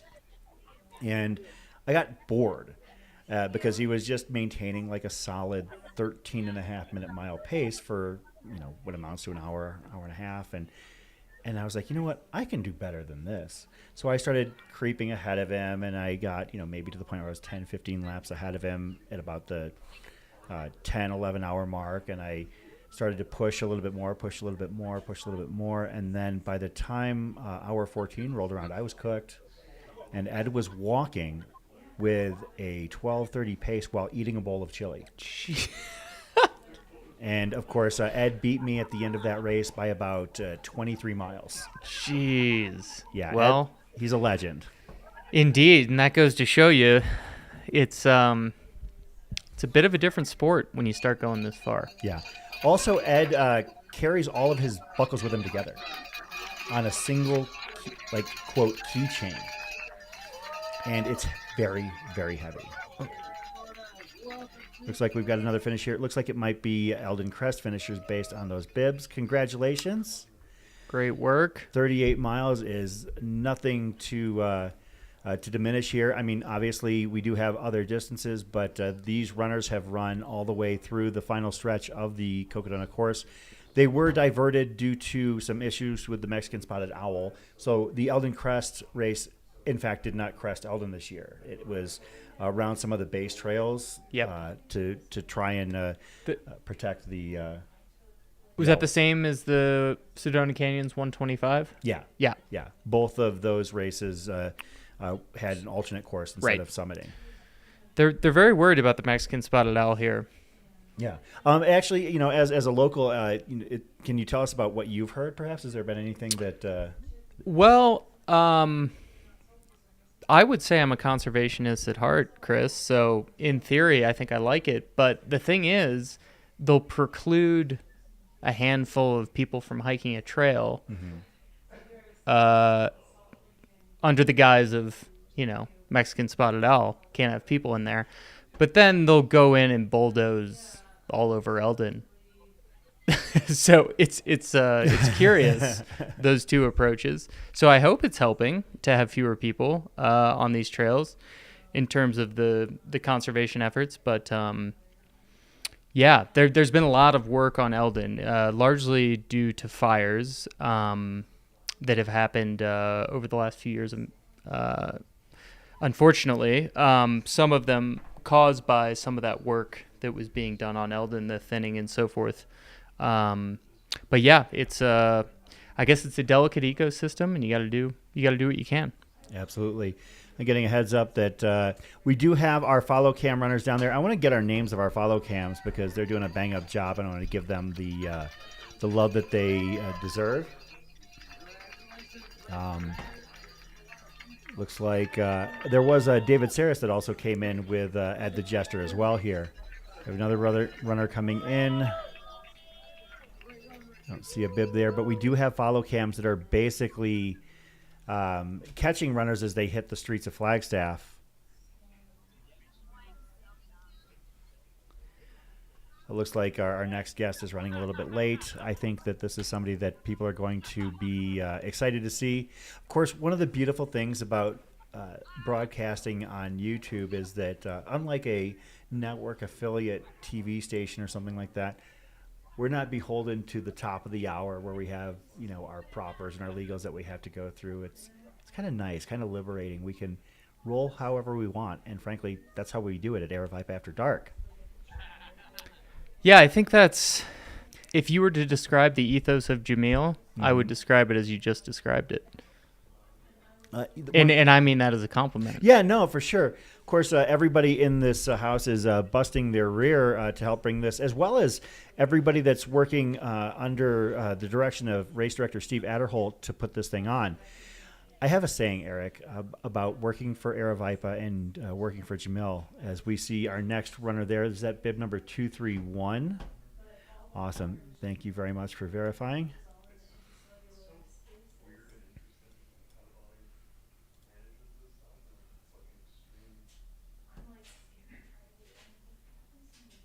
We got more flaps. Yes. I'm telling you, something's happening. Bib number 231, Alex Muir from Weybridge, UK. So I was saying, as far as working for Jamil, the nice thing about working for Aravaipa Running is that you're working for somebody that wouldn't ask you to do anything that they wouldn't do themselves. Right. The problem, Eric, is that person will quite literally do anything they have to themselves. Yeah, it's a double-edged sword, isn't it? Yeah. As are most things, I would say.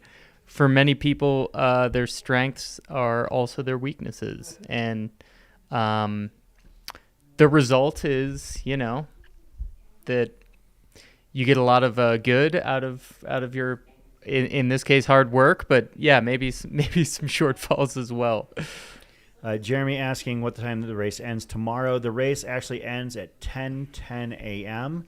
There was a 10-minute later start at the beginning of the race on Monday morning. I never heard why, but it doesn't really matter at this point. It's more of a footnote at this point, as as the runner Alex Muir takes the left on Birch, the most famous left-hand turn in sports. Some people might say it's turn 4 at Daytona. Some people might say it is rounding third at Yankee Stadium. But I'm going to stick with the left turn from Beaver to Birch, which, of course, ironically, is against the flow of traffic. That's right. It is indeed. Maybe a good thing at that point in the race, though, because you would see anything that was going to hit you, which is probably good. Of course, there was a runner who opted to make their way down the middle of the street. Oh, is that right? Oh, yeah. Well, I remember Versteeg did that when he won. What the a first year. coincidence. What's that? What a coincidence. Is that the thing you're thinking about? Perhaps. Waving to cars in the next lane over, and oh yeah. Well, sometimes you take liberties, and so be it. If it's, what was it, probably 6 a.m. when he finished? No, it was like 10 at night. Oh, it was in a college town. Evening. Yeah. Oh, okay. We'll try to get a clip. As Alex is making his way down the alley.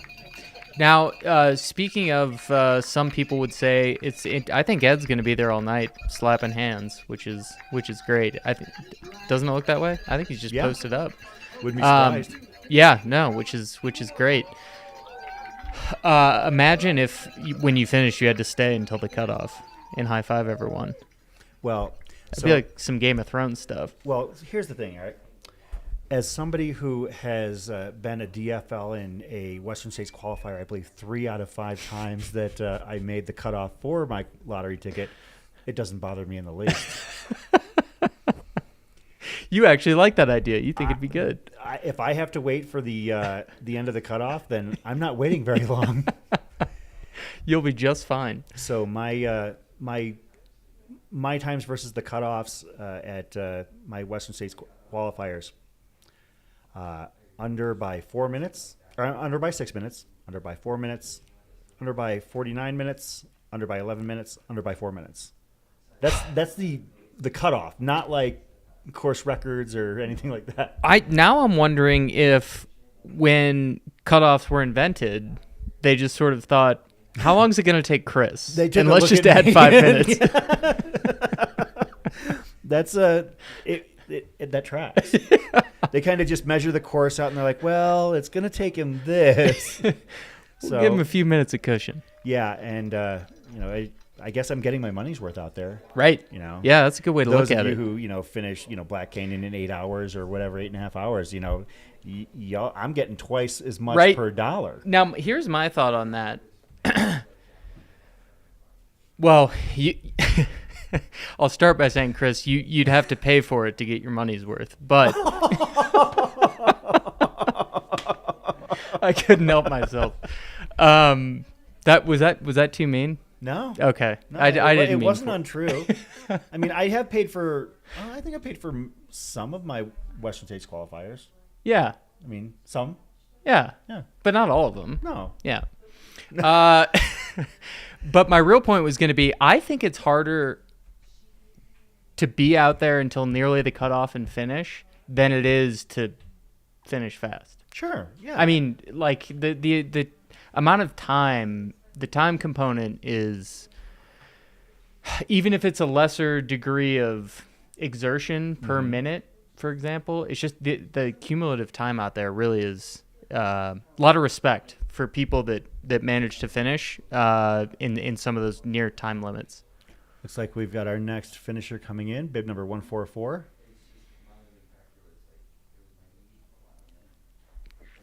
What have you been seeing, Chris, in terms of folks coming down Beaver Street here with pacers? Most of them are. Yeah. 90%? Yeah, I would say close to 90% or even more than that. This is going to be a tricky name for me. I'm not going to lie. Do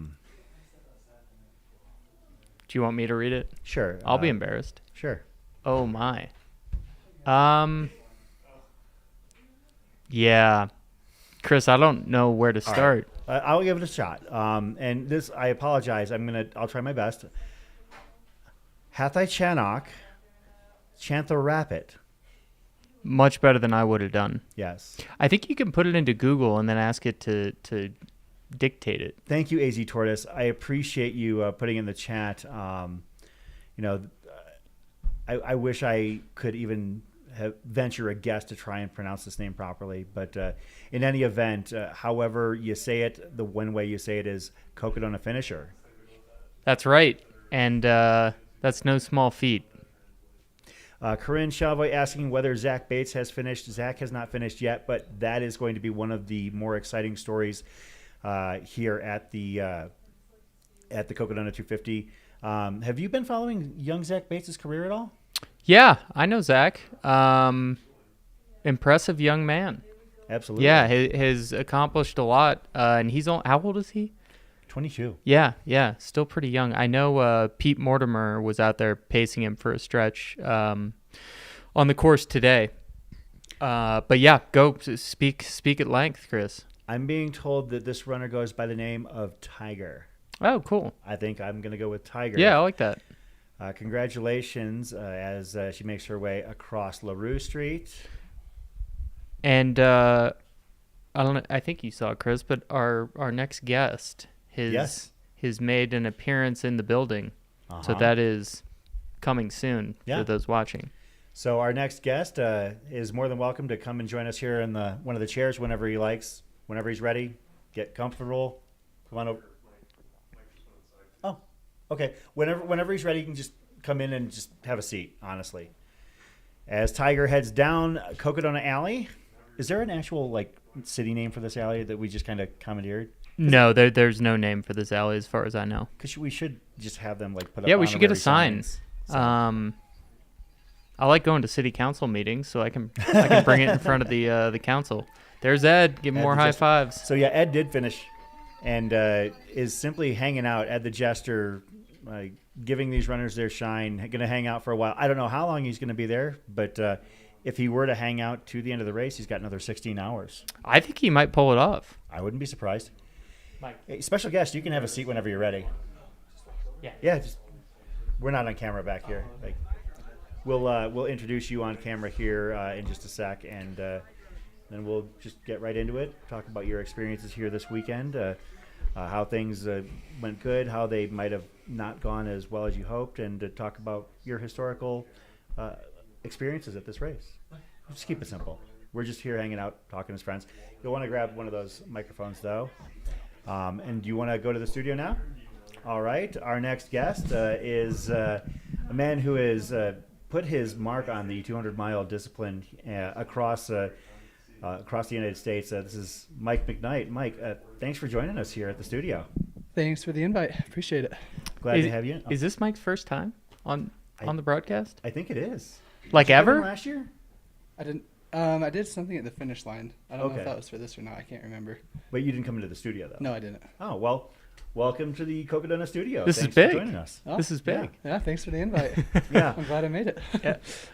First of all, Mike, tell us how your race went. It seemed that some things might have gone well for you, but there were other things that perhaps, went a little bit weird for you. I think that's the best way to describe it, because when I saw footage of you out on the course, looked like you were working through some things that you don't normally have to work through. Yeah. There was some weird stuff this year. This is my fourth year attempting this race, and all 4 years I've had electrolyte issues, like too much salt, not enough water, vice versa, and I jacked that up again this year. Like, it's 4 for 4 now. But I started out really well. I was very particular. Before coming into this, I figured out my salt loss, which is kind of popular now for runners to do. Figure out how much sodium they lose per liter sweat. Sorry, I'm out of breath. No, you're fine. I ran here because I thought you guys were at the finish line, and I realized I was wrong. So yeah, Mike, you also ran 250 miles. You probably had even farther on your watch. That so might do it too. This didn't aid in recovery well. No, so I'm sorry for that. No worries. But I got my sodium tested, and I was very particular. I was like, okay, here's my 2-liter bladder. I want 2 scoops of electrolytes in this.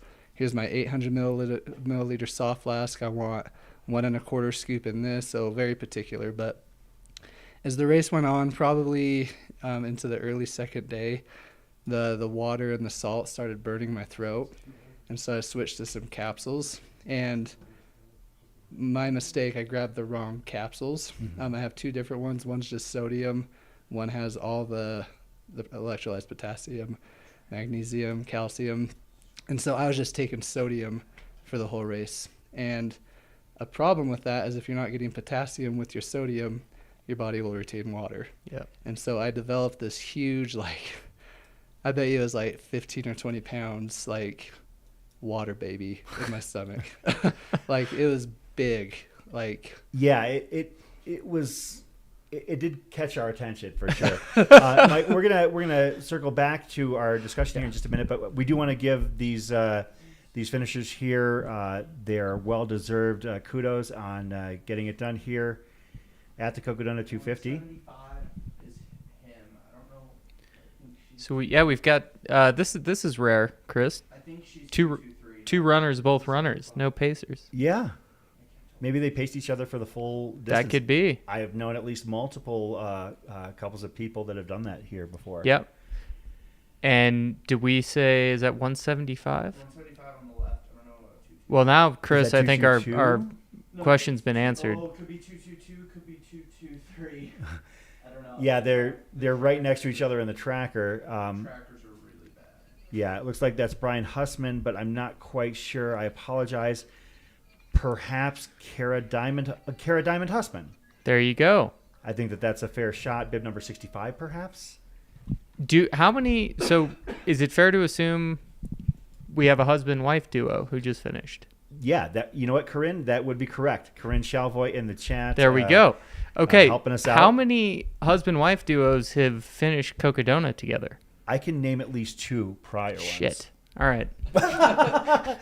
Okay, so the first year it was Holly Hovius and Jeff Hemperly. Okay. And also, I want to say the second year, what was their name? They were out of San Diego because I actually met them at Cuyamaca last year. The Vidrio, Raul and Saul and Colleen Vidrio. Okay, all right. So hang on. Tangential but related. Have we had any proposals happen at Cocodona? No. Marriage proposals, that is. Okay. Not to my knowledge.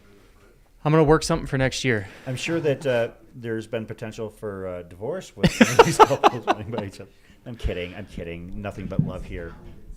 Oh, okay. So this is a runner that people have been asking about quite a bit. This is Callie Vinson. Is this on the Elden climb? She's almost to the top. Callie Vinson almost to the top. And I am flanked by 2 individuals who have done this climb many times. I've done it once, and it was about 10 years ago, and I'll probably never do it again. At this point in the race, both of you actually could probably chime in. What are you thinking? If your day is going great, your day is going bad, what's Elden like? Yeah, I think Mike will be a better answer to this because I go up this thing all the time, and the Cocodona experience was quite different than what's ordinary. So, Mike, go ahead. I mean, I'm sure this goes hand in hand with that, but every time I've done it, I always think, man, I wish I could do this not at mile 240 or whatever of a 250-mile race. So it's burly, and it makes you respect what Jim Walmsley did up that as well. Certainly. Holy cow. I wonder, do you know your fastest time up this section of trail during the race? No. No, yeah. No idea. We could. There's someone that knows. We could. I want to say it was about 45 minutes. Yeah, that'd be good. Yeah. Of course, Callie is being paced by Scott Traer, who was in the chat. What? Yeah. Traer's out there? Traer's pacing Callie. That's great. Chat. Yeah. We doing it. There he is. Well done, Scott. I actually saw Callie this morning. I went over to the start of the Elden Crest race, and Callie just happened to be in there, and Scott was crewing her, and her spirits were fantastic. It looks like we've got some finishers here. Can't quite tell if those are Sedona Canyon's bibs possibly. If so, then that would have likely been perhaps Darren Kaufman, who was pretty close to the finish there just a little bit ago. Yeah. Well, they're gonna. We're doing Yeah. Yep, we are doing our best. Yeah. So basically, with the GPS signals we're getting there, the pinging is a little bit wacky, and so I'm going to try and focus on making sure that we ID these runners. But I don't know exactly what my accuracy rate is going to be. I'll give it my best. You're doing great, Chris. If anyone says different, you send them to me. Mike, so you mentioned you've started this race 4 times. You have won the race. That was last year. You've had issues probably every year, but some more significant than others. What for those out there listening and watching who maybe have run it, maybe haven't, what keeps you coming back? Why do you keep coming back to this race? 2 things. One is I have this weird draw to Arizona. Like, I've tried the Arizona Trail twice now. This is my first race I've done this many times, plus in a row. Usually I take a break, or I've never done anything more than 3 times. So there's something about Arizona, but the biggest thing is just like the community and the environment, like hanging out in Flagstaff when you finish, going through all these amazing historical towns like Jerome. I don't know if Prescott's considered historical, but very. Okay. But yeah, just going through all these towns, like, it's pretty awesome. And then just the excitement, like the live stream is so freaking awesome. Like, I can't tell you how many times I'm sorry I'm out of breath, but you're still recovering. Yeah, I'm so wheezy. But I'll pull up the live stream and just read comments, and it just inspires you when you're in a low moment. So to have access to that, it's pretty incredible. Yeah, definitely. You got someone coming in here? No, I'll see if we can identify if that is that definitely looks like a Cocodona Walkers kind of movement or a Sedona Canyons kind of movement. Let me see if I can find that. That might be 756. Okay, so that would have been an Elden Crest runner. Okay. We don't have the names of the Elden Crest runners right as handy as we do the other races, simply because they are not wearing GPS tracking, because the Elden Crest course is not really what you'd consider wild wilderness. At that point, you're smelling the barn if you're in Cocodona. But congrats to 756. We can say absolutely, for sure. And if I happen to recognize somebody, I will call them out, because with a lot of the locals and regional runners, I've watched this race a few times and gotten to know those who like to come and enjoy it. Right. I had a question for Mike that I was going to ask. So, you keep coming back to this race, and I really thought last year that you had unlocked it. I really thought that at that point Mike got it figured out, and maybe he's going to look on to figure out other challenges. But then I heard that you were really dissatisfied with how day 1 went, and when you look back at the race, I can understand that. And as soon as we get heads up on who these runners are, I wanted to ask you, is that what keeps bringing you back here, as well as the fact that, this race seems like a little bit of a puzzle to you, that you're really close to unlocking and potentially putting up some numbers that, that would be absolutely out of this world here. I think it's just a question of having the right day all come together for you. And for some reason, and I can't put my finger on it, and if you could put your finger on it, it'd be done. But day 1 has just been a little bit of a different experience for you. We'll get to that here in just a minute. We'll identify these runners here, if we can. Looks like a couple of runners coming in from the 222 and 223. 222 and 223. That was Mindy Kolman, and who was the other one? 223 was Mindy Kolman. Jody Seminole, 222. Yeah, so Jody Seminole and Mindy Kolman coming in hot to the finish here at the Heritage Square finish line. Ed's still there, Chris. Yeah, so we did get verification. Ed did cross the finish line before he set up and sit down in a chair. Excellent. But he is hanging out as Jody and Mindy cross the finish line with their pacers and crew. See, when I finish a race, so Ed's wearing what he was wearing when he finished. Once I finish, I'm freezing cold. Especially with whatever I'm wearing. He seems perfectly fine. And Ed's heat mitigation system involves his hat. I don't know what's in the hat. It's a magic hat for sure. But he, like for instance, during fixed time races, is constantly pouring water into the hat. And I don't know exactly, like, I don't know if it just kind of like disperses the water all over him, but I have no doubt that Ed was basically pouring water all over his body for the last few right, hours. Exactly. So he's got to be freezing. Yeah, you would think, but there he is. Mike, Chris usually doesn't, give a guest a question and let him think on it, so this answer better be good. More pressure. I honestly forgot the question. Oh no! Basically, like it seems like day one here has really been kind of a problem or a problem, for you to solve. Like, how do you feel about that? Like, yeah, I mean, so that is why I keep coming back, just because and if you need to cut me off, cut me off. No, you're like, good. But like, all of us obviously do these for different reasons, but I feel like the common reason for all of us is we like challenging ourselves and improving ourselves, and that's just one thing I haven't been able to improve myself on, and it bothers me, and so that's why I want to keep doing it till I can figure it out. Like, obviously, like with the competition this year, like I wanted to compete, but for me, like I'll be super satisfied if I can come to this race, even if I'm 10th, 20th, whatever place, but if I can like say I improved myself in that area that I haven't been able to figure out yet, then I'll be pretty happy.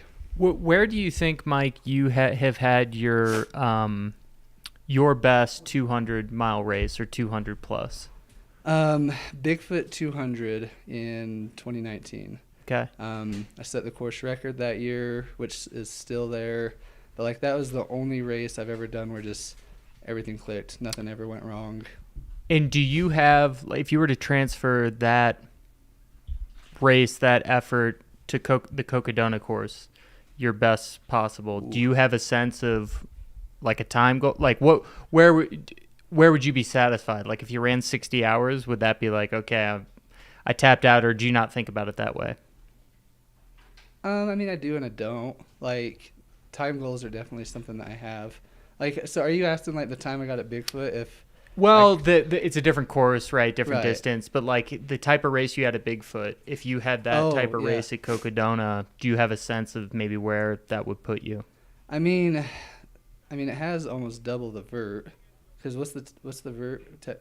My watch says something different than what the profile says. Like, it can't be more than like 20 something, right? Like my watch said 24. Yeah. But I'm pretty sure it's advertises around 28. Let's go. Yeah, 24 sounds 25 maybe. Yeah. So Bigfoot's 40, 41. So it's double the vert, but 50 less miles. Or I think it's 207. So don't ask me to do math. 43 fewer miles. Yeah. I think this is longer than 250, but who knows? Yeah. My watch said 242, but. Oh really? Yeah. Interesting. But yeah, so I mean, I would say that it would be pretty close to what Jeff and Harold did. Yeah. That's 9 extra hours. Yeah. For those extra 43 miles, when you factor in the double the vert and stuff like that. So, but I mean, you can't. It's still hard to compare races. Of course. Right? Like, I mean, I feel like I do better at vert than I do at heat, and I mean, heat is a major factor at this race. Right. Absolutely. And when it comes to Arizona, you mentioned the Arizona Trail. You've done a few times. You keep coming back to Cocodona. Historically, what races have you run in Arizona? Like, is this kind of what started your Arizona love affair, the Arizona Trail Cocodona, or did it predate that? I don't think I've done any other race in Arizona. Wow. Aside from Cocodona. That's not true, actually, and I was going to ask you about that.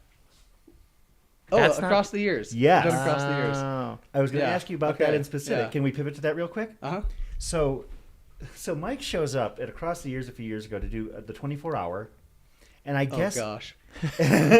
and he decides to, I guess, I'm just going to term it the way I saw it at the time as an observer, kind of conduct an experiment. Oh, that one. Okay. Yes, yeah. and he decided to run Across the Years, the 24-hour, with 0 calories. That's when you did it. Okay. Yeah. Can you discuss, number one, why, and number two, like how that went, what you learned about yourself or maybe about your race nutrition and fueling? And sorry, Mike, your brain's not working, full speed. So I want to add a third thing, though. Can you start with your time? How long you ran without calories? So it was the 24-hour race. You went the full 24 hours? Yeah. Oh, I thought you stopped at 100 miles. No, he went 120, I want to say. 119, 120. Yeah. All right, that's crazy. Good. Mike, take it away. Yeah. Yeah, you did, 24 hours, 119, 120 miles without taking in any calories. Like, number one, what prompted you to try that out? And number two, what did you learn? So, I mean, speaking of what Eric asked, and again, cut me off when you need to introduce Sure. the runners. I did do 100 miles without calories first. So I've done it twice now, a variation of it twice. I did it the first time just to see if I could do it. And, I mean, that's probably one of the most polarizing things I've ever done. Like, a lot of people hate me for that for many different reasons. Because you ran 100 miles without calories? Yeah, they think I'm, like, promoting eating disorders. They think I'm saying that this is the way, like... Ooh, okay. Yeah, so... But, like, a lot of those people thought it was a fluke, thought I could never do it again kind of a thing, and then they were upset, like they were like, just because you could do it doesn't mean it's healthy, like what's going on internally. So when I did it across the years, it was one, to show that I could do it again, and then two, I did testing with it. Like I had blood work done, I ran a few different data points just to see what was going on in my body. And that's what I remember, was that you were taking data. I do remember it because Jeff Browning was there with you, I believe, and helping. It wasn't like you were just all willy-nilly just, going out and running. There was a purpose behind it. Right. And that's, I think, that something that some people who might, look at what you do and how you approach things with a little bit of unfair criticism, because you're just looking to learn a lot of the time. And I think that they're looking at that and saying, like you said, promoting eating disorders. I personally thought it was unusual, maybe even weird, but I don't think that that's the way I looked at it. Like, it wasn't anything to promote some sort of negative behaviors. And we'll continue on that in just a minute here. But our next finisher here, that is Jason Moore. 3:30. Making his way down Birch. 30, just 30. Number Drop the 30. 3. Going to be the next Cocodona 250 finisher. We got more flaps, Chris. I'm telling you. More flaps, yeah. Mike, did you have a hat with any flaps this year? No, but I have this like blue chamois that stays cold for hours. We're seeing flaps left and right. It's an endemic. Folks, we're here with Chris Warden here with Eric Senseman and Mike McKnight. Mike with his third Cocodona 250 finish. And if you've got some questions about his race experience, let's hear him. You can throw him in the chat here. We've got him for just a little bit longer. I know that he did mention to me when we set this up that he wanted to get to bed at a reasonable hour. But this would be an opportunity if you had a question to ask it. Jason Moore, heading down Cocodona Alley. Do you prefer finishing with a lot of people at the finish like here, Mike, or do you like the quiet that you get at maybe 3 a.m? I like both. This is the first time I've ever had people.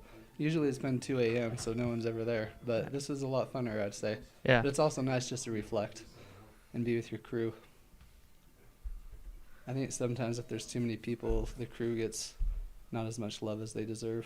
Sure, and for those who might not be aware, when the first runners were crossing the finish line, there were 250, 300 people there. And that's awesome. It was nuts. Like, I've never seen anything like it. I remember the first year when Versteeg crossed the finish line, and it like just before dawn, and there were like 3 people there, and one of them was his mom. It was pretty quiet, and now, I mean, you see they've got the big screen down there, and they're trying to make it so you can watch the live stream from the finish line. So it's becoming a bigger thing each and every year. So. Yeah, indeed, which is unsurprising with the Aravaipa event. They tend to catch fire pretty quickly, thanks in large part to people like you, Chris. Gotta say it. I just like watching the racing, and if people want to hear what I have to say about it, hear thoughts about it, then so be it. I'm happy that they do it. I think they do. Melanie wanted to know, Mike, how are you feeling with regards to the bloating right now? Yeah, I mean, we called it my baby. That's what Dr. Underwood called it. So part of the baby is gone. I would say I'm back to a normal level of swelling. I usually get some kind of swelling in my gut after these. Mm-hmm. Nothing like that. So I'm back to what I'm normally at right now. Looks like we've got our next finisher here, Kyle Laferriere, coming in, bib number 97. He's looking spry. Yeah. Do you find yourself running it in, Mike, or do you just kind of just take it easy and saunter into the finish line typically? Usually I'm running it in. This year I wasn't because it hurt too much. Like that little belly, like it hurt my insides. But yeah, I like running it in. I have to admit, Mike, it did look painful because, I mean, we saw the pictures of you leading up to this race and, looking, more ripped than ever. You had dedicated yourself to, from the looks of things to as an observer to putting more muscle on because you knew you were going to be carrying a lot more water for a lot longer period of time. I mean, basically putting water any and everywhere you could for that first section of the race, and so, you, and to see like you had that bit of a baby belly going it kind of freaked me out a little bit because it was not what I expected to see when I saw you at the end of the race. Yeah. I mean, it really did hurt. Like I felt like with even when I was walking, it was jiggling. So when I'd run, it would just go up and down, and like my whole insides were just screaming because of how much it hurt. But yeah, that was not fun.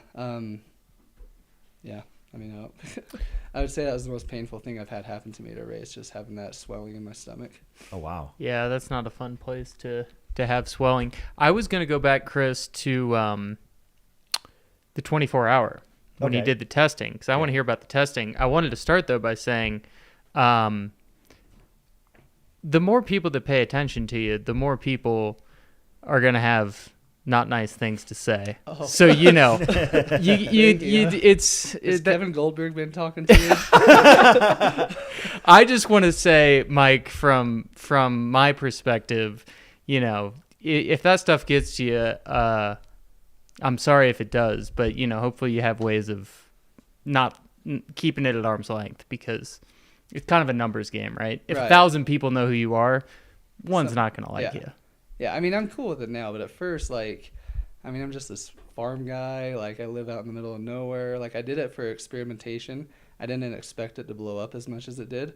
And so at first, it was kind of hurtful seeing all the stuff I saw out there. But, I mean, that was COVID, so it's been 4 years, so I'm used to it now. Yeah. Well, that's what I couldn't understand was because, you weren't doing anything outwardly towards anybody else. These are things that you were trying to do to find out more about yourself and learn maybe how to increase your capabilities or your efficiency when doing these things that most of the people criticizing weren't doing anyways. Right. The people that were criticizing Mike McKnight for the way that he was trying to experiment on himself weren't his competition at Moab or Tahoe or at Cocodona. Right. That's what was so weird about it to me. Yeah, I thought the whole thing was weird. I'm sorry, go ahead, Eric. Oh, yeah. So what did you find when you did the testing at the 24-hour, in terms of, the diagnostics? Your body was running well, efficiently, things were, yeah. I mean, I'd say, so there's two things that stood out. One was I tested my ketones during this. And for those who don't know, ketones, it's what your body produces when you're in a fat-burning state. And so I thought my ketones would be super high, but they weren't. They were pretty low, to be honest. And so after the race, the more I thought about it, the more I was like, okay, that actually does make sense because I wasn't taking in anything, so my body was using those ketones for fuel. Right. Do we need to get this? Yeah, it looks like we might have an Elden Crest finisher or a Sedona Canyons finisher here. See if we can verify. I'm going to have to talk to Steve Adderholt next year about making sure the bibs look much different from one another because it does get tricky. That is an Elden Crest bib, though. Congratulations to that runner for getting it done. Of course, back out to Scott and Callie in the field. One thing that we haven't touched upon with regards to your race strategies, Mike, is one that is a very hot-button topic in 200-plus milers, and that's sleep. What was your sleep strategy this year? Has it changed over time since you've started running 200s? And, what do you find works for you? Yeah, I mean, I would say I do fairly well without much sleep at these races. My strategy is typically just go until I'm falling asleep and then sleep on the trail. And that is essentially what I did here. But one other component for me is if I'm running into a lot of issues, then I try to take a nap to reset. And so on that first night, one of the other issues I had at this race was I developed these weird hiccups where like I had violently hiccup for an hour plus, and it would just start making my stomach cramp because I was hiccuping so much. And so when I got to, I want to say it was Iron King, I took a 30-minute nap in my truck, and then that reset everything. So for me, it's like I don't plan it because 9 times out of 10, I'm laying there for 20 minutes and not falling asleep, and I'm just wasted 20 minutes. So I just go till I can't, then sleep on the trail. And if I get to my crew at the next spot and I'm still tired, then I'll take a longer nap, and then I'll just do it if I need to reset some stuff. So all in all, I probably slept about 2 hours at this race, but that's because I had a lot of issues. So that's what, like, I kept trying to reset it at aid stations. Has that evolved, Mike, in terms of your ability to not sleep? Like, in other words, the first 200 you ran, would you be able to sleep as little then as you are able to now? No, I think I am getting a little older. but no, I mean, my first few 200s, like, you know, I did the Triple Crown of 200s one year, and I calculated that I slept just under 30 minutes between all 3 races. So, like, you're kidding. What? So, like, Bigfoot, I didn't sleep once. Tahoe, I took like a 10-minute nap because I was hallucinating a lot. And then Moab, like, that's the last of the 3, so you're collectively getting more tired. At Moab, I slept about 20 minutes on that one. And I don't think there's any way I'd be able to do that again. Yeah. Yeah. Do you, like, sleep 8 hours or so a night just normally, or do you just kind of not sleep? No, I mean, I've never been diagnosed with anything, but I think I have some kind of insomnia. Like, the few nights leading up to this race, I'd go to bed at 10 or 11, and I'd wake up at 2, and I couldn't fall back asleep. Oh, wow. So Wild. I'm not a good sleeper Wow. in general. Yeah. There's a question from the chat from Chris. Mike, how are your feet, and any tips for foot care? What shoes do you use, and how often do you change your socks, clean feet, etc.? How do you approach your foot care for a 200-miler? I'd say the biggest thing and feet's one of those things where, like, every foot's going to be different for a shoe. Like, I mean, this is my first year not being a sponsored runner for shoes, and at first it was kind of frustrating, but I've learned to actually really love it, because for this race I went through 3 different brands, and so, like, I picked the specific model for the specific sections based off of their profile. So, like, for the first section, I picked a shoe with a little bit more drop just because of the elevation climbing, and I didn't want to stress the Achilles out too much. But when I got to Crown King, I threw on some Ultra. So I'm getting out of breath again. Some zero drop shoes because the next little bit was pretty flat until Mingus.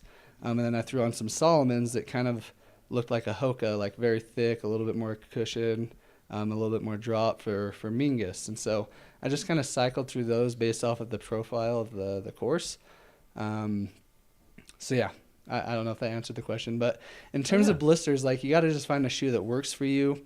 I'd say the other thing that helps me is every time I do change my shoes, I take my socks off. My wife gets like a dude wipe or something, and she cleans between my toes, like cleans the whole foot, dries it, puts on new squirrel's nut butter, new socks, new shoes, get out. So I think cleaning your feet mid-races really helps me. Like, I only got 1 blister during this race. That's pretty interesting that you would, be so meticulous about it when you think about that. Like, it speaks to the importance of foot care in a race such as a 200-miler, simply because, if things go sideways from there, you're done. Yeah. Yeah. Yeah, feet can really jack you up in these races in a bad way. Looks like we've got another finisher coming in here, bib number 343. We will give them a look. I've got another question for Mike here as well. It's a pretty simple one. This one won't take too much effort. Do you listen to music while you're running? And if so, what do you listen to? Yeah, music and podcasts. I'll listen to music at night if I'm just trying to stay motivated. And for me, I grew up with siblings that were, the closest sibling to me is 11 years older than me. And so I grew up listening to like AC/DC, Guns N' Roses, Metallica. So that's kind of my comfort music. So I'll listen to that at night. And then if I'm like really struggling to keep my mind awake, I'll listen to like some podcasts. So like last night I listened to, or I guess this would have been 2 nights ago, I listened to Joe Rogan and Zach Bitter. Okay. So I try to listen to something that engages me a little bit. Well, if you like listening to hard rock from that era, I do know for a fact that over at Fort Tuthill, if you care to go back there tonight, that Billy Idol is in concert over there at the Pepsi Amphitheater. Seriously? Dead serious. I would be there if I wasn't here. I want to go to bed decently tonight. Right? Go to a concert. Yeah, so this is Tommy Jacobson coming in for the Cocodona 250 finish. Tommy got a little bit of, I guess, if I were to guess on the AJW scale, that would be about a 1 out of 10, maybe a 2 out of 10 in terms of the lean.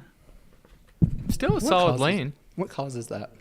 Oh, well, you ask a lot of people, and there's a whole lot of different answers. Right. It's a pretty hot button discussion topic, and definitely one that I'm not versed to be able to handle.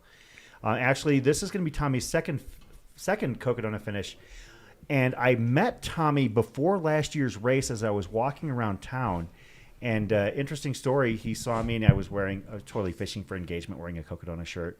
And he asked if I was here to run the race, and I told him to look at my stomach. And he said that he was here to run and raise funds for schools in India. Wow. Yeah, he's here from Denmark. So, Tommy is a nice, righteous guy, and has run Moab 240, the Triple Crown, and this will be his second straight Cocodona finish. As the jester is greeting him, we're getting more sights that we can rely upon each time around. Is he getting paid, Chris? Is that what's going on with Ed? It's not coming out of my check. I wonder if the suit is dual function, and he's like pouring some kind of heating system into it right now. Got some hot chocolate getting it in there. You can see our first sighting of Panda Mortimer this evening up at Elden Aid. Callie and Scott are there. Do we know where in our shot they are? Callie's in the back left in that white hat. Okay. Right by the TV. When they move out of the way, just right by the TV. She's right. So Callie's watching the live stream. Usually when they're watching it and they realize that we're on and they've got about a 45-second delay, all of a sudden they start dancing like furiously. So they'll know and see fairly quickly. Oh, Andre Lee's coming in? I know this guy. Oh, yeah. That is Arizona local and inaugural Cocodona final finisher, Andre Lee, getting it done in the Sedona Canyons 125. I did hear that he's probably going to go back to the big one next year. Nice. So he ran the inaugural year. Yes. Got it. And this is his return since then. Yeah. So I think he ran Sedona Canyons 1 year as well. I think he ran it last year, but or maybe he ran Elden Crest. I know he's run at least one event here each year since they added the other races. Andre is so proud of his DFL from 2021 that he actually comes back every year to greet the DFL of that year and give them a personal award. That's awesome. Yeah, it's things like that that make some of these races fun. Some races have considerations for the top of the top of the pile, top of the heap. But actually, he must have greeted somebody a coach because somebody a coach was DFL in 2022. Stephen Park. Yeah, he greeted him with an award at the finish line. That's awesome. Yeah, that Stephen Park finish. I mean, that's one of the. It's going to be etched in my brain for probably my entire life because, when I explain to people that Cocodona is not necessarily just about who finishes first, it's about the stories that we tell along the way. I mean, the cover of Ultra Running magazine is usually reserved for Jim Walmsley or Courtney DeWalt or Camille Herron, Killian Jornet. Stephen Park made the cover. I didn't realize you were his coach. How proud did that make you feel? Oh, so me and my wife were driving home that day. We had to go pick our kids up, and I cried. Yeah. Like, it was pretty awesome. He's an awesome guy. He came to my house a month ago.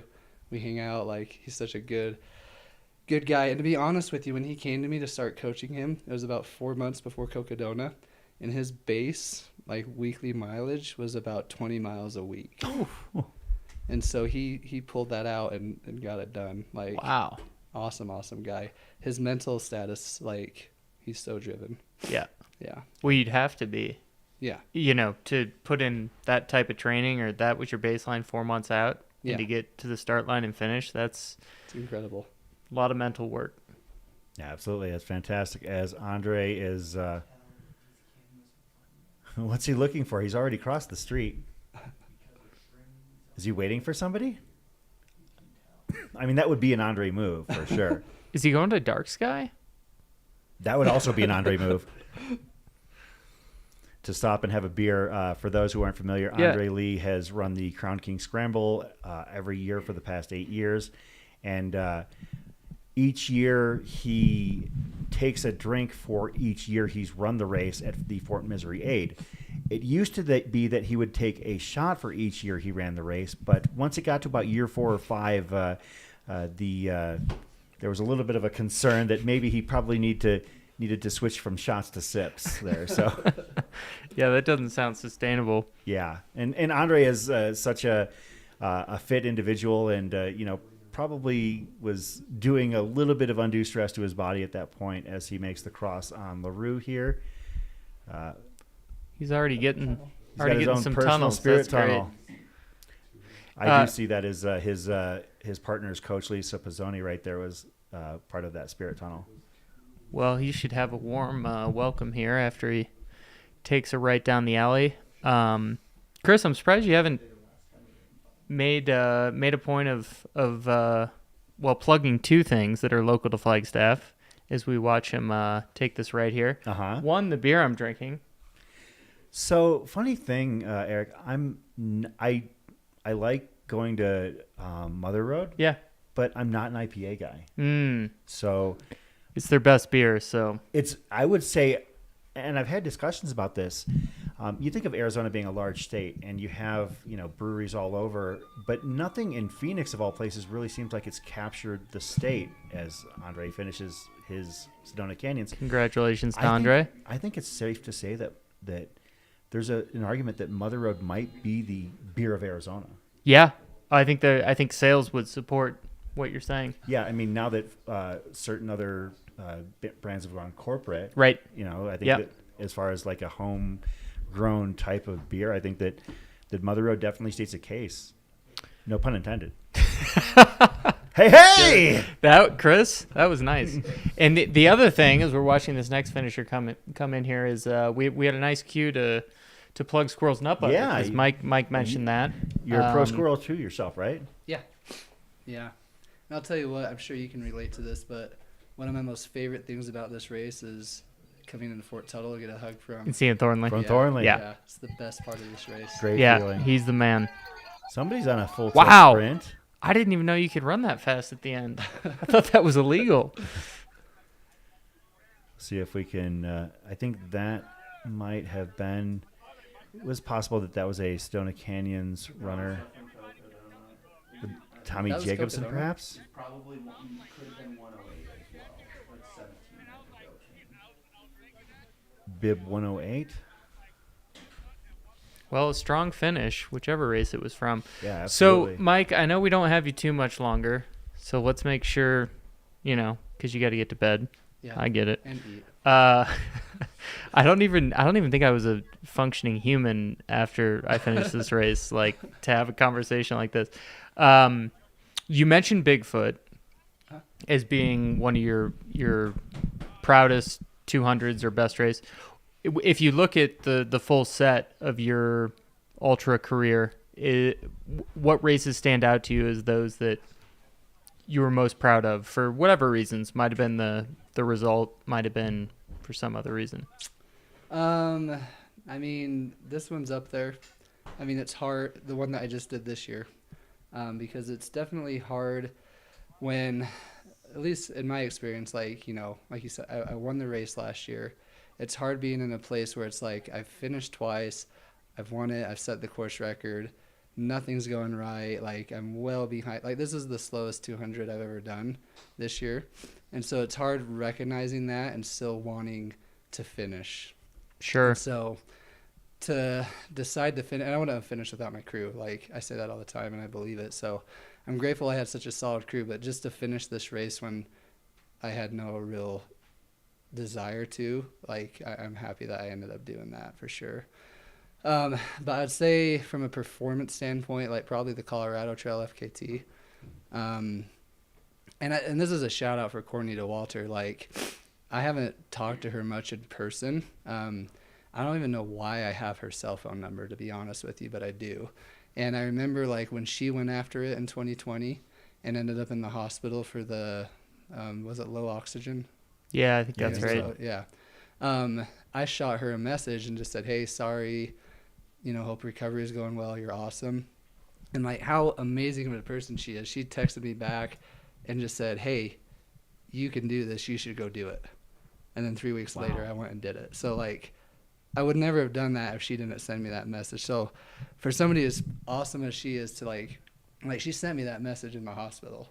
So like she had every reason to just ignore it, like whatever. But instead of focusing on herself, she like encouraged somebody else to go for it. But that was definitely one of my most proudest accomplishments. That's awesome. That's very cool. Well, I think that is something that you should be able to take a lot of pride in, when you talk about, obviously when you're a runner of a certain stature, a certain profile, and this actually applies to you as well, because you've both had days at events that you're known for competing at, in your case, Western States, where you gutted it out despite the fact that things didn't go your way the entirety of the race, yet you still, pushed through to the finish when you could have, you could have actually just said, you know what, it's not happening today. I don't want to risk anything further.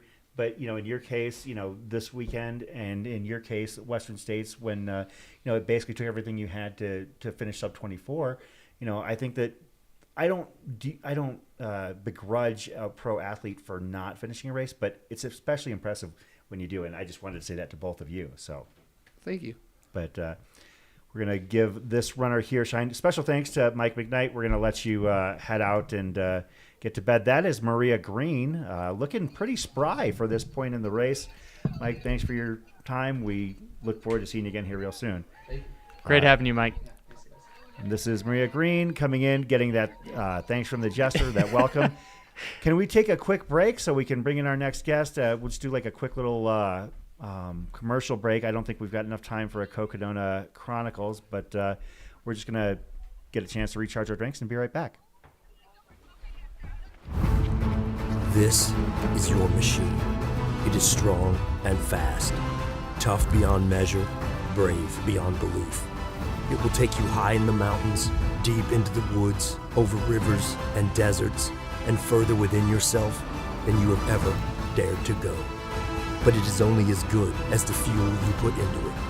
Feed it real food. Feed it real power. Feed it spring.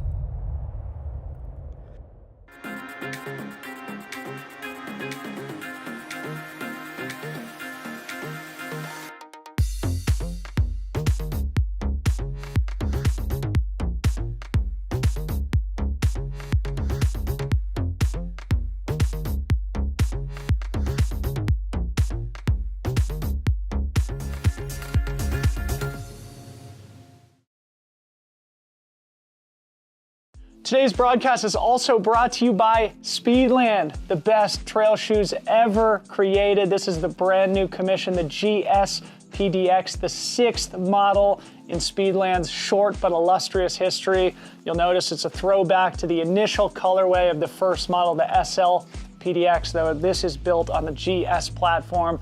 Plenty of cushioning to take you as long as you want to go on the trails. There's people going to be racing in it this weekend in both the 50K and 28K, but also people wearing it at Cocodona here in just a couple months' time. Everything you've come to expect, the double BOA fit system, the HTPU midsole, the drop-in P-backs, secondary midsole, also removable carbon plate, nothing better than the Speedland. Go pick up a pair of the GS PDX. You'll find a link and a discount code here in the description on YouTube.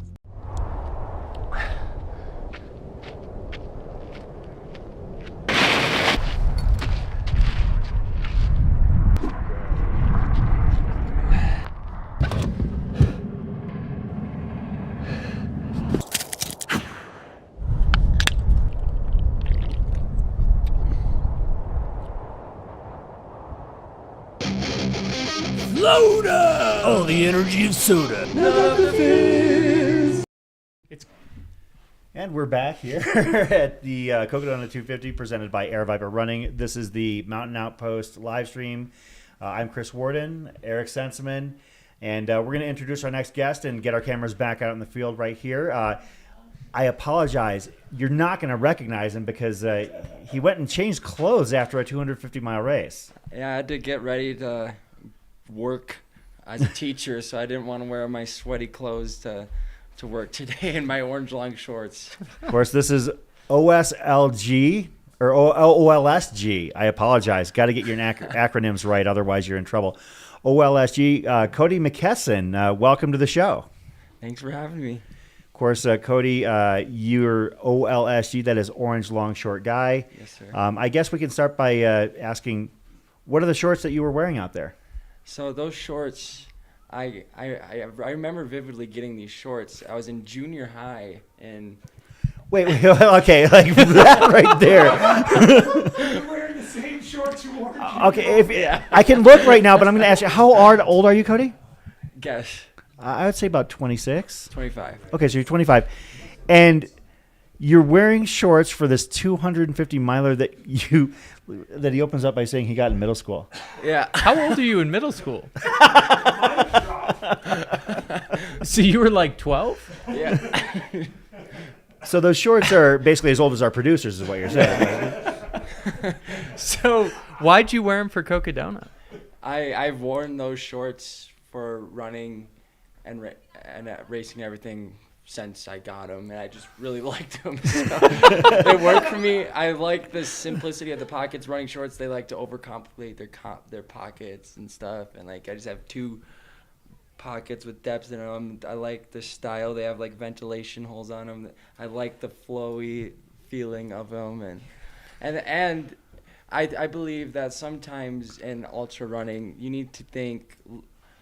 Sometimes with some things that last so long, it's more how does it make you feel emotionally. There's an emotional connection to the shorts that lightens up my spirit when I wear them. Yeah. So they're durable shorts. I guess so. I mean, like, are they in disrepair? Have you had to sew them or? I did get a little sad the other day because I was looking at the shorts and I saw like the inseam. There's a little hole in there, but I'll be able to repair those pretty easily. So. Well, they lasted 250 miles for you. 250 excellently run miles. So you're doing something right with that outfit. Yeah, I wore. Besides, like I changed my socks twice. I wore the same shoes, same shorts, same underwear, same sun hoodie, hat, everything. I didn't have a crew. Okay, so you ran crewless, and you didn't really seem like you changed your clothes very much at all. I didn't change my clothes, not once. Besides socks, like 2 times. So you were pretty well focused on the task at hand. Yeah. One of my biggest downfalls was I needed to change my socks more, but. So how long did it take you? 82 hours and some change, I believe. It's a great time. That's excellent. Yeah, I'm pretty satisfied with it, I guess. So, Chris, what was going on in the comments? Because I assume this is where OLSG came from. So I guess what we've learned is that when you live stream a race for 120 or so hours is that you find yourself grabbing onto little moments along the way. And I think that it just simply was that OLSG, Cody's shorts just kind of captured everybody's eyes there for a little bit because they were bright and vibrant. I can't remember which aid station it was. I think it might have been Wamatochik, perhaps, or like maybe night 1. But yeah, it was fairly early on in the race when somebody pointed out that, wow, that dude's shorts are really bright. And again, when you're talking about a race for basically 5 days, not every bit of what you cover is going to be, this scintillating data dive. As we're talking about, the nuances of fueling with Mike McKnight, and we did a lot of that with a lot of the runners. But with Cody, we just happened to notice that his outfit was banging.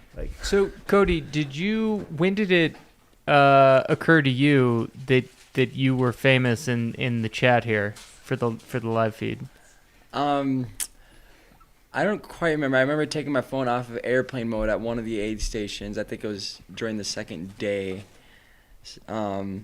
maybe around Iron King or something, because I was having some problems there. So I was texting my friends, and I saw that I was known as Orange Long Shorts Guy. And there's like a whole lore behind some of this now. Like I could be second cousin to Orange Hat guy. Welcome to the Cocodona culture. There's something about it where we just happen to start talking and things just kind of spiral and explode from that. Cody, you have, I'm just, doing the proper thing and researching via Ultra Sign Up as we're live on the air. Obviously. But I had done a little bit of homework before. But you have done a couple of backyard style races. Is that something that appeals to you as a hobby?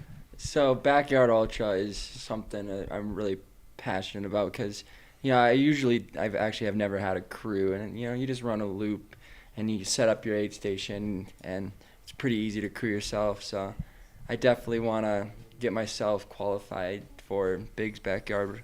I've actually been dreaming up. I do it in Babbitt's, the backyard there. Mm-hmm. That's a hard course for a backyard. First of all, the first year I did it, there's Category 1 hurricane winds. It was 70 mile, 80 mile per hour gusts. That was insane. I would love to assemble like a super team of like Flagstaff, Arizona runners, all just go to Babbitt's backyard. It's only $80 to get into it, and just see if we can get like, it's a silver ticket or a bronze ticket race. So like if we could get people qualified at an at-large mileage, just like all these people just running 300 miles, that'd be fun. Just out of this local race, it'd be cool. That's my dream. You also had a very respectable San Diego 100 last year where you finished in the top 10. That was my first 100 miler.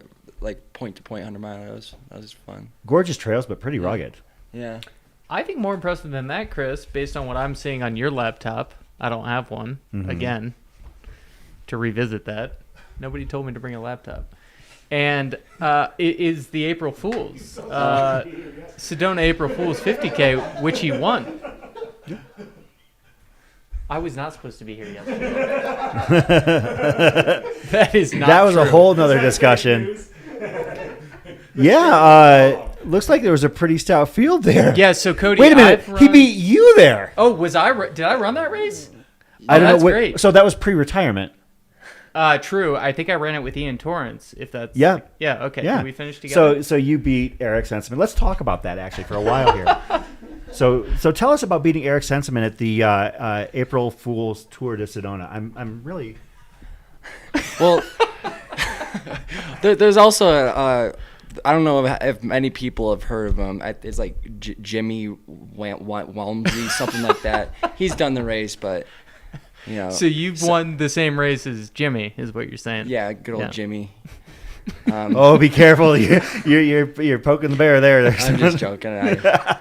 I'm just an ordinary boy, so I just wanted to pretend I was someone cool for a second. No, I think that we've discovered that you are pretty cool. Cool people. Uncool people don't live in Sedona. I mean, and that's one of the things. Do you train in that Sedona area, or do you actually come up to Flag and do a lot of your running? I love training in Flagstaff when I can, especially like if I get up here on a weekend. But most of my training's in Sedona. Just go out from my home and then go out on the trails and run back. That's usually what I do. Any urge to just head home when you were so close? How close did the trail get to your home? Once the trail goes from Jordan to Jim Thompson, there's about a half mile away from where I live. No kidding. Yeah. So I knew like going into Sedona, I was like, this could either lift my spirits or completely destroy me. Like where I'm just gonna walk home. Be done. Because is that at what mile marker was that? It's like 160 this year. Yeah. Oh, that far in. Okay. Yeah. So, what were your high points and low points in this race? Had you been familiar with perhaps the first 37 miles of the race, or? No, actually, I've never done that section. I've done all the sections from Dead Horse to the finish, but anything before that, I didn't. Highs and lows for sure was. I had a gut issue at the first 37 miles, but that went away. And it never came back. So my nutrition was on point the entire time. Then leaving Whiskey Row. Leaving Whiskey Row. For whatever reason, just running on that road, all of a sudden, just out of nowhere, my left knee kind of gave out. Couldn't bend it. like no mobility in it all. If I bent it, like it would make me get a lot of pain. I don't know what happened there. So that made that section so hard, going through the dells, having to climb on these rocks. I remember sleeping on a bench and the dells. It was super cold because the wind with the water made it really cold. So I had to take on my emergency space blanket and lay on that bench for a little bit. And that was miserable. Oh, wow. But then I finally got to the Iron King aid station, and it wasn't a sleeping station, but there was an aid station volunteer. I think her name was Jill. She was super nice. She had an extra cot she could give me in a sleeping bag, so I was able to sleep it off. And that's where I started texting my friends, saying like, I'm DNFing. I told them I can't do this. I can't bend my knee. For the last 15 miles, I've been running like I'm in the movie Monty Python and the Holy Grail. Like That's a great reference. Because I looked like I was galloping because I couldn't bend my knee. I could use my trekking poles as like the horse instead of coconuts. Silly walks. Yeah. And so I took a 90-minute nap, and I got up and I told the aid station person, I was like, I'm just gonna go run 1 mile and come, and then there's like a 98% chance you're gonna see me in 20 minutes. I'm gonna DNF. And so she's like, okay, I'm gonna give you my phone number just in case you need my help. And so I got out and went running, and I still couldn't bend my knee, but I kept going. 1 mile in turned into 3 miles, kept going, and I was like passing people, and like still couldn't really bend my knee for a while, but I was able to like keep skipping along. And then eventually it went away. It never fully went away, but I rallied big time. And how is it feeling now after the race? It feels like I ran 250 miles, but it doesn't feel like anything I should be really worried about. Right. Yeah. Wow. That's great. Yeah. That's great. Like I think it could have even been a blessing, because I mean, the only problems I had with my body and pain was my feet got some like nasty trench foot action going on, which made like the bottoms of my feet pretty sore, but I didn't have any like blisters to worry about. And then my knees hurt, but like I have not a single muscle in my body is sore. Like my quads, my calves, my hamstrings, nothing is sore. So. What was your favorite part of the course and your least favorite part? I think getting up Mingus Mountain was fun because I could see Sedona, and like I'm looking forward to getting to the Deer Pass aid station to see my friends, because it's run by the Sedona Trail Running group that I'm like to go on some runs with. And is that their formal name, or what? Yeah, is the name Sedona of Trail Runners. They do Tuesday morning runs. I like to go on there when I'm not teaching. So that was nice to get there. So that was my favorite part. Also, going the end, Mount Elden, to the finish line, that was super cool. fun. Yeah. Were you able to do that, let's see, during the daylight? Yeah. Yeah. Yeah. I actually thought it was like darker because of the smoke. When I finished, I had no idea it was like 3 o'clock when I finished. I thought it was like 6 or 7. Yeah. It looked so dark. It got very smoky from those prescribed burns. What about least favorite? Yeah, least favorite. We got someone coming in here, Chris. We got eyes. Looks like that is an Elden Crest bib. But I will say, just in advance, a heads up that in about 10 minutes we are going to put our follow filmers to the ultimate test, because I believe that I see 9 Cocodona finishers within about a mile of each other from start to finish. You said 9, Chris? 9. Say a prayer. So Shad and the crew out there, Sky Point. But Cody, you also, with this being your first 250 miler, what did you learn out there, perhaps, that you were excited to find out? So, being a solo runner, I definitely learned a lot. I needed to have more change of socks, because like my feet would just get wet, whether it was from crossing a river or just from sweat not getting evaporated off my feet, and that caused really bad trench feet that made me, like, if any trail had a rock and even a little bit technical, it just really slowed me down. So I learned to bring more socks and wipe your feet clean for sure. Interesting that he says that, because Mike McKnight was just on saying that very thing. Yeah. The importance of fully cleaning your feet. Yeah. Between sock changes. Yeah, and get them dry for sure. Yeah, folks, if you're out there and you're wondering what it takes to finish a 250-mile race, one thing that if you're hearing it from Cody McKesson and Mike McKnight, who both had excellent races this year at Cocodona, that foot care is of the utmost importance to doing well at this or probably any 200-mile distance. Yeah, for sure. Also, how did you approach sleep in this race? Yeah, so my sleep plan was actually very similar to McKnight's. Your body gives you all the answers. You're just too stubborn to listen to it. You sleep when your body's telling you need to sleep, and you don't go in thinking, I'm going to sleep at 37 hours and 26 seconds in this race. I'm going to sleep for this amount of time. That's not how I think it works. But so when I got tired and I felt like I could fall asleep, I would do that, especially if it was at an aid station that had cots and stuff, because I couldn't ever just go into my crew van and sleep. Sure.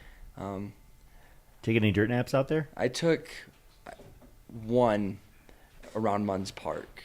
There was like a 13-mile section to the next aid station, and I was pretty tired. I went to bed on some pine needles. That actually felt really good. It'd be kind of a nice little dirt nap pine there. Needles are they're cushiony actually. And then I woke up from that and ran to the next aid station. But I slept probably more than most runners. Like, I slept a lot. I think I took 3 hour-and-a-half naps and 1 3-hour nap. So I probably slept, 6-7 hours almost. We're going to find out who this runner is here. They're making their way down Beaver Street through the streets of Flagstaff. Sally O asking, Cody, what do you teach and to what grade? I teach K-12, so every single grade, music in Sedona, Arizona. So at the elementary level, K through 5, I teach general music and teach them how to play the violin as well.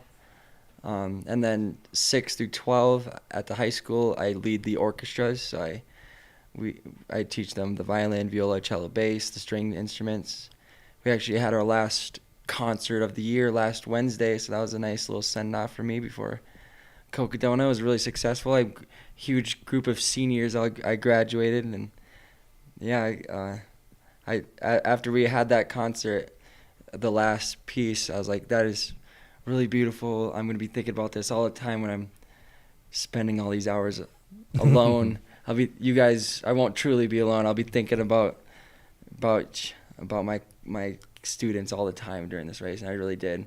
Yeah, I listened to classical music while running, and I was listening some of the pieces we played for our concert, and I could just imagine myself on stage leading them while I'm running, and it really clears my mind. So your playlist is not quite the same as Mike McKnight's. Yeah, we have quite the opposite play, and it was interesting. We had the complete opposite game plan. His was music at night and podcast and stuff during the day. For me, it's total opposite.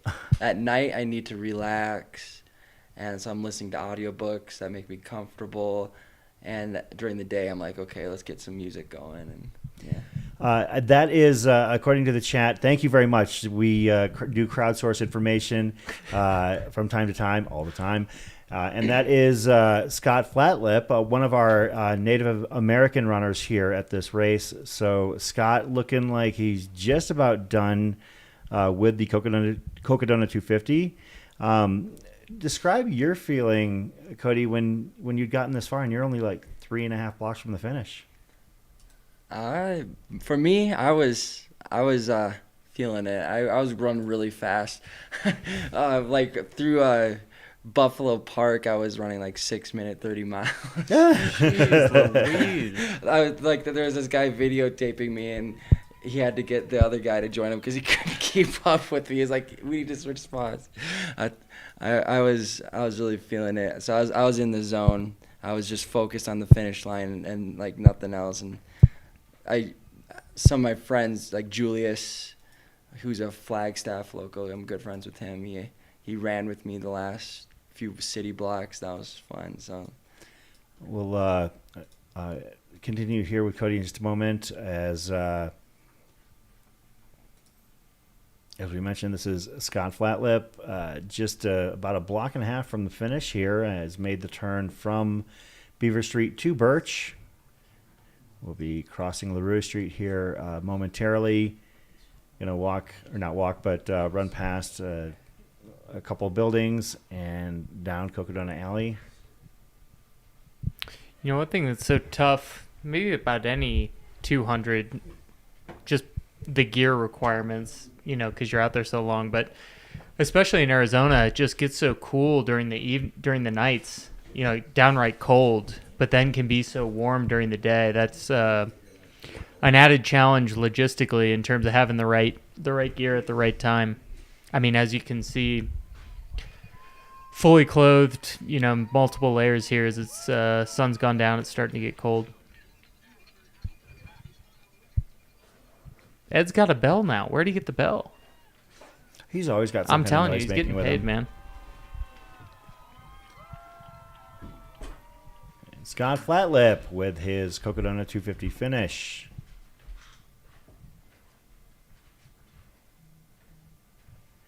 Looks like there's still a good crowd out there, too. Yep. That was our flag runner. We'll get better identification on him. I saw him actually out at Fort Tuttle, if I remember correctly, this morning. Actually just leaving the aid station. We'll kind of wrap things up. I don't know if did you have any other questions for Cody? Because I only have one more. Ask yours. Okay. Chris?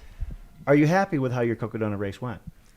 I know I can do much, much, much better.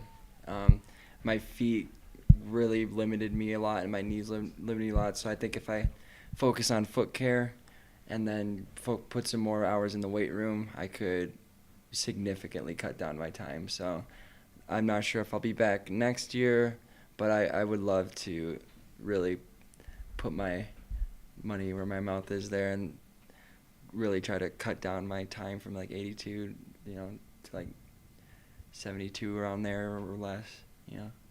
So I'm satisfied because I gave everything I could for this 2024 Cocodona. In that regards, I'm very satisfied, but I think I could do more.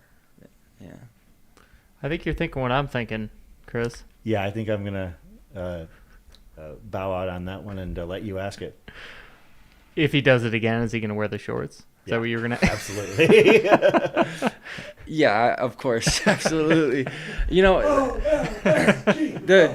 when I did San Diego in 100, the same thing happened. They're like, here comes orange shorts. See, we're not alone. crazy. Yeah. Everyone's crazy. You have to basically wear these shorts until they're no longer viable, and then you have to buy something extremely similar at this point. Yeah. You know, I remember I told you guys I saw like a little hole in them, and I found that actually, now I think about it, after San Diego 100. I remember when I was driving home after that, I was looking on eBay for the same shorts because I bought these in junior high. I was like, I looked up the serial number of them. I couldn't find them anywhere. So I found someone selling a pair on eBay that. That's cereal with an S, not a C. Oh, Cody, that's great. So you found them on eBay. Were they cheap, or were they marked way up because they're vintage at this point, or like? No, they were only like $40 or something. I don't know, maybe $30-$40. I can't remember. Not bad. Yeah. All right, I do have another question. What's the brand? Nike. They're Nikes? Yeah. But they're discontinued. Probably. I couldn't find them anywhere.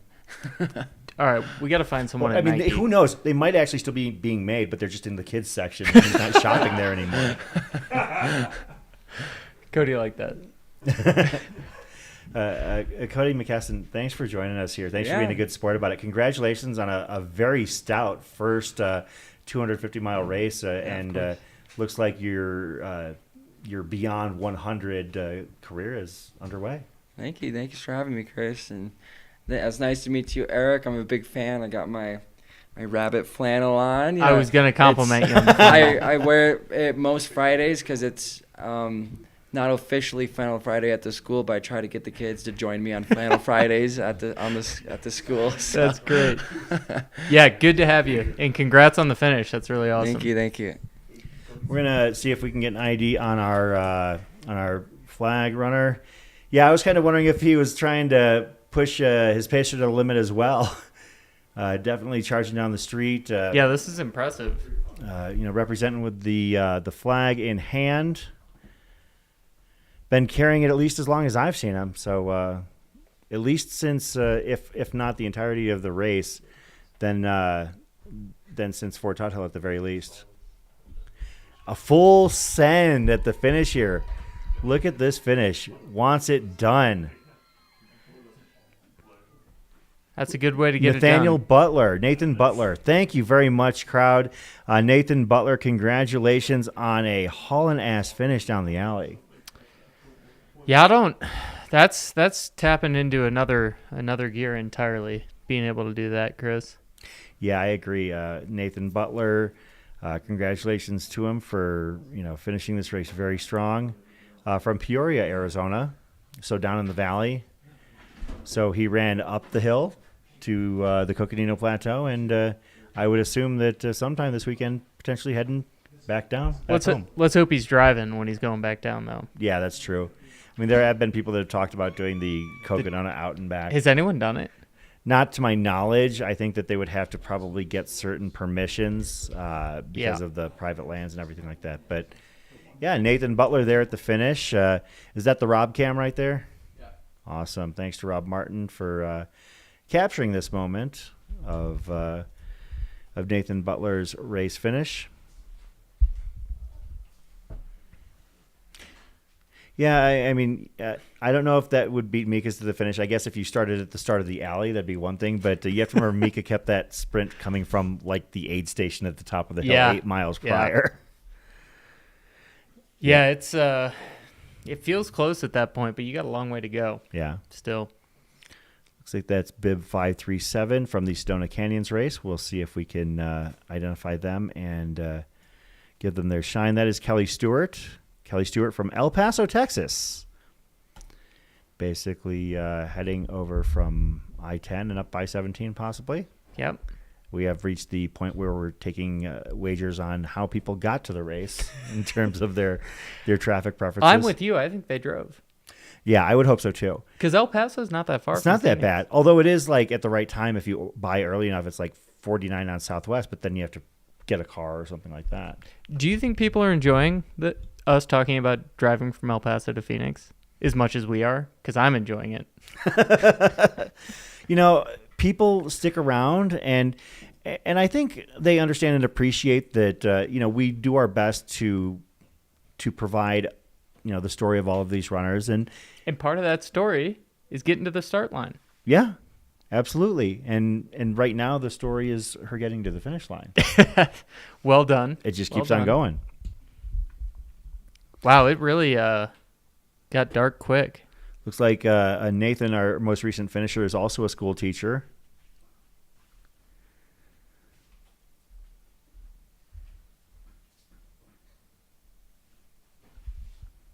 And I think your claim was we had about 9 within a mile.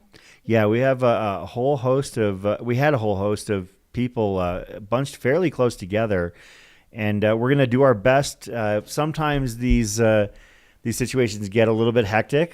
We'll do our best to call them and give everybody their moment in the sun. But as I mentioned, we had 9 runners that, from what I could tell, were registering their pings in about a 1 mile range, and it might be a little bit tricky for us, but we're going to give it our best shot. Yeah, we should start lining them up. What are these numbers? Well, let's see. We've got 537 right here. Who's in the queue? It looks like maybe 132. Kyle. 273. Kyle Carter. 210. Joshua. 135 already just finished.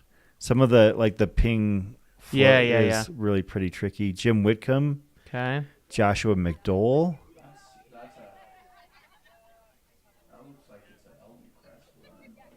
Chase Pearson. Yeah, I mean we've got how many follow cams do we have out there? Just 2. Who are they? Shad and Josh. Dr. Steve back. This is 210. I think he said he starts at 10. Yeah, bib number 210 right here, coming in fairly close to the finish. Let's pull up that person. That is Joshua Canning from Phoenix, Arizona. Yeah, Shad a couple years ago, as we mentioned, he's run, what they say, 74 miles so far? Yeah. Entering today. I remember the first year that Shad filmed for us. Keep in mind, his whole stretch was, as Joshua takes the most famous left-hand turn in all of sports, that Shad's entire range was from the entrance of Buffalo Park down to the finish line. Oh, that's quite a range. Yeah, it was like basically up and down Beaver Street. Well, that's nearly 2 miles. Yeah. Or it's probably more than 2 miles. So he was doing it over and over and over and over again, simply filling in and hanging out because we didn't have enough people. Joshua Canning coming up on LaRue Street.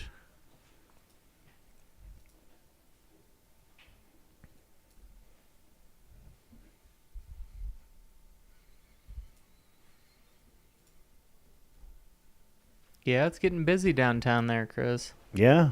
Between people that are here for the race and also the graduation for NAU, I have to admit I didn't know until recently exactly how big NAU was. It's very big. I assumed it was maybe like a typical Midwestern state U, maybe like 12,000 people. Yeah. No, it's like 3 times that. Yeah.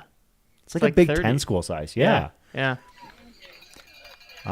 Joshua Canning races a lot of local races, but nothing quite so long as this until now.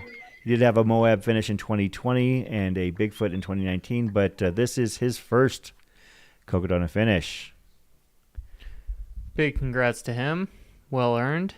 Looks like got a greeting from some family there.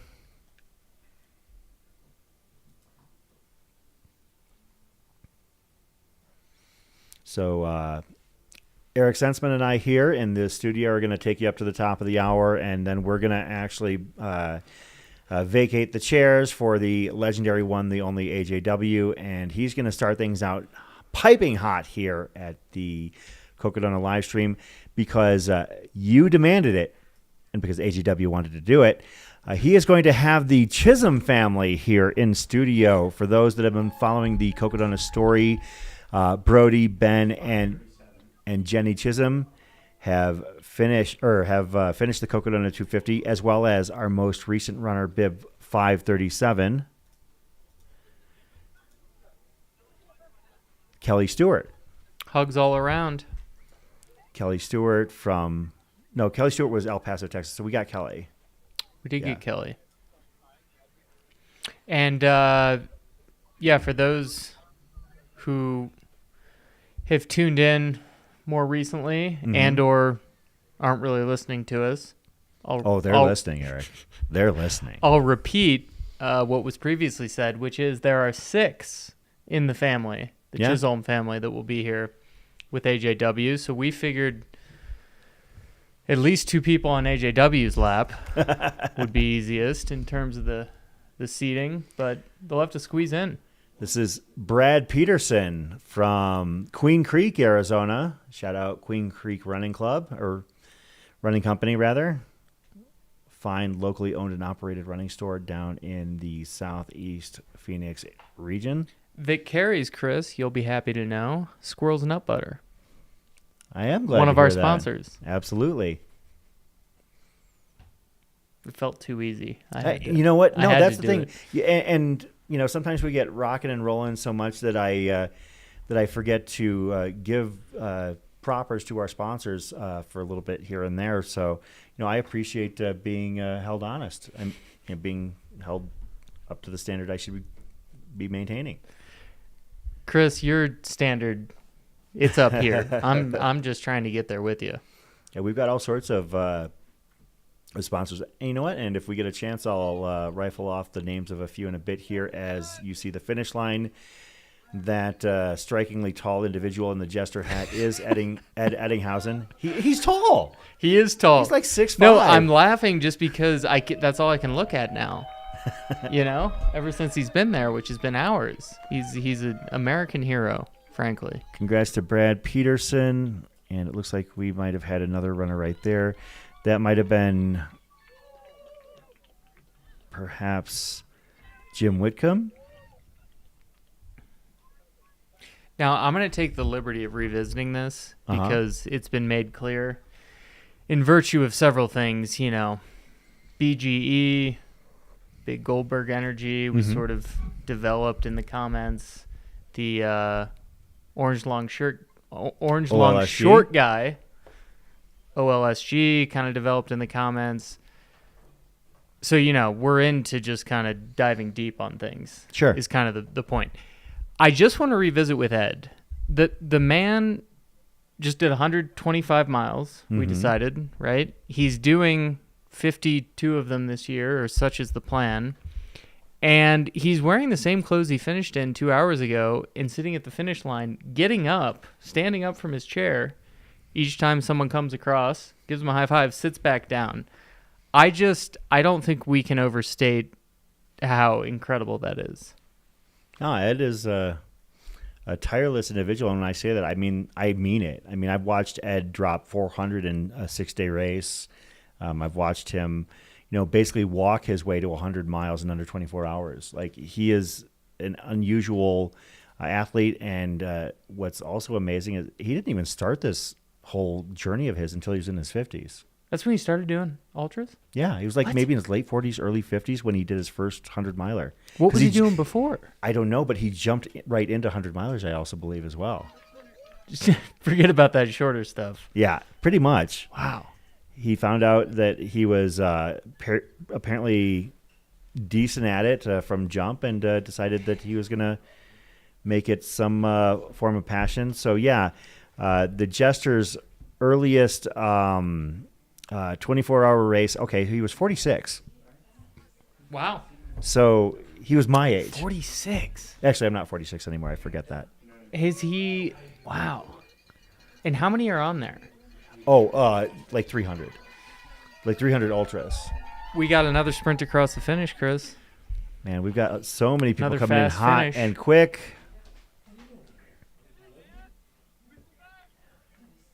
Are we trying to navigate space here? Okay. I see that we are getting ready for the arrival of our 9 o'clock guests, the Chism family. I only know the names of 3 of them. We will figure out the names of the rest here shortly. Looks like that is bib number 107? 87? 187. 187. I do know that that is a name that we've seen in the chat, or a number that we've seen multiple times in the chat. Yeah, 187. Sean Kolwick. Way to go, Sean. Kolowich. He's got his reusable cup flying around on his back. He's mindful of his consumption. That's right. Are they? Is that the deal at the race? You got to have a reusable cup. Typically now at most Aerovipa events you do. Okay. Yeah, they're awfully handy. Yeah. Oh, absolutely. And I've had a few. I mean, I actually like when 100-milers or other long races actually provide them as part of the swag bag. Yeah, right. Convenient. Makes it especially easy. Yeah. As you can see, ace photographer Scott Rokas hanging out in the foreground as our most recent runner finishes. That is Sean Kolowick, bib number 187. Yeah, we're in the middle of a bit of a rush of finishers here. Sean from Flowery Branch, Georgia. Probably trains in a lot more heat and or not more heat, but more humidity than than he found here on this week's course. Well, perhaps more heat at this time of year, though, too. Fair, yeah. Because the temperatures were quite mild this year for the race, were they not? Very. Yeah. Very mild. And that was one of the things that we think probably contributed to things going pretty Faster well times. for most people. Yeah, right.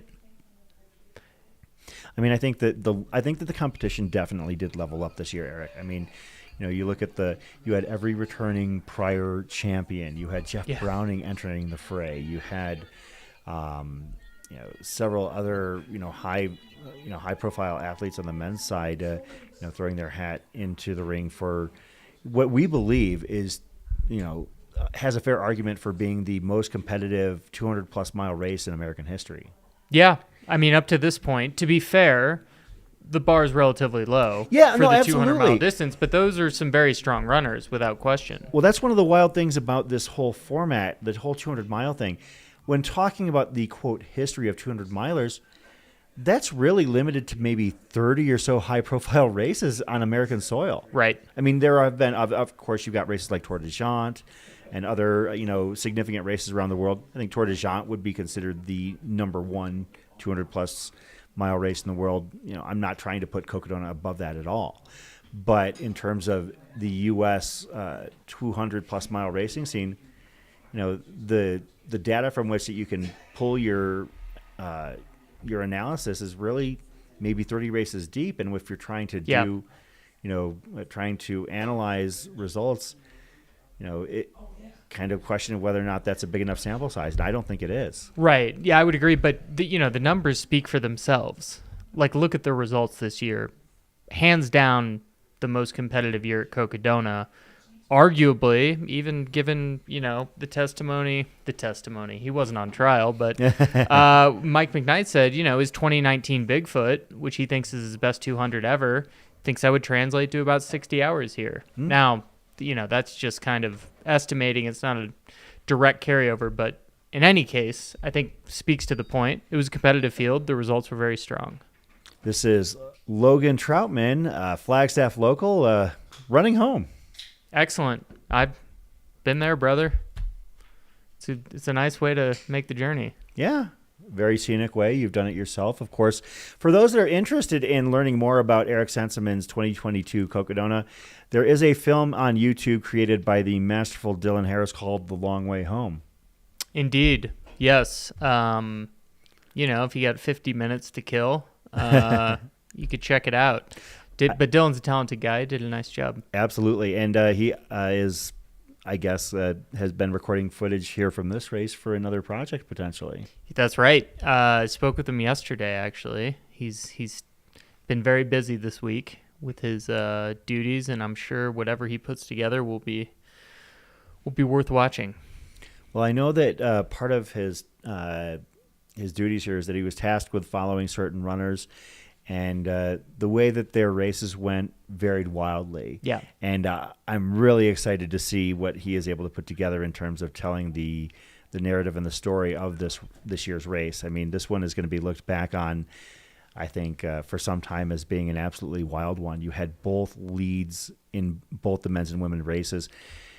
I never say a race is over because I've seen way too many things happen, but I always say, unless something absolutely wild happens, so-and-so is going to win this race. Yep. And in both the men's and women's race, something wild happened. Jeff Browning being passed up with 4 miles to go after leading for in excess of 130 miles. Yep. And then Mika having a 6-hour lead with about 20 miles to go. That, of course, as we mentioned, is Logan Troutman, Flagstaff local, completing the journey home from Black Canyon City, coming into the finisher chute, where it looks like Ed has slapped on another layer. I was getting worried. I'm glad. Well, congrats. Congrats to Logan. I will say that Ed sitting in that chair and falling asleep is a vision that I have seen quite a bit at across the years, because he does set up his crew zone like right next to the track, and he's got his chair basically sitting facing the track, and also on the side he'll have a table with all of his 100-mile belt buckles, and if I had to guess, that ring legitimately weighs close to 100 pounds. Well, I was going to say, I don't know that an ordinary human being would be able to pick it up. So a few years ago, I would say about 6-7 years ago, when it was less heavy, I remember my son, who was at the time like 10, maybe 9 years old, we were talking to Ed, and Ed showed him the buckle and told him to lift it off the table. And my son started to try, and you could see he's struggling with it, trying to lift this. And I start laughing, and he goes, "Now you try, Dad."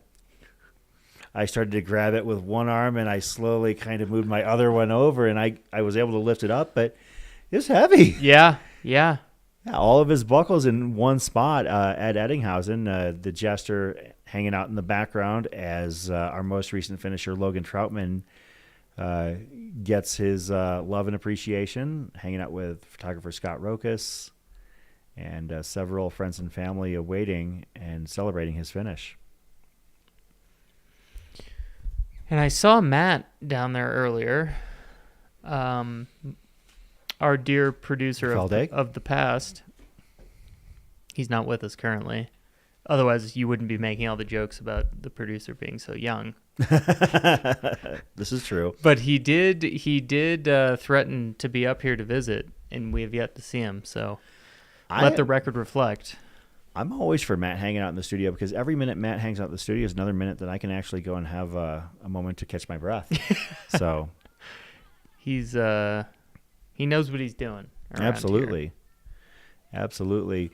We do have, we are in the midst of a fairly brisk set of finishers here. At least that is our belief. Handful of people we expect to see. We just saw Nathan Butler and Brad Peterson. Perhaps we'll see Scott Trentkamp. Maybe Kevin Cato, Kyle Carter, Maria Green, and Chase Pearson coming through as well. Yep, we got a lot of activity here. So, Eric, as we have a brief moment here. It's been a while since I've seen you. Since the last time I saw you, you have retired, and can you? I guess, as dumb as it sounds, coming from me, what do you mean by that you retired? You just decided that you're not going to be running, at a competitive level or certain things anymore? Or? Yeah, that's right. I mean, to start, I think running is a unique sport in the sense that it's something you can do as an activity for most of your life, if you're lucky, maybe all your life. Whereas, baseball, for example, like you do it and then you don't. It's doesn't tend to be a lifelong sport. Yeah. And I think most of the professional sports are that way. Football. Yeah. You play football and then you don't. So for that reason, I think it seems a bit odd to say you retire from running or some aspect of running, because I'll always run. Yeah. I love to run. I will never compete at ultra marathons again. So that's what it means to say that I retired. It's just, you've obviously, you're taking your personal time and career in a different direction now. You did, and actually that kind of answered my next question. Are you going to maintain a vigilant running schedule? Because even a casual runner still does get out there and on a daily basis, or on a regular basis maintains X amount of mileage per week. Are you able to do that and not feel pressure perhaps at this point? Because it's not every day where somebody steps away from a sport that they're still going to be actively doing for the foreseeable future. Right. No, I think the last 12 to 24 months that I was competing in ultramarathons were some of the hardest, because I really had to force myself to train. Mm-hmm. I really didn't want to. Prior to that, I always wanted to. Yeah. It was easy to train because I wanted to. And then I didn't want to, so it was much more challenging to get ready for races. So in stepping away from the competitive side and not training as much, it was quite easy. And one of the biggest shifts is, unlike, I think, most runners, or certainly competitive runners, I don't care how many miles I run now. Okay. It could be 15, it could be 30, I don't know. And I don't It just isn't something that drives me one way or the other. My goals are just I want to get outside. I want to get some exercise. Be active. Yeah. No, that's stay fantastic. In shape. Yeah, and maybe it's unique. Yeah. You got to be hardwired a certain way to do this sport at a high level, and that's probably difficult to unwire. Yeah. But yeah, for me, it was pretty easy. And in your time as a professional runner, I mean, you've seen the field just get absolutely insane. I mean, the times have been coming down. I mean, in the era with which you were, approaching this sport on a professional basis, I mean, take a look at, something like Black Canyon, where, maybe you would, have a shot at a golden ticket if you were like maybe a 9:30, 100K runner. And nowadays, unless you're looking to go 7:30, you probably, not going to be in the conversation. Yeah, it's wild. And yeah, there's been some very fast years at Black Canyon in particular, or is one example. Yeah. The last few years. So it's great that the sport's getting more competitive, no doubt. I think you see that the effects of that, it's shorter distances initially, like 50K, 50 mile, even up to 100K. I think you're really seeing the impact already. 100 mile and longer, I think it's still more like my era, so to speak. I think it'll take a little bit longer for that to get saturated because it's a lot further. Not as many younger people are doing it. You don't have as much immediate success at those longer distances as you do when you first step up to a 50K or 50 miles. So in any case, exciting times. The sport's getting way faster.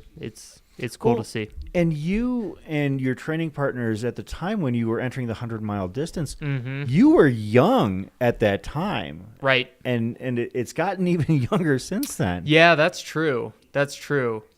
Yeah, no, a fair point. I still think, there's always outliers. Yes. But like on average. In fact, I think I was listening to this very broadcast, Chris, earlier today, and statistics were being told about the average age of ultra runners and how that's actually increased in recent years. So the point being that there's always outliers to and that's the fair. general rule, but I don't for the longer distances, not a lot of young folks who are doing them. And I guess that the perception is, what you're exposed to. I mean, we're in such a hotbed for running. Right. And so we see all of the competitive runners that come up, the 21, 22-year-old hotshots that come out there and just start throwing down these, lightning quick 50Ks and 100Ks. And I'm sure it's actually also true that the average age of the ultramarathoner is going up. But I think that's also just because of the explosion of the sport on all ends of the spectrum. Sure. But, I mean, it was, back in the days of a guy like AJW, you could, readily compete at a high level into your 40s. Nowadays, I mean, when you're as old as he is, you're absolutely done. Unless you're Jeff Browning. That's true. Again, speaking of outliers, Exactly. To circle, make things full circle. Yeah. No, and that's one of those things. Watching Jeff Browning is a true treat. Like this week, we had Pete Mortimer in the studio earlier, who is very close with Jeff, and they share a lot of notes and training runs together. And one of the things that Pete said that he was concerned about with regards to racing Harry Schubertus or Stringbean McConaughey, because they're both the same age, is that they've got 20 years on Jeff, and lo and behold, still, I mean, until the very end, it was, nobody told Jeff. Yeah, right. Nobody told Jeff. Yeah, I think what Jeff's done well in particular is he's continued to evolve in the sense that, when I first met Jeff Browning, it was 2011, and he was running the Ice Age 50, which at the time was a Montreal Cup race, which would get you into Western States. Yeah. Jeff Browning in 2024 is not running the Ice Age 50. Well, it's no longer a Montreal Cup race. It doesn't get you into Western States. But, Jeff Browning's not going to show up at a 50-miler golden ticket race, if that existed, expecting to get a golden ticket. In 2011... pretty reasonable thing for him to do. So think he's done a nice job of evolving with his age to use his skill set to be as competitive as possible. And I think that's what allows you to be in the sport and be a name in the sport and a competitor in the sport the older you get. What is your thought on the progression of the Western States Golden Tickets as of course, you mentioned the Montreal Cup Series and, eventually Lake Sonoma and moving into the 100K, and finally now 100-mile races are part of the Golden Ticket opportunity and process. What's your thought on that? Yeah, I mean, again, interesting sort of evolution of the sport. I don't know that I have a strong opinion one way or the other in terms of how they decide to get people in who are elite or on the competitive side. If anything, what I would say about Western States, and this is tough, there's a lot of red tape. They've got permitting, they got to cap it at a certain number of runners. You want to give people an opportunity to run it, et cetera, et cetera. Sure. But the more competitive they can make that race, I think the better.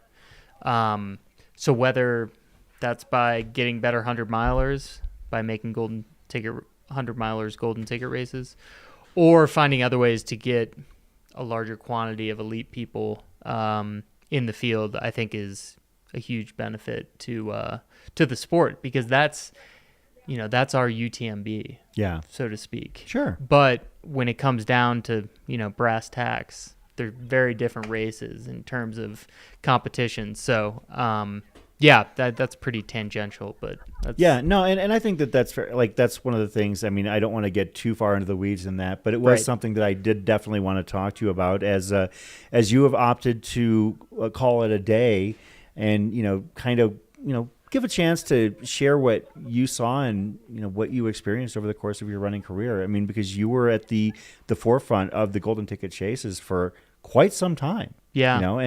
And so that was one of those things that I think was, when you look back, is going to end up being one of the calling cards of the career of Eric Senseman, is that, for a good set of years, you were always either, in the golden, you were always in the Golden Ticket discussion, whether you won one or you came very close to winning one for several years. Yeah.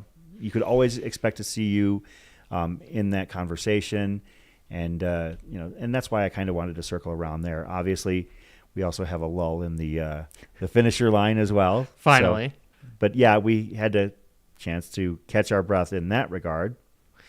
Yeah, it is interesting. And now, for again those that are unfamiliar, that's the last aid station up on Elden, just down from the summit, where they grill a lot of meats. Yes.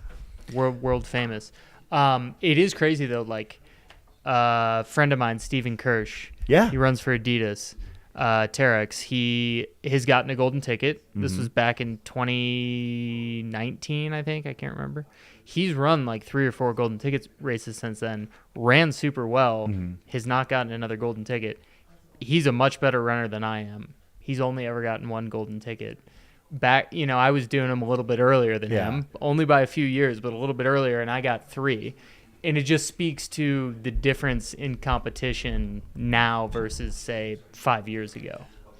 I think, though, that, and I actually was at Stephen Kirsch's first ultra, and boy, oh boy. Was that Big Pine? Yes. Yeah. That was something to behold, basically laying waste to an extremely, extremely cool course. This is Bib 554 right here, as you can see on your screen. Stephen Cooper. Well done, Stephen. Almost there. From Salisbury, Maryland. Beast Coaster. Well, found a way to make it happen on the West Coast. Yeah. And I'm always impressed by that, because if you're running out east, I know that, there's always a friendly little banter in East versus West Coast trails, and, different people have different answers as with regards to what's tougher. I think it's just simply that they're two extremely different things. Yep. And but the Beast Coast, I think that it would be easier for a West Coaster to go east and an East Coaster to go west, and that's why I'm always so impressed, because they come out here and like a course like Cocodona is going to expose you to some pretty rugged, gnarly, rocky trails that, you don't really get as much of. East Coast, you're more like routes and going straight up the side of the hill. Certainly. Switchbacks are verboten east of the Mississippi. So, yeah, I think more so even is the sun exposure. That's true too. Good like point. Being out in Arizona when it's sunny, it's just a different beast. It's hard to get used to even when you live here, to be honest.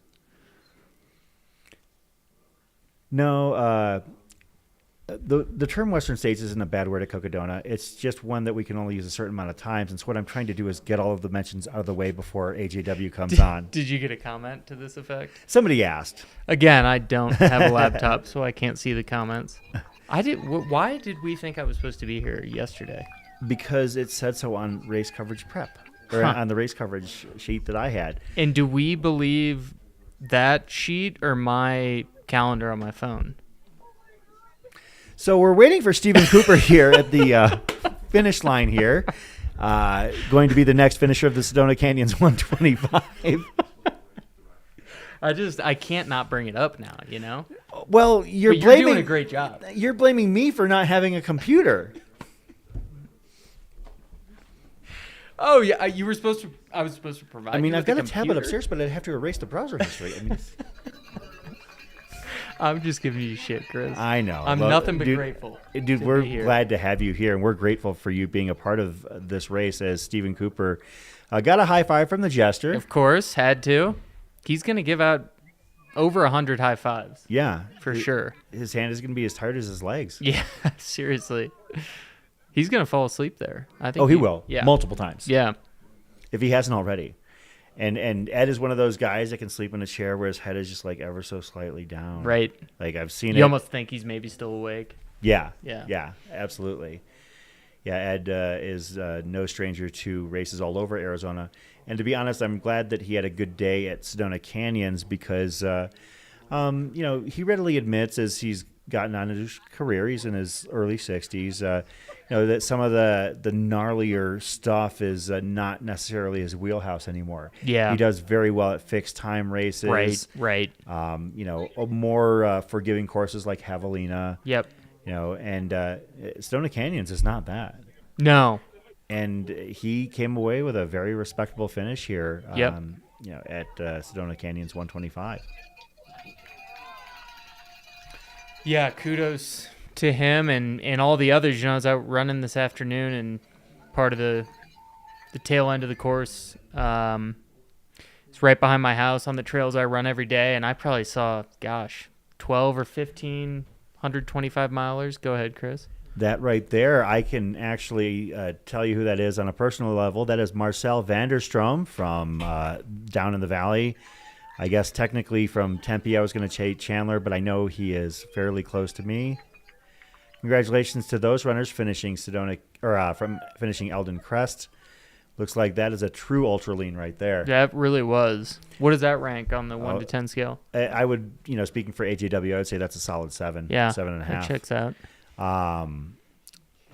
This is Marcel Vanderstrom, who has, and that being paced by his partner Hillary. Excellent. You love when it's a family affair. Yeah, absolutely. Marcel and Hillary. Hillary is actually one of our group trail run leaders on Monday nights at Pima Canyon at South Mountain down in the valley. And Marcel runs with us on Mondays and Wednesdays as well. That's great. I believe, I'm trying to remember what nationality he is. He's very tall. It's a pretty thick accent. But yeah, Marcel and Hillary coming into the finish there. Marcel is a great guy. Hillary is fantastic as well. I am honored and pleased as heck to see Marcel finish this deceivingly difficult race. Yep. I think that there might be some people who think that Sedona Canyons is easier than it is because it's half of Cocodona. You don't get Crown King. But there's a reason why the time limit is 75 hours and it still doesn't have a 100% finisher rate. Right. It's hard. No, absolutely. I mean, I think that's Arizona, in general. Like, people look at Black Canyon, Yeah. For example, and think, oh, well, that's an easy course. There's It's only, downhill. Yeah, 4,500 feet of climbing, downhill, etc. But it's challenging in a way that is pretty unique to Arizona. So, yeah, that Sedona Canyons course is no exception. And as I was saying earlier, these trails that I was on right behind my house, where these runners were maybe 3 or 4 miles from the finish, you know, some of the pickier trails in Flagstaff, not fun. To be that late in a race on these trails, just winding, constantly going up, down, in, out, rocky. They're tough. Yeah, Chachi, thanks for clarifying. He is Dutch. Yes, Marcel Dutch. doing the Sedona Canyons 125. I actually popped out the screen so you can actually see the chat. Just because in time. Somebody did say that that Senseman was missing out on the chat. So if you've got any thoughts for Eric Senseman, This is it, because it's 9. Yeah, that's true. Your shift is over. You're like, oh well, what? Look at the time. No, hang on. Look at that. I gotta go. So yeah. If you've got your final thoughts for Eric Senseman, put them in the chat and let them know how you really feel. This is kind of amazing.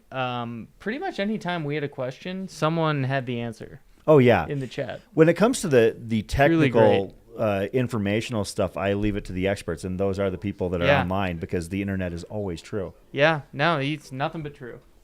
But, well, our next guests are here. Yeah, we gotta vacate. We're going to bounce here. Of course, Chris Warden here with Eric Senseman. Eric, it's been a pleasure. Great to be with you, Chris. We'll do it again next year. We'll schedule it proper. We'll bring you a laptop. And yeah, we're going to have a debrief at some point after this to talk about this whole Thursday, Friday talk with thing. Matt, Zach, and all of them. We're going to do a round table. Folks, we're going to bounce back to the finish line here. Make sure we don't catch any people crossing the finish line. Thanks for joining us here at the Cocodona 250 live stream presented by AirViper Running on the Mountain Outpost YouTube channel.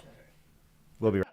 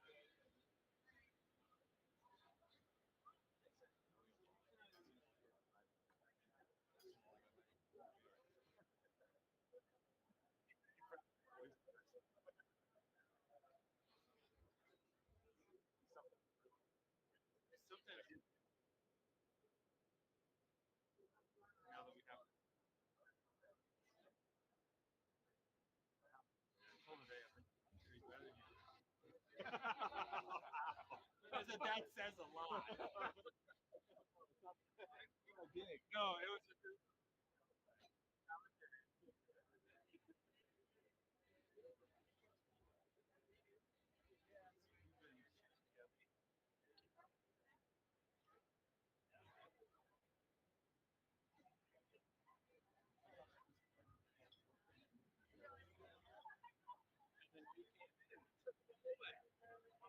I was like, I got still there.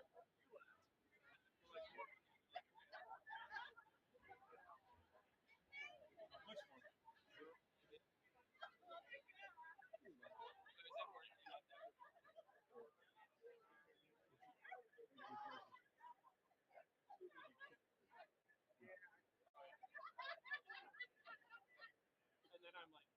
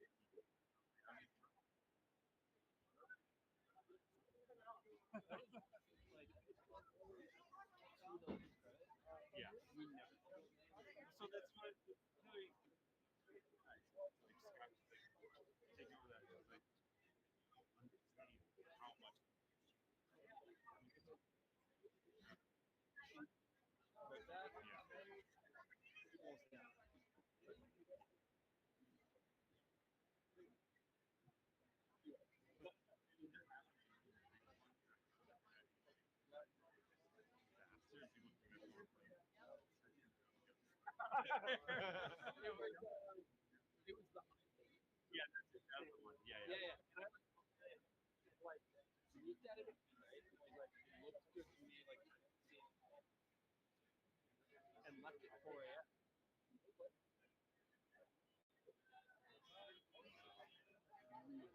And then that I was like sectioning from Indian Creek. Yeah. And there's no surf.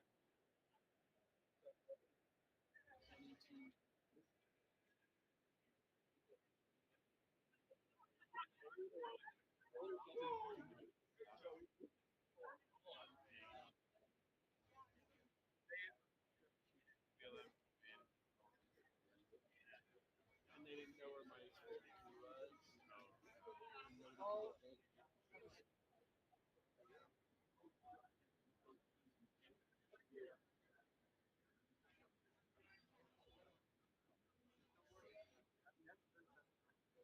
Absolutely. Like, I understood it. I wasn't mad about it. It was an honest mistake. And reading my truck wasn't run over the bush. Like, I wasn't.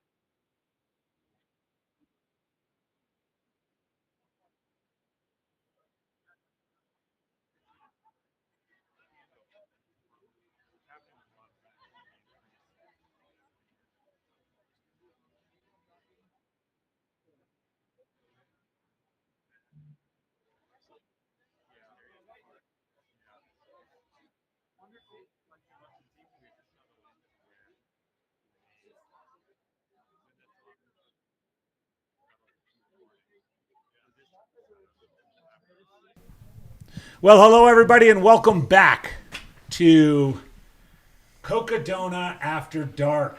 I'm Andy Jones-Wilkins. I've been away for a little while, thankfully, because I have to go through for the rest of the evening. As you know, we are going to be bringing in each and every finisher to the finish line between now and whenever that last finisher comes. We know the cutoff is at 10:10 a.m., and we're thrilled to bring each and every one of them down the road into Flagstaff, around that iconic turn, and down into that finish line chute. This Cocodona has been extraordinary. I mean, some incredible stories, particularly some incredible stories at the front of the pack. That incredible pass with Harry going past Jeff, in Buffalo Park. The Mika story, but you know me. You guys have been around long enough to know, and I have scooped the biggest story. And the biggest story, in my view, in my opinion, is the Chism family. And we are thrilled to have all 6 of them here. Gary and Jenny to my left, and Asher, I'm going in reverse order, Asher, Elliot, Brody, and Ben to my right. Welcome, Chisms. How y'all doing? Yeah, great. Doing great. Bring this a little bit. Then just kind of put it in between there. Doing great. Thank you so much for having us. Oh, it's great to have you here. As you know, 3 members of the Chism family finished the Cocodona 250 a few hours ago. First in was Brody. Congratulations, Brody. Thank you. Second in was Ben. Congratulations, Ben. Thank you. And third in was Jenny. And watching you come off that last aid station on Elden was just a thing to behold. Really? Yeah. So I want to just make sure, because I was a teacher for a long time, and I know sometimes boys want to talk a lot. I'm also a father of 3 boys, as I told you guys before we started. We're going to use this little tube of squirrel's nut butter to be kind of our talking stick. So if someone wants to say something, we're just going to put it here next to the cookies. And if you want to say something, grab it. I'll see you, and then we'll pass the mic. Just so you know, we have 1 mic for Jenny and Gary, and we have 2 mics for the boys. But I want to start, and I'm going to start with Jenny. How did you get here? How did the Chism family get, not physically, but metaphorically, to the Cocodona 250 2024? Well, I'm sorry, my voice from the races. Everyone we've interviewed is voice like that. Forgive me for that. The last few years, as a family, we've been doing a lot of hiking. And then as we get into the hiking community, we learned more about FKTs, and these are competitive boys. So as soon as they learned that there's such a thing as an FKT, they wanted to do whatever we were doing, faster, harder, stronger. And they met guys on the trail, often guys on the trail that had done FKTs or knew people that had done FKTs. And so it kind of introduced us through hiking to FKTs to then the ultra world. And ultimately last year, we were finishing up the Arizona Trail here in Arizona, and we had a little bit of time to kill before Gary was coming out, and he was going to be taking us down to the CDT, which is the next trail that we were going to hike, but we had a week to kill, and it just so happened to be Cocodona week. And so our buddy Punisher, who is a hiker, was coming here to cheer on Josh. And we just jumped on the bandwagon, and it was a blast all week. We got caught up in it all. We were all sleep deprived. And the evening of the Elden crest, we jumped in, had to go buy new shoes, and lined up the next morning. And so here we are. Yes, and you use the word, you use the name Josh. Is it like Pele or Madonna? Or we know it's Josh Perry, and Chris and I a year ago, or a little bit more than a year ago, we're doing like a pre-show at Cocodona, and it's like Josh Perry. I know that name from somewhere, and of course we go like everybody in the world of ultra running, and he has 0 ultra sign-up results. So then we go deeper, and then we're like, oh, okay, and he ends up finishing second. Well, we learned from you guys that you were, you come off the AZ trail and you were part of his crew. And he ended up finishing second, of course. Let's start with you. What was that experience like crewing Josh Perry? I mean, he's kind of I'm sorry, Asher, but he's kind of a badass. Yeah. I mean, he's an incredible hiker, and that whole experience was very eye-opening because we hadn't seen any ultra marathons, or we really knew nothing about it. So we got to go follow him aid station to aid station, and we saw what the whole experience was like, and it was really incredible, and we were all hooked, and from there we all wanted to give it our best shot. And so you just jumped in like go ahead. I just want to say, technically speaking, we were not his crew. We were coming. Very good. Make a note of that, Liam. We don't want to have fact checking. You were just hanging out. We were here just to cheer him on, to be honest with you. But we got so caught up in it that we were like, we wanted to help his crew. And if I remember correctly, those of you that signed up for the Elden Crest 38, which is just kind of finishing up right now, did it on like race morning?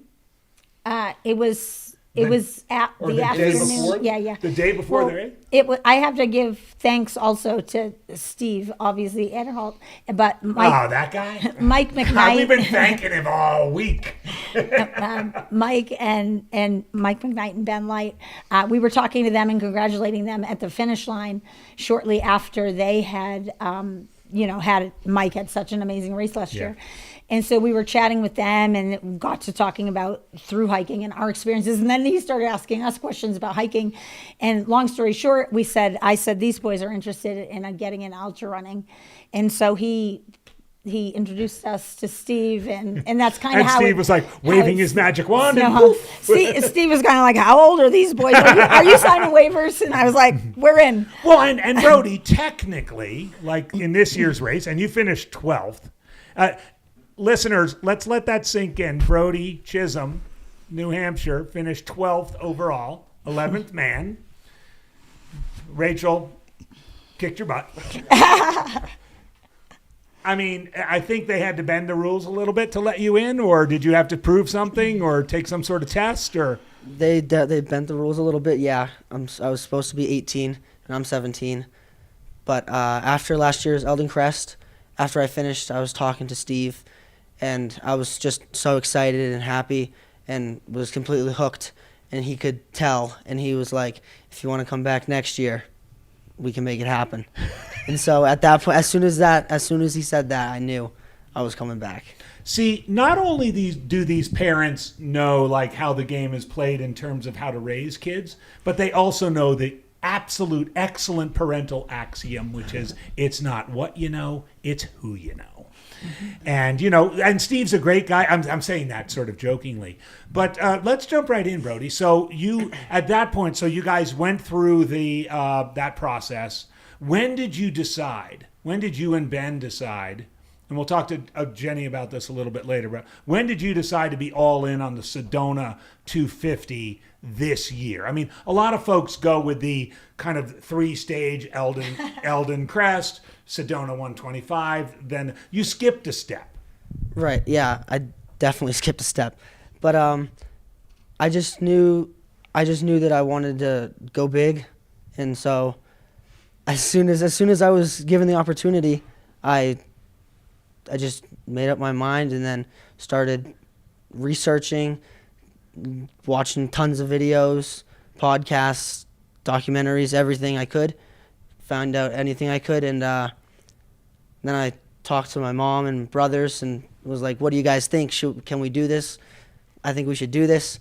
And everyone started to jump on board, and then the plans just kind of fell into place. Ben, were you in before Brody or after Brody? I was a little more sure about the whole thing, not because I was worried about whether I could do it or not. I felt pretty confident in the race, but I felt like I wasn't really sure if it was something that I wanted to do. But as time went on and it kind of got closer and I was going to be out there, I realized I should just do it. Yeah. I want to pause at this moment because I'm a father of 3 boys, not 4, but 3 boys. They're a little bit older than you. They're 26, 24, and 21. And there's a little bit of research out there about birth order. And when I saw Ben, and I'm going to put this on, and I want to talk to Gary about this too. When I saw your finish on here, as I was calling it on the live stream, and I saw your dad, I mean, it's not that he was not celebrating Brody's, which happened earlier, but he was celebrating yours in a way that was viscerally different. And so too was Brody. And I'm saying this because I too have an older son who might be, his name is Carson, he might be a little bit more reticent to jump into things. Whereas I have a middle son, Logan, who's like a full send all the time. I'm not sure. Yeah. I mean, to turn to you, Gary, how about that? We love all of our kids equally. Of course we do. But that look on your face when you took your hands and talk about that. Ben's finish. Yeah, I mean, it's something. So you're proud of all your children. And I mean, I'm proud of every single one of these guys. They work together. They pushed each other. They trained together. The kids are taking care of each other at each of the aid stations, taking each other's socks off and cleaning each other's feet. I mean, the whole process, I mean, I don't know how to really answer your question with the exception of, the second kid has nothing to lose. And the first one, he sets it. He sets the expectation. There's a lot of weight on his shoulders as the first. And so putting yourself out there as the first is a hard thing. Yeah. Yeah. And you want to be sure, and you want to be sure, and you want to set the right expectations, and it's a risk. And so just seeing him take that risk and be so successful, and put his heart and soul into it, and then come across. Well, and honestly, Gary, that's what I saw dad to dad on. I mean, I was looking on the screen right here, sitting at this desk. And again, not that you weren't celebrating Brody's finish, but the way, and by the way, the way Brody celebrated Ben's finish was just like, okay, there's a story here. And the reason I pounced on it is the way you described. You were like, I want to make sure. I'm not just going to jump into this. I'm not just going to be like him and is like, I want to sign up tomorrow and tell Steve that I'm going to win this thing someday. I want to. We have a finisher coming in. 487. That's going to be. Oh, she just moved on me. Michelle Schwartz. Michelle Schwartz coming in. 487. A finisher of the Sedona Canyons 125. Well done, Michelle. A great finish. There she is. Remember, Sedona Canyons, 75-hour cutoff, quite generous. We're still going at it here for the Cocodona 250, all the way up until 10:10 a.m. tomorrow morning, or whenever the last finisher comes in prior to that. Elliot, how'd you get roped into this? You paced Brody. You've been hiking all the same long trails as these guys. You've been part of the, sort of family culture of the outdoors and loving the outdoors. And how did and it sounds like Brody was a little bit of the ringleader once Ben was kind of ready to go and ready to pull the trigger, probably reaching out to the parents. Then it was a little bit like, because we've been talking to the pros in this room, and you guys are pros, but we've been talking to the pros in this room all day, and it's like a 6 to 8 month planning who you want as your crew, your pacers, your this, your that. Even for the fastest of the fast, it's a 2 to 4 day commitment. Were you all in, or were you a little bit like, hey, you guys got to sell me on this, or a little bit of both? Yeah, so I was pretty much all in from the beginning. So we were hiking on the Continental Divide Trail, and right after, and so we were talking about the race, because we just watched Josh Perry, and Brody was like, I'm in. And I was like, okay. I was like, I watched the same race. I was excited. I was like, I don't necessarily want to run it, but I definitely want to help as much as I possibly can. So I was like, okay, Brody, I will pace as much as you want. And so I was all excited. And then Ben decided to join in. And then I was like, Ben, if you need me, I can also help you. I'm willing to do whatever I can. And so, yeah, basically from the beginning, I was all in. Okay. Pass the mic over to the Asher, who's probably eventually going to beat all you guys anyway, because he's the youngest.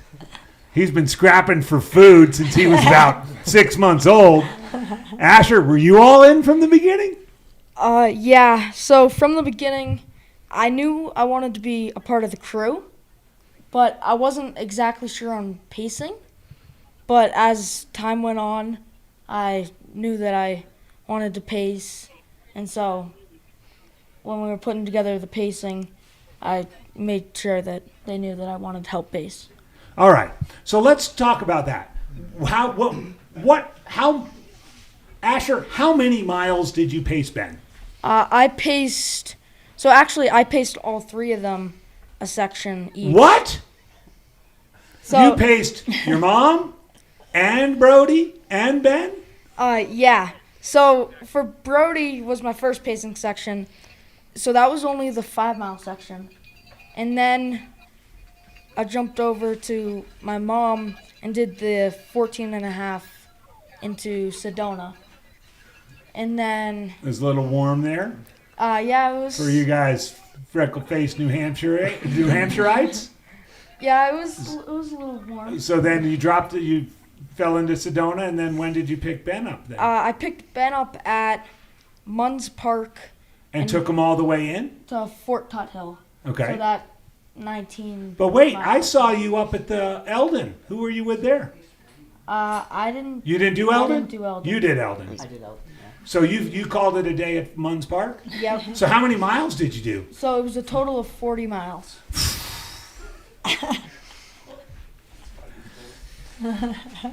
Asher Chism, everybody. He probably doesn't have any ultra sign-up results yet, but he will. And may I just add? Please do. I just need to give him props because when he paced me, not only was he encouraging me, but I was at that point incredibly sleep deprived. I was hallucinating. I needed a nap. I had all kinds of stuff going on, and he totally took care of me, and he totally like told me what to do and helped me out. So he was amazing. Attaboy.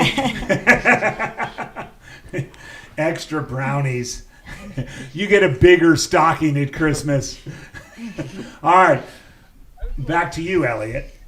You're a little bit more kind of on the competitive. Brody at this point is kind of in the competitive realm at this point. As you're in your planning stages, how did you map out your pacing gig? So I had originally wanted to be basically like one of Brody's top pacers and do the most miles for Brody as I could to give him the best shot at competing as best as he could. So I did a total of 80 to 85 miles for pacing him. And it was fun. It was awesome. I don't regret anything. Yeah, except the fact that maybe Ben's going to beat you up because he was left out to dry. So how much of the race, Ben, did you go without pacer? I had pacers for every section. Oh, you did? But not these guys? I had... You went Asher outside the family? Yeah. Okay. So we have a whole bunch of friends and family who we brought out. And one of I think the person who did the most with me was a hiker named Gasket. That's his trail name. Yeah.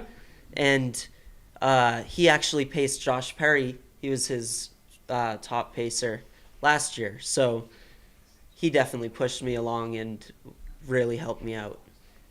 Yeah. That reminds me. We got to run through trail names, and then we're going to turn over here to the community. But trail name? Unbreakable. Unbreakable. Mine is Big Plans. Big Plan. How appropriate is that? How about yours? Drive. Drive. Mine's Hermes. Hermie. Oh, I see what you did there. All right. So, Jenny, swinging back to you. We in the chat about halfway through the race, it was clear that like the brothers were all doing their thing. And somebody said, who's helping Jenny? And one of your friends, I think, up in the through hiking community was like, they've got people in their through hiking community. So when you said, your connections and your people, how did you sort of piece together your plan? And frankly, when did you decide to do this race? Was it before all these guys? Not at all. Okay. Not at all. Big Plans was really like running this from the get-go. The second we stepped on the CDT, we were talking about the Cocodona 250 like every day. And Unbreakable was really excited and was researching running vests. When we did the 38 last year, none of us had ever even worn a running vest. Well, you weren't backpacks. We borrowed running vests from Josh Perry's crew. And they weren't the wrong sizes, and we were like, "What do we do with these things? How do we use the flask?" Like we were clueless. And because all through before that, you had just worn backpacks. Yeah, like normal through hikers do. Never gone on a single run with a running vest. Just jumped in the 38, and so, anyways, we're talking about it all the time on the CDT, and as soon as we got home, Ben knew exactly which vest he needed to order straight away. And for Cocodona, and so we did that, and then as the plans came together, initially when Big Plan said he was in, and Drive said I'm going to be his main pacer, I said all right, I'll be your crew leader, but then when Ben wait, so you were going to be Big Plans and Drive crew, yeah, but then Ben, who was head as the oldest, was being a little bit more smarter. When he decided, okay, wait a second, I'm in too, I was like, okay, well, we'll talk to Dad. And we're going to get to that. Dad doesn't even know we're doing this yet, but Dad'll crew you. And then what happened is, as it came together, and we were like we're actually really going to do this. Like Dad was in support of it. Like this trip's like this is really going to actually happen. I was like, I want to do it too. And so, but I was like, I'm not doing it. Like, I'm not actually entering or running unless I knew that the boys were all set. I wasn't going to leave Brody like high and dry. So Yeah. I was like, if we can talk to people, gather enough people, figure this out where you guys have two strong crews, then I'll figure me out as a runner. And you did. Yeah. So we're in May, right? When did you have it figured out? We talked to people over the winter. Okay. Yeah, I mean, kind because of started getting plans together. But literally, as of 3 weeks ago, my crew leader was maybe not going to make it. oh, really? But when did you sign? Like, when did you commit to running it? Like February, March? I think so. Okay. Yeah, at least. Yeah. And what's your trail name? Originally Miss Frizzle. I like Yeah, that. you You have know the her? teacher in. Yeah. Crazy Magic School I think Bus that'd lady. be perfect. Yeah. So sometimes. What I do you leave out mean the originally? miss. It's well, been, I you're wasn't- allowed to switch? I wasn't crazy about it, so Frizzle. Oh, you dropped the miss. And how about you, Gary? Unfortunately, I don't have a trail name. I just I'm Gary a hasn't supporter. been on any of the hikes. No, I just All right. supporting. So and let's holding down. let's Yeah. go. Let's go right here. Okay. So all this is going on. Big Yeah, Plans is okay. doing his thing. Drive is doing his thing there. Oh wait, we have a finisher. Pause for a second. Brandon Bowie or Bowie, bib number 196 in the 250.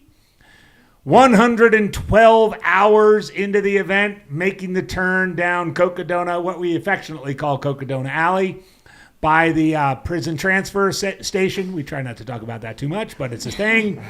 And down into the still cam. And do we have Steve out there or Jubilee? And here he is. He's been, oh, wow, he did a little, almost a part pirouette over the timing mat. That was beautiful. Guys, we see a lot of these, so we try to embellish them as best we can. All right, so Gary, all this stuff is going on.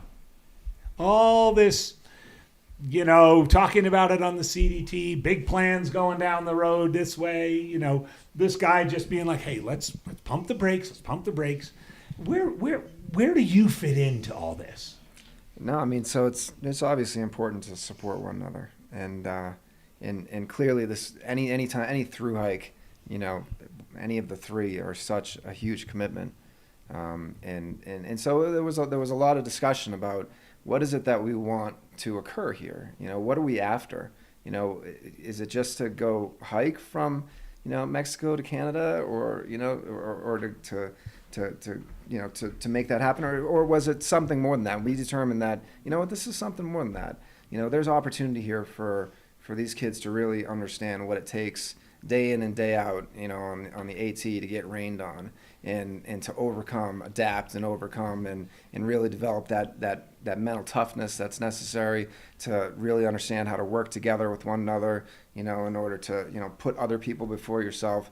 And so all these life lessons, is really, some of the behind the scenes conversations that said, hey, this is a pretty good direction, and we can dedicate resources to this and really build this up. And it was just, it takes a lot of support. On the East Coast, it was a little bit easier because I, could take a long weekend and go travel and meet up with them in different places and support them in that fashion. But then as they went west, it was a little bit of a different type of commitment. But all throughout each of those trails, life lessons, community, and we should talk more about the community for sure. We will. Later. We will. It's unbelievable, and just adapting and overcoming. And I mean, it takes a certain something to pull frozen wet socks on your blistery feet every morning and can't tie up your boots because the laces are frozen, and then just have the mental whereabout, to get back on the trail and do it again.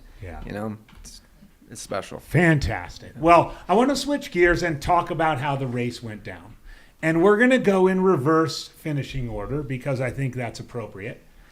And Jenny, we don't have the time to do a blow by blow, so I want to just do a little highlight, like high point of the Cocodona 250, low point of the Cocodona 250, and magical point of the Cocodona 250.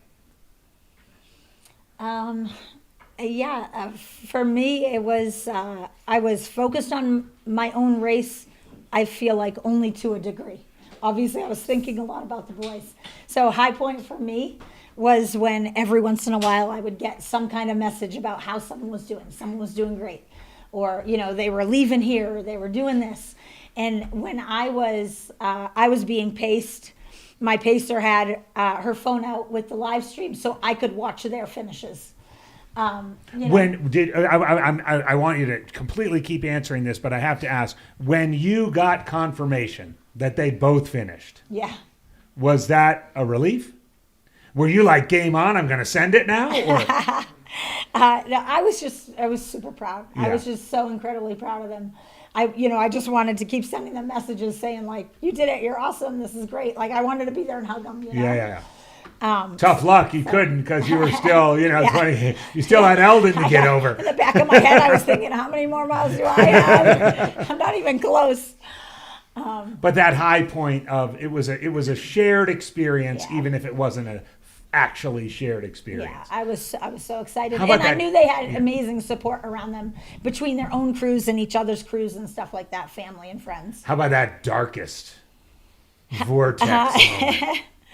I think for me, having never done a big race like this, I had never been quite that sleep deprived, and definitely experienced some hallucinations at times, and so that was probably the hardest thing for me, where I just felt like these miles are not coming. There were certain times where I felt like I feel like I haven't made any progress to that aid station, or where I'm just wandering around on a mountain or whatever. Yeah. And what was there a magical moment? Was there a time that it was like, I guess probably the finish. I mean, it seems so obvious, but I still feel like I'm, it's sinking in. Like that we actually all just did that. Yeah. I hear you. All right, Ben, from one firstborn to another. How about you? You executed, from my perspective, and I did a little reviewing of like how your splits played out and how you executed a kind of classic firstborn smart race. You weren't overly rebellious. You weren't overly cautious. I think you might have done smartly figured out your sleeping. What was your high point, low point, and magical point? Yeah, I think my high point was probably going out of Whiskey Row, because I had just slept for 20 minutes and the sun came up and I felt amazing, and I was with the first pacer. It just felt great. I think I ran 17 straight miles pretty quick, just running, just because I felt amazing. Actually running.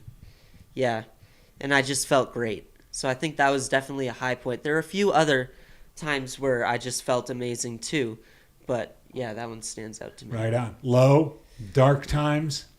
So I've been told there are a few times where I was like kind of going crazy, which I don't even remember. So I don't think I actually remember. Did you witness any? Asher, there you go. Take the talking stick. Okay. Did you witness any of your oldest brother Ben going a little? Yeah. So me pacing him out of Munns Park was short-lived. So I got him out, and we were walking down that sidewalk before we got back onto the trails. And hang on just a second, if you could hold it, Asher. Lisa and David Williams. Lisa and David Williams finishing the 125? Yes. All right, congratulations, Lisa and David, on your 125 finish. If you just go over to the tent on your right, you can sign up for the 250 for next year with $10 off. Oh, no, it's more than that. I think it's $100 off. So sign up for the 250 because that's what everyone does. All right, keep going, Asher. Okay, so, yeah, pacing him out of Munns Park, he was just basically sleeping while he was walking. Okay. And he was just kind of swerving all around. I, grabbed his arm to kind of hold him straight, and he was like freezing with a bunch of layers on, and he was just talking about, he was like, why didn't you let me sleep? I was like, we let you sleep for 20 minutes. And he was like, just couldn't kind of keep it together. So we made it like a quarter of a mile, and I was like, we need to turn around. He needs more sleep. And so we ended up kind of turning back, got him some more sleep, and then we went back out. And it was, Wait a minute. You made that? You let him do that? Okay, microphone. Yeah. Were you so out of it that you don't? I don't completely remember this, but from what I've been told, I couldn't even walk straight. Like, I was like tripping, and I was not making competent sentences at all. So I guess he made the call to turn around, which I was too out of it to have any say in. And so I got some sleep. I woke up. I don't remember getting any sleep, and I don't remember turning back. But I do remember then setting out after the sleep, so that definitely helped me. And from there on, I had whatever that last section is from Munns Park to the end. That was the best section for me. It was consistent. I want to take a moment to honor Asher. I mean, these days you hear a lot about kids these days, and just that you showed wisdom and experience beyond you. You're in the moment. In the moment, you were like, "This is not the way it should be."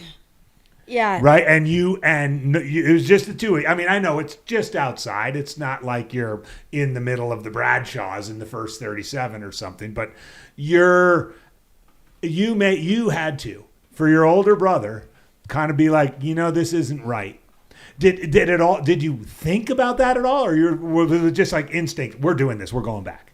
Yeah. So I was thinking. I was like, I don't want to have him turn back, because sleeping is going to take more time off his time. But when he started stumbling, I was like, as soon as he gets onto a trail, he's just going to be tripping everywhere and falling, and it wouldn't have ended well.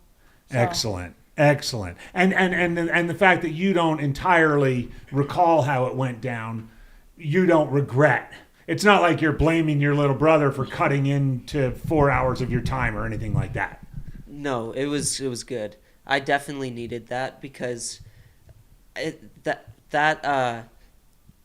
was 19 or 20 miles. If I was moving at the pace that I was moving, it would have taken me way longer than I took 2 hours of sleep there. Okay. So that section would have taken longer had I not gotten the sleep. Got it. So it worked out. Elliot, we're going to get to your magical moment in a second, but I saw you grab the mic. Do you have a comment? No, I was just... You're just getting ready.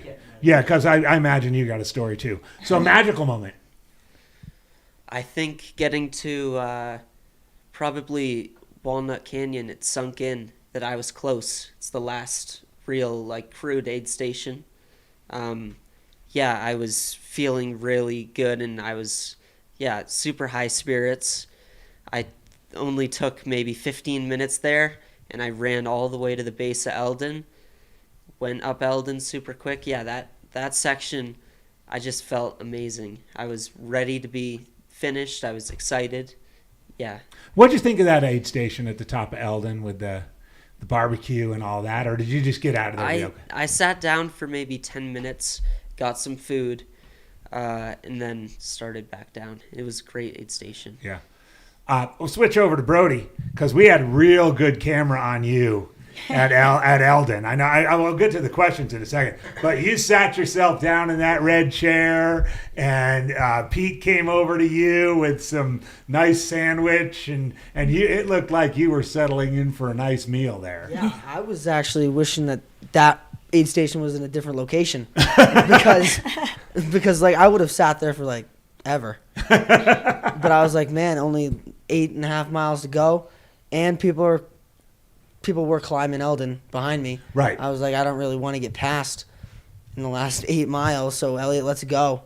Yeah. But so yeah, we got some food to go, and then started making our way down Elden, and it was great. Did you like that road section? I mean, you guys are through hikers. You spend a lot of time on trail, but I mean that's 3.5 miles of pretty buttery road. Yeah. You can go from spending an entire day doing 15 to 18 minute miles. Someone going as fast as you, and all of a sudden you're busting out 11s and 12s. Right. And it's like, wow, we're getting there. Yeah, it was great.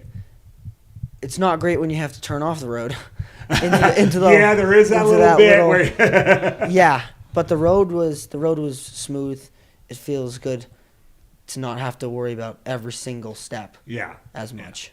Well, and Brody, we got to talk about this, and we're going to follow this guy in. I know Trevor will get a name on him in a second. Kevin Flieger. Mm-hmm. All right. Kevin Flieger is on his way into the streets of Flagstaff with our follow cam. These follow cams, by the way, are getting their steps in, no doubt about it. But Brody, I mean, you were in the discussion, of course. I mean, we here in the studio, I think you guys probably would understand this. The first 60, 70 hours of covering a race like this on the live stream are about the front of the pack. And you were in the front of the pack. I mean, you ended up finishing 12th, but you were like a legitimate front of the packer. Of course, now here we are 112 hours in, and we're about everybody and everything else. But I guess before you go through your top moment, low moment, magical moment, did you envision? I mean, you had one ultra sign up result, the Elden Crest 38. I know you did 6th place there last year. I know my friend Scott Hman, you probably remember him. You ran with him for a little while. Mexi Fast on Twitter and Instagram. He told me you were a good kid, and I trust him. But you were in the mix from the beginning. Were you planning to be in the mix, or were you just going to be like, well, let's just see how this goes? I was hoping to be in the mix a little bit. From the beginning, I tried to set myself up for a good, strong performance. And I did worry myself a little bit when I realized I got to Lane Mountain, like right with Mike McKnight. I was like, this is kind of aggressive. but it ended up working out pretty well for me. It did. And I was confident for most of the race. You mentioned Lane Mountain. What'd you think of that first? I mean, I'd love to hear from both of you. This is one of those rare races where you get through the first 35 miles and like the worst part is over. I mean, what'd you think? I mean, and I don't think either of you guys had seen that before, the first 35. Had you, or had you done the training run or come out and done a little bit of recon on it? Ben? Yeah, so we came out and did basically the entire Cocodona as sort of hikers. as like almost as like a section hike or something. Basically everything but like the private property right. or whatever. But like we pretty much got to see most of the course, including that first part. Yeah. So that was a really tough section, but I actually thought that worked to our benefit being hikers. That's not something that these fast runners are really getting ahead of us. Yeah. We could kind of stick with it, and that's kind of what we're good at. Awesome. All right, back to you, Brody. So you're on the top of Lane with McKnight. Now you got that nice descent. You go down into Crown King. I want to just see this finisher here. Again, Trevor, who is this? I know it's a little fuzzy. Kevin Flieger coming in to finish the 250. Finishing the 250 and 112 and change. Kevin Flieger. Well done.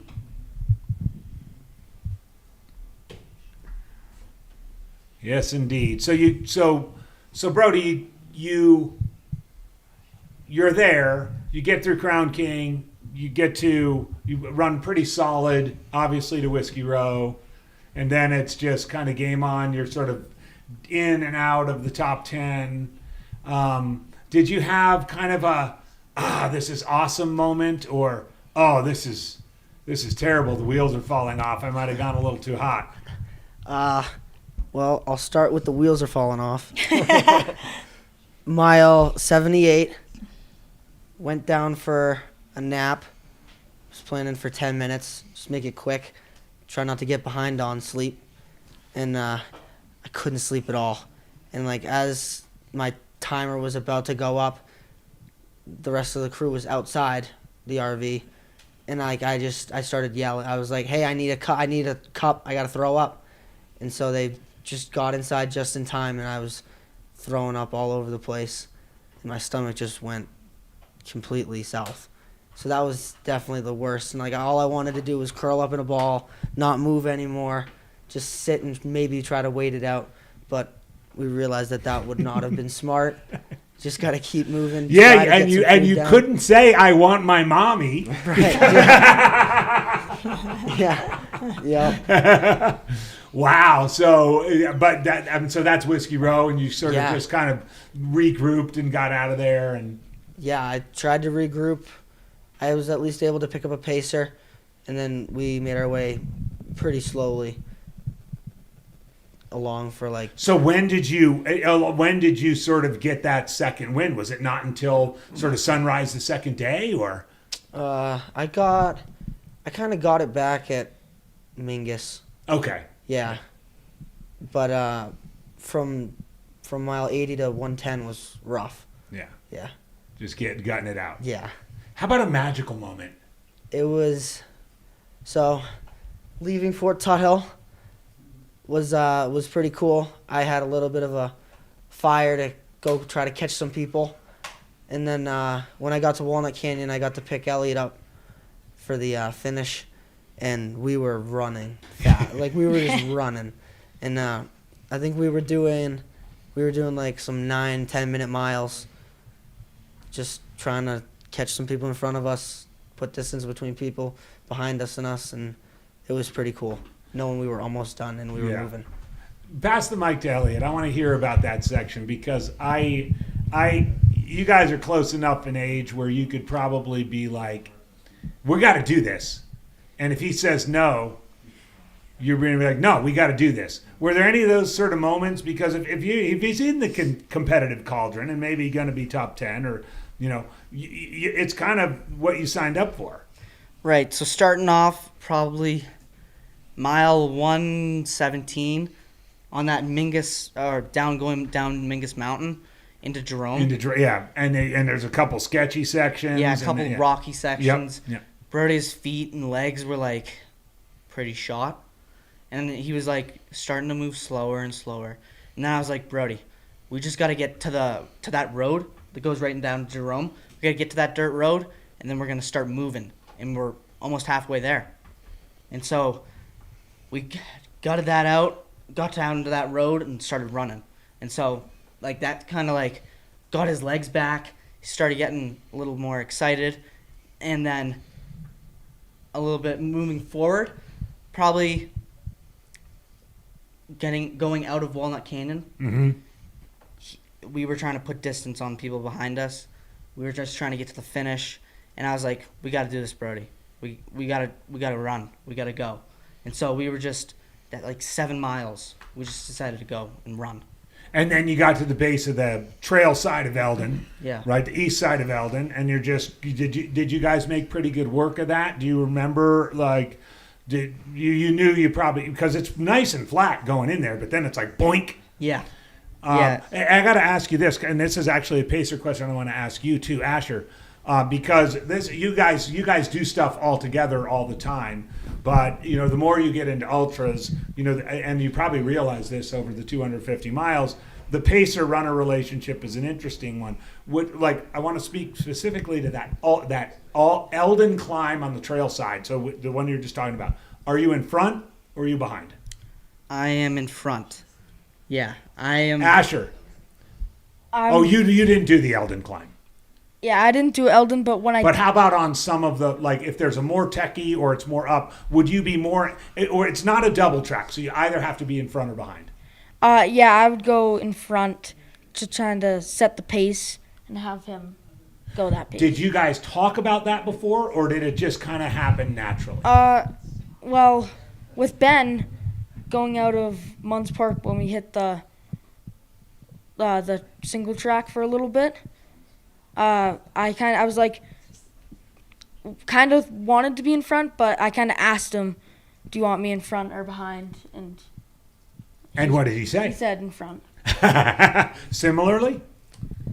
Yeah, so I was in front of Brody the whole entire time.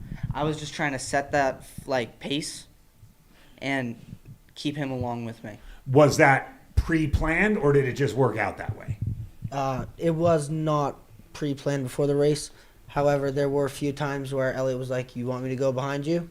And I told him, "No, just keep the pace. I'll keep up." And then it's easier for me to chase someone than to be chased. Yeah. I want to ask this to you guys again. The Pacers because now it sounds. By the way, I'm a huge proponent of the pacer in front type of thing.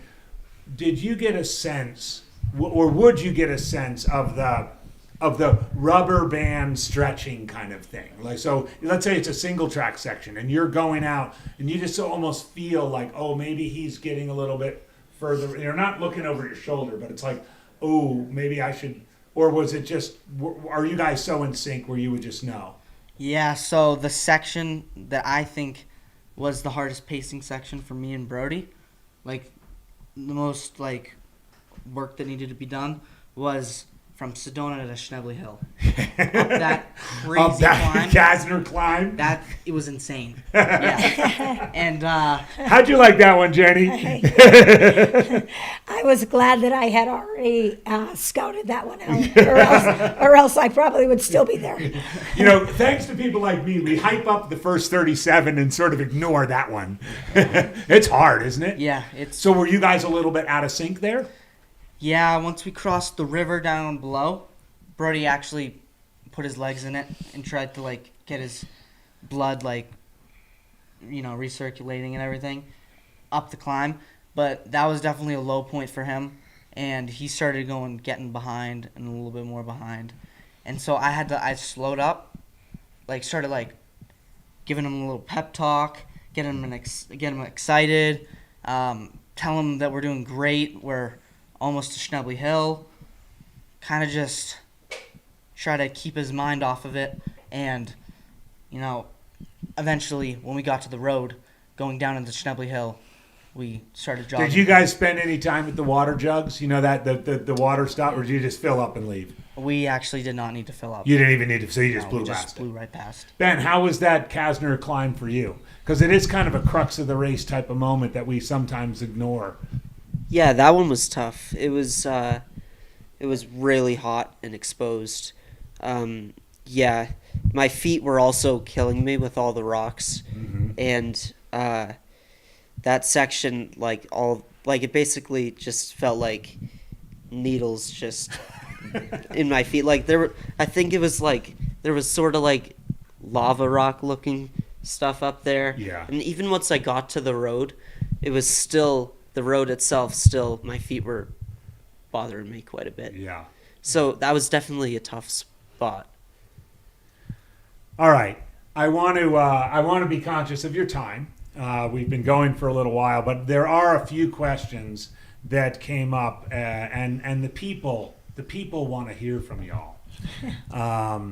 And so we're going to start with you, Brody, because you were rocking a sweet pair of shorts. Even when you switched into tights, you kept the shorts on. And I don't know who out there is eyeing those shorts, but talk a little about those. Yeah, those are the shorts that I do all my through hiking in. And what? Well, I know maybe you're sponsored, maybe you're not, but what are they? They're just Boa running shorts. And what's the design on them? Flamingos. So, I don't know. I just saw them online and I was like, hey, these are cool. These would be fun to hike in. I mean, if people like to talk about them, conversation starter. So, I wear them and run in them, and I love them. Right on. So, Boa Flamingo shorts. There you hear it, folks, on the chat. Ben. The hoodies were all the rage. You guys obviously spent a ton of time outdoors, concerned about the sun. You live in the North Country. What are those hoodies, and where can people get them? Yeah, for all of our hiking, we just wear sun hoodies. because it's a great like cover for your ears, neck. It like covers pretty much everything, and it keeps you cool when it's hot. You can like, it also keeps you warm when it's cold. I feel like it's a great. It kind of has a bunch of different uses, and it. Do you guys have a favorite brand? Do you have like a drawer that's entirely filled with sun hoodies? I know you probably don't spend much time at home since you're through hiking all the time, but do you have like where do you put them all? Well, I basically just had 3 sun hoodies that I kept rotating, and they just clean them. So every aid station I'd switch them out, and it's nothing special because we through hike in them and basically ruin them. So they're just like cheap ones that we find on Amazon. So they're not any sort of fancy brand or anything like that. Sorry, folks in the chat. I think they were hoping it was some sort of $190 version of a hoodie. Elliot, we got to ask this, and now getting the understanding the whole big plans thing and everything else. We've talked about the leading, going out in front or going behind or something like that. But we got a little chatter through the day that and I think we're seeing it right now that Brody's a little bit of a talker. So how much, as you're going through your pacing gig, is he doing the talking? Are you doing the talking? Are you guys having a conversation? Are there any moments of long, drawn-out sort of silence? Yeah, so I think that the only section that there was, like, silence was that Sedona section. Like, Sedona, Schnebly Hill, where he was, like... The part we were just talking about. Yeah, the part we were just talking about. But other than that, we were talking, chatting it up. I was just trying to keep him, like, awake, basically. And, I would basically start the conversations, and then he would just, like, he loves to talk, so he would just jump right in, and, it was fun. It was awesome. I love it. I kind of sensed that. Yeah. All right, Asher. Okay, so... No, I haven't asked my question yet. Oh. Do you want to do one of these? And if so, which one?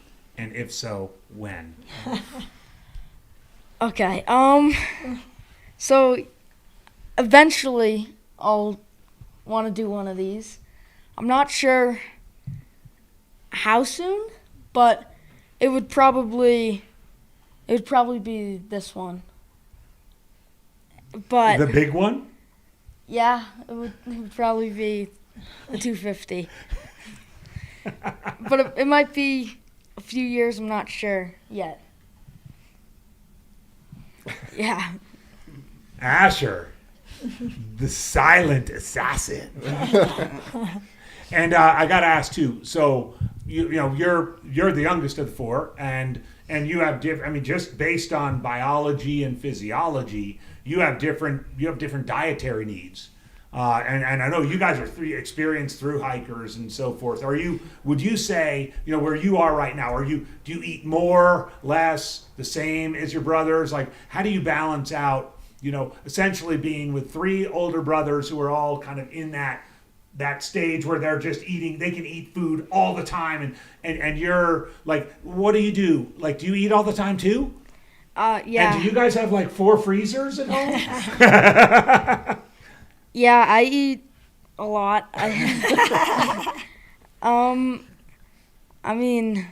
Especially when we're hiking, we're just always hungry. And so we're just kind of, whenever we get the chance, we're eat a lot. And then we're going to go on the eating thing, and then we're going to switch over to your parents. You guys, we're going to go youngest to oldest. What was the, best aid station food you had at Cocodona? Oh, okay. We take it very seriously in Aravaipa, so... I really liked, was it Fane Ranch? Fane Ranch? It was in the morning, they had... where the couches were and everything? Yeah, they had the French toast. Okay, so the kind of breakfast thing. Right, okay. Yeah. But what else? I also liked, Fort Tut Hill had the pasta. Oh, with the meatballs? Right. Oh. Yeah. Yeah. They're famous for that. Elliot? I'm gonna probably go with this is probably a sleeper, Deer Pass. What'd they have? They had the hot dogs. Oh. And I was like, hot dogs. With all the condiments? With all the condiments, and I had like 2-3 hot dogs. Nice. Yeah. Nice. I have it on good authority that the company loses more money on pacers eating than runners eating. Because they're all busy puking in their RVs. What do you got, Brody? I gotta go with Fort Tuttle. And the pasta and meatballs? Yeah, it was. That was right when I was feeling good going into there, and I knew that I needed to eat because I hadn't eaten much on that stretch, and I had like 3 bowls of pasta, and it stayed down, and I just felt great. So that was my favorite one. And Ben? I believe it was Deer Pass. I'm trying to think if that's the correct aid station, but they had pancakes, and I had, I think, 6 or 7 pancakes. It was the first time I could actually get food, like full food down, and earlier I was having a really hard time like keeping stuff down and getting like calories. So getting in there and actually being able to eat, it was really good. Beautiful. Oh, another honorable mention? Yep. Jerome. Oh. They had the tacos. Oh, yeah, nice. Those were good. Those are. Yep. Well, there you have it, folks. I'm sure Patty Curry, who is Jamil's mom and is in charge of all the aid station stuff, will be taking good notes. Jenny, before we get into our sort of final little chapter, how about you, aid station food?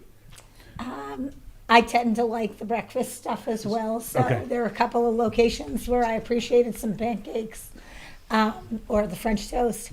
I also did appreciate when it was cold, the broth. Yeah. Yeah. All right. So turning to Jenny and Gary. Thanks, guys, but we're going to have a little parent-to-parent talk. 3 years ago, could you have seen this happening? No way. No chance. Not at all. In fact, we didn't even know about we didn't know anything about ultras. We didn't even know anything about the Triple Crown of hiking. We were just going to hike the AT. Yeah. And then life just... Well, I can tell you a real quick story. Night one on the Appalachian Trail. We're sitting around a campfire. Did you go north to south? Yeah, we went northbound. So we started. So you're down to Springer. Springer Mountain, Georgia. And we're sitting around a campfire on day one. Excuse me. And, you got mostly retired folks or you got 20, 30-year-old kids, Yeah. And so we're sitting around the campfire and they're chatting. Oh, what's your name? Where you from? How many days you been on the trail? Blah, blah, blah. Then somebody turns to them. And most of these guys had been like, well, I've been on trail, this is day 2, this is day 3, blah, blah, blah. And turns to one of my kids and is like, how long, what are you guys doing? And they're like, we're hiking the AT. They're like, the whole thing?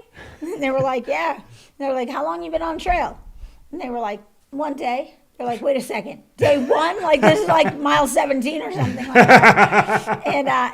And they were like, yeah. Well, we heard there was trail magic. So back to the food. Food is very motivating. Right. We get to the road crossings and all of a sudden there's starbursts. Right. And Right. So these guys are just kind of like blown away. Like here are a bunch of kids. They're like, how old are you? And then they're like, you guys could Triple Crown before you're out of high school.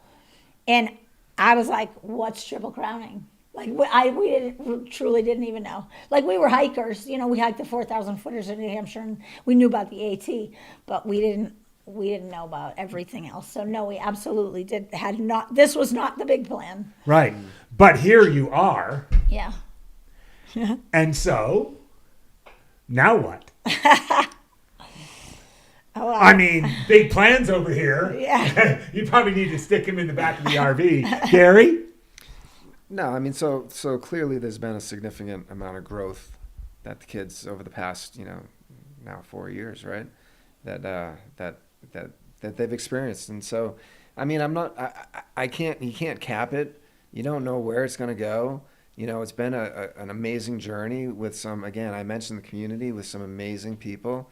And I'll tell you just, how genuine people are on the trail as you meet them and as you interact with them, as you go through these tough times together with other people and develop those bonds, and then develop those lifelong relationships that I've witnessed that they've had and that have come back together here at Cocodona.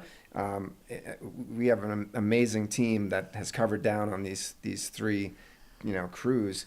and just to see how things have developed, who knows where this will go next and what they'll choose next. But I do know that the people that have helped us to get here, those are the same people that are going to continue to be there. And we're going to continue to be there for those folks as well as they continue their journey. And so it's really quite amazing. I love it. Yeah. I love it. And a moment on community, because, I've been a part of the Arizona ultra and trail running community for a long time. I lived here a while ago. I've moved back a little while ago. And, Aravaipa Running, while it's now a large, incredible organization, producing races like Cocodona, Javelina, Black Canyon, and a whole host of others, at their core value is community, is bringing people together through a shared experience of whatever that is, stripped bare,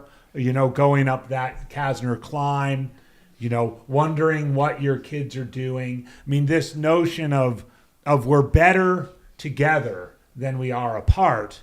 Yes, and on the one hand, it's just running. But on the other hand, it's, or in the hiking / running, but on the other hand, it's so much more deep than that. So I want to share a part. I want to let you go, first of all, because I know you've all been not sleeping like the rest of us. But I want to share a parting thought, because fortunately I had an opportunity to get out of here for a little while this afternoon and go over to the side of Elden. You go up from the steep side, right, the course direction. And I was chasing after a couple athletes I'm coaching, and I found them, and the sun was starting to set, and I knew I had to be back here, and I was coming back down and encountering a bunch of other people. They're like, "Oh, AJW, it's good to see you. Oh, it's so great. Can we take a selfie?" Whatever else. And I got back to my car, and I thought, "Oh my gosh. Oh my gosh." And I want to leave you with this thought. We all live in really challenging times. We live in challenging times for the environment. We live in challenging times because sometimes people don't always get along with one another. There's divisiveness in the world. We live in challenging times because there's violence in the world. There's people who have a lot more than they need, and there's people who don't have enough to live. And yet, or in spite of that, sometimes amazing stuff happens. I try to teach my boys this. I told you guys earlier, I too am a father of 3 boys. They're a little bit older than you, but they grew up a lot like you, being outdoors, doing lots of fun stuff, being dragged along to my ultra marathons. And every so often, something amazing happens. This week is an example of that. Our sport brings people together. The company that sponsors this race inspires people to do it every year. And a modest, highly motivated, successful family from the northeast corner of our country inspires us to hope just a little more. All those things, the environment, politics, violence, can make us lose hope. But you all, the Chisms, Aravaipa, trail running, you've just fed us a boatload of hope. Thank you for feeding us that hope, because we can all get up tomorrow morning and look ahead to what we have to do and do it with a little bit more of a glint in our eye, a little bit more of an optimist focus, a little bit more of the glass half full rather than the glass half empty. Because if we can do it, if the people still out there toiling their way to Flagstaff can do it, then anybody can do it. And a hopeful world, a faithful world, a loving world is way better than the opposite. So Chism family, thank you so much for being you. And keep being you. Keep doing it. Keep with the big plans. Keep with the drive. Keep telling your brother, even though he's 5 years older than you, that he might have to turn around because he's stumbling around in the dirt. Because if we keep doing that, the rest of the world will follow. Thank you, Gary, Jenny, and the boys, the Chism family, everybody. This is awesome. And thanks for being part of the Cocodona 250 experience. We won't forget you. And come back next year. Thank you very much. Thank you.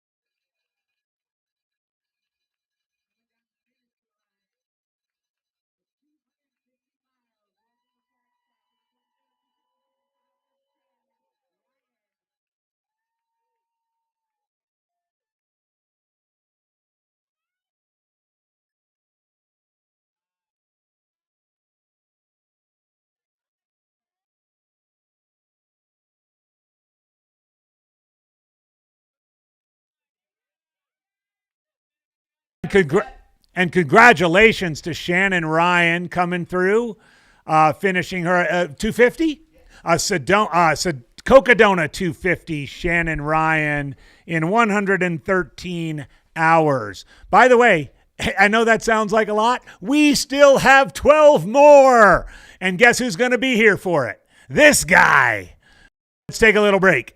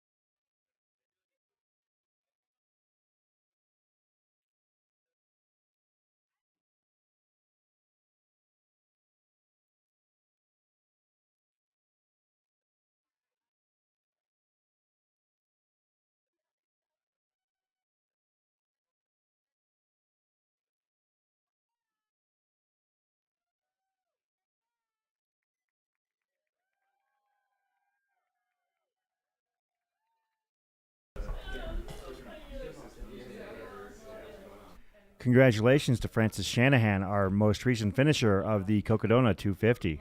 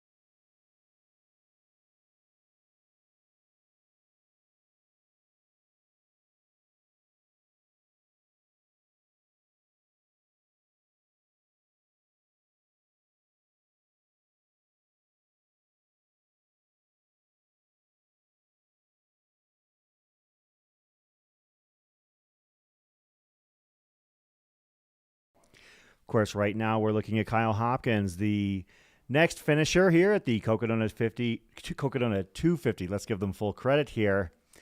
Presented by Air Viper Running and brought to you on the Mountain Outpost YouTube channel.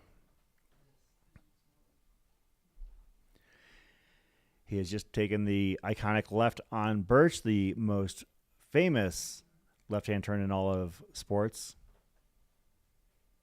Much more famous than, say, rounding third at Yankee Stadium or turn 4 at Daytona. I'm going with the left on Birch here at Cocodona. Of course, Kyle got to be feeling really good about himself right now. Just steps away from taking a right-hand turn and heading down Cocodona Alley.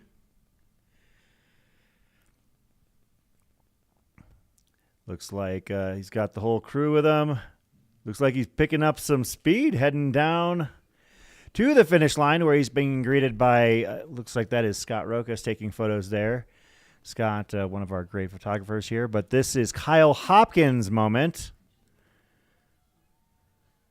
Man, that's a lot of energy and excitement right there. Congratulations, Kyle. We're going to hang here for a couple moments while Kyle and his crew celebrate. And right after that, we're going to switch streams. You don't have to do anything if you're hanging out with us here.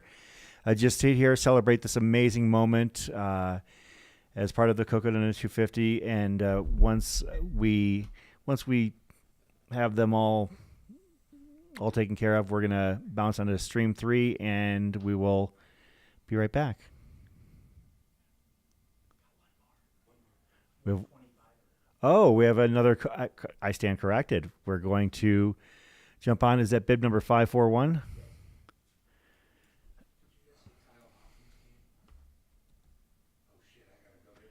Nick Virgess. Nick Virgess, bib 541. Congratulations on completing the Sedona Canyons 125. And with that, we are going to take that break and pivot to our next stream. Just stay with us, hang loose. Don't need to do anything. This is the Cocodona 250 live stream presented by Air Viper Running on the Mountain Outpost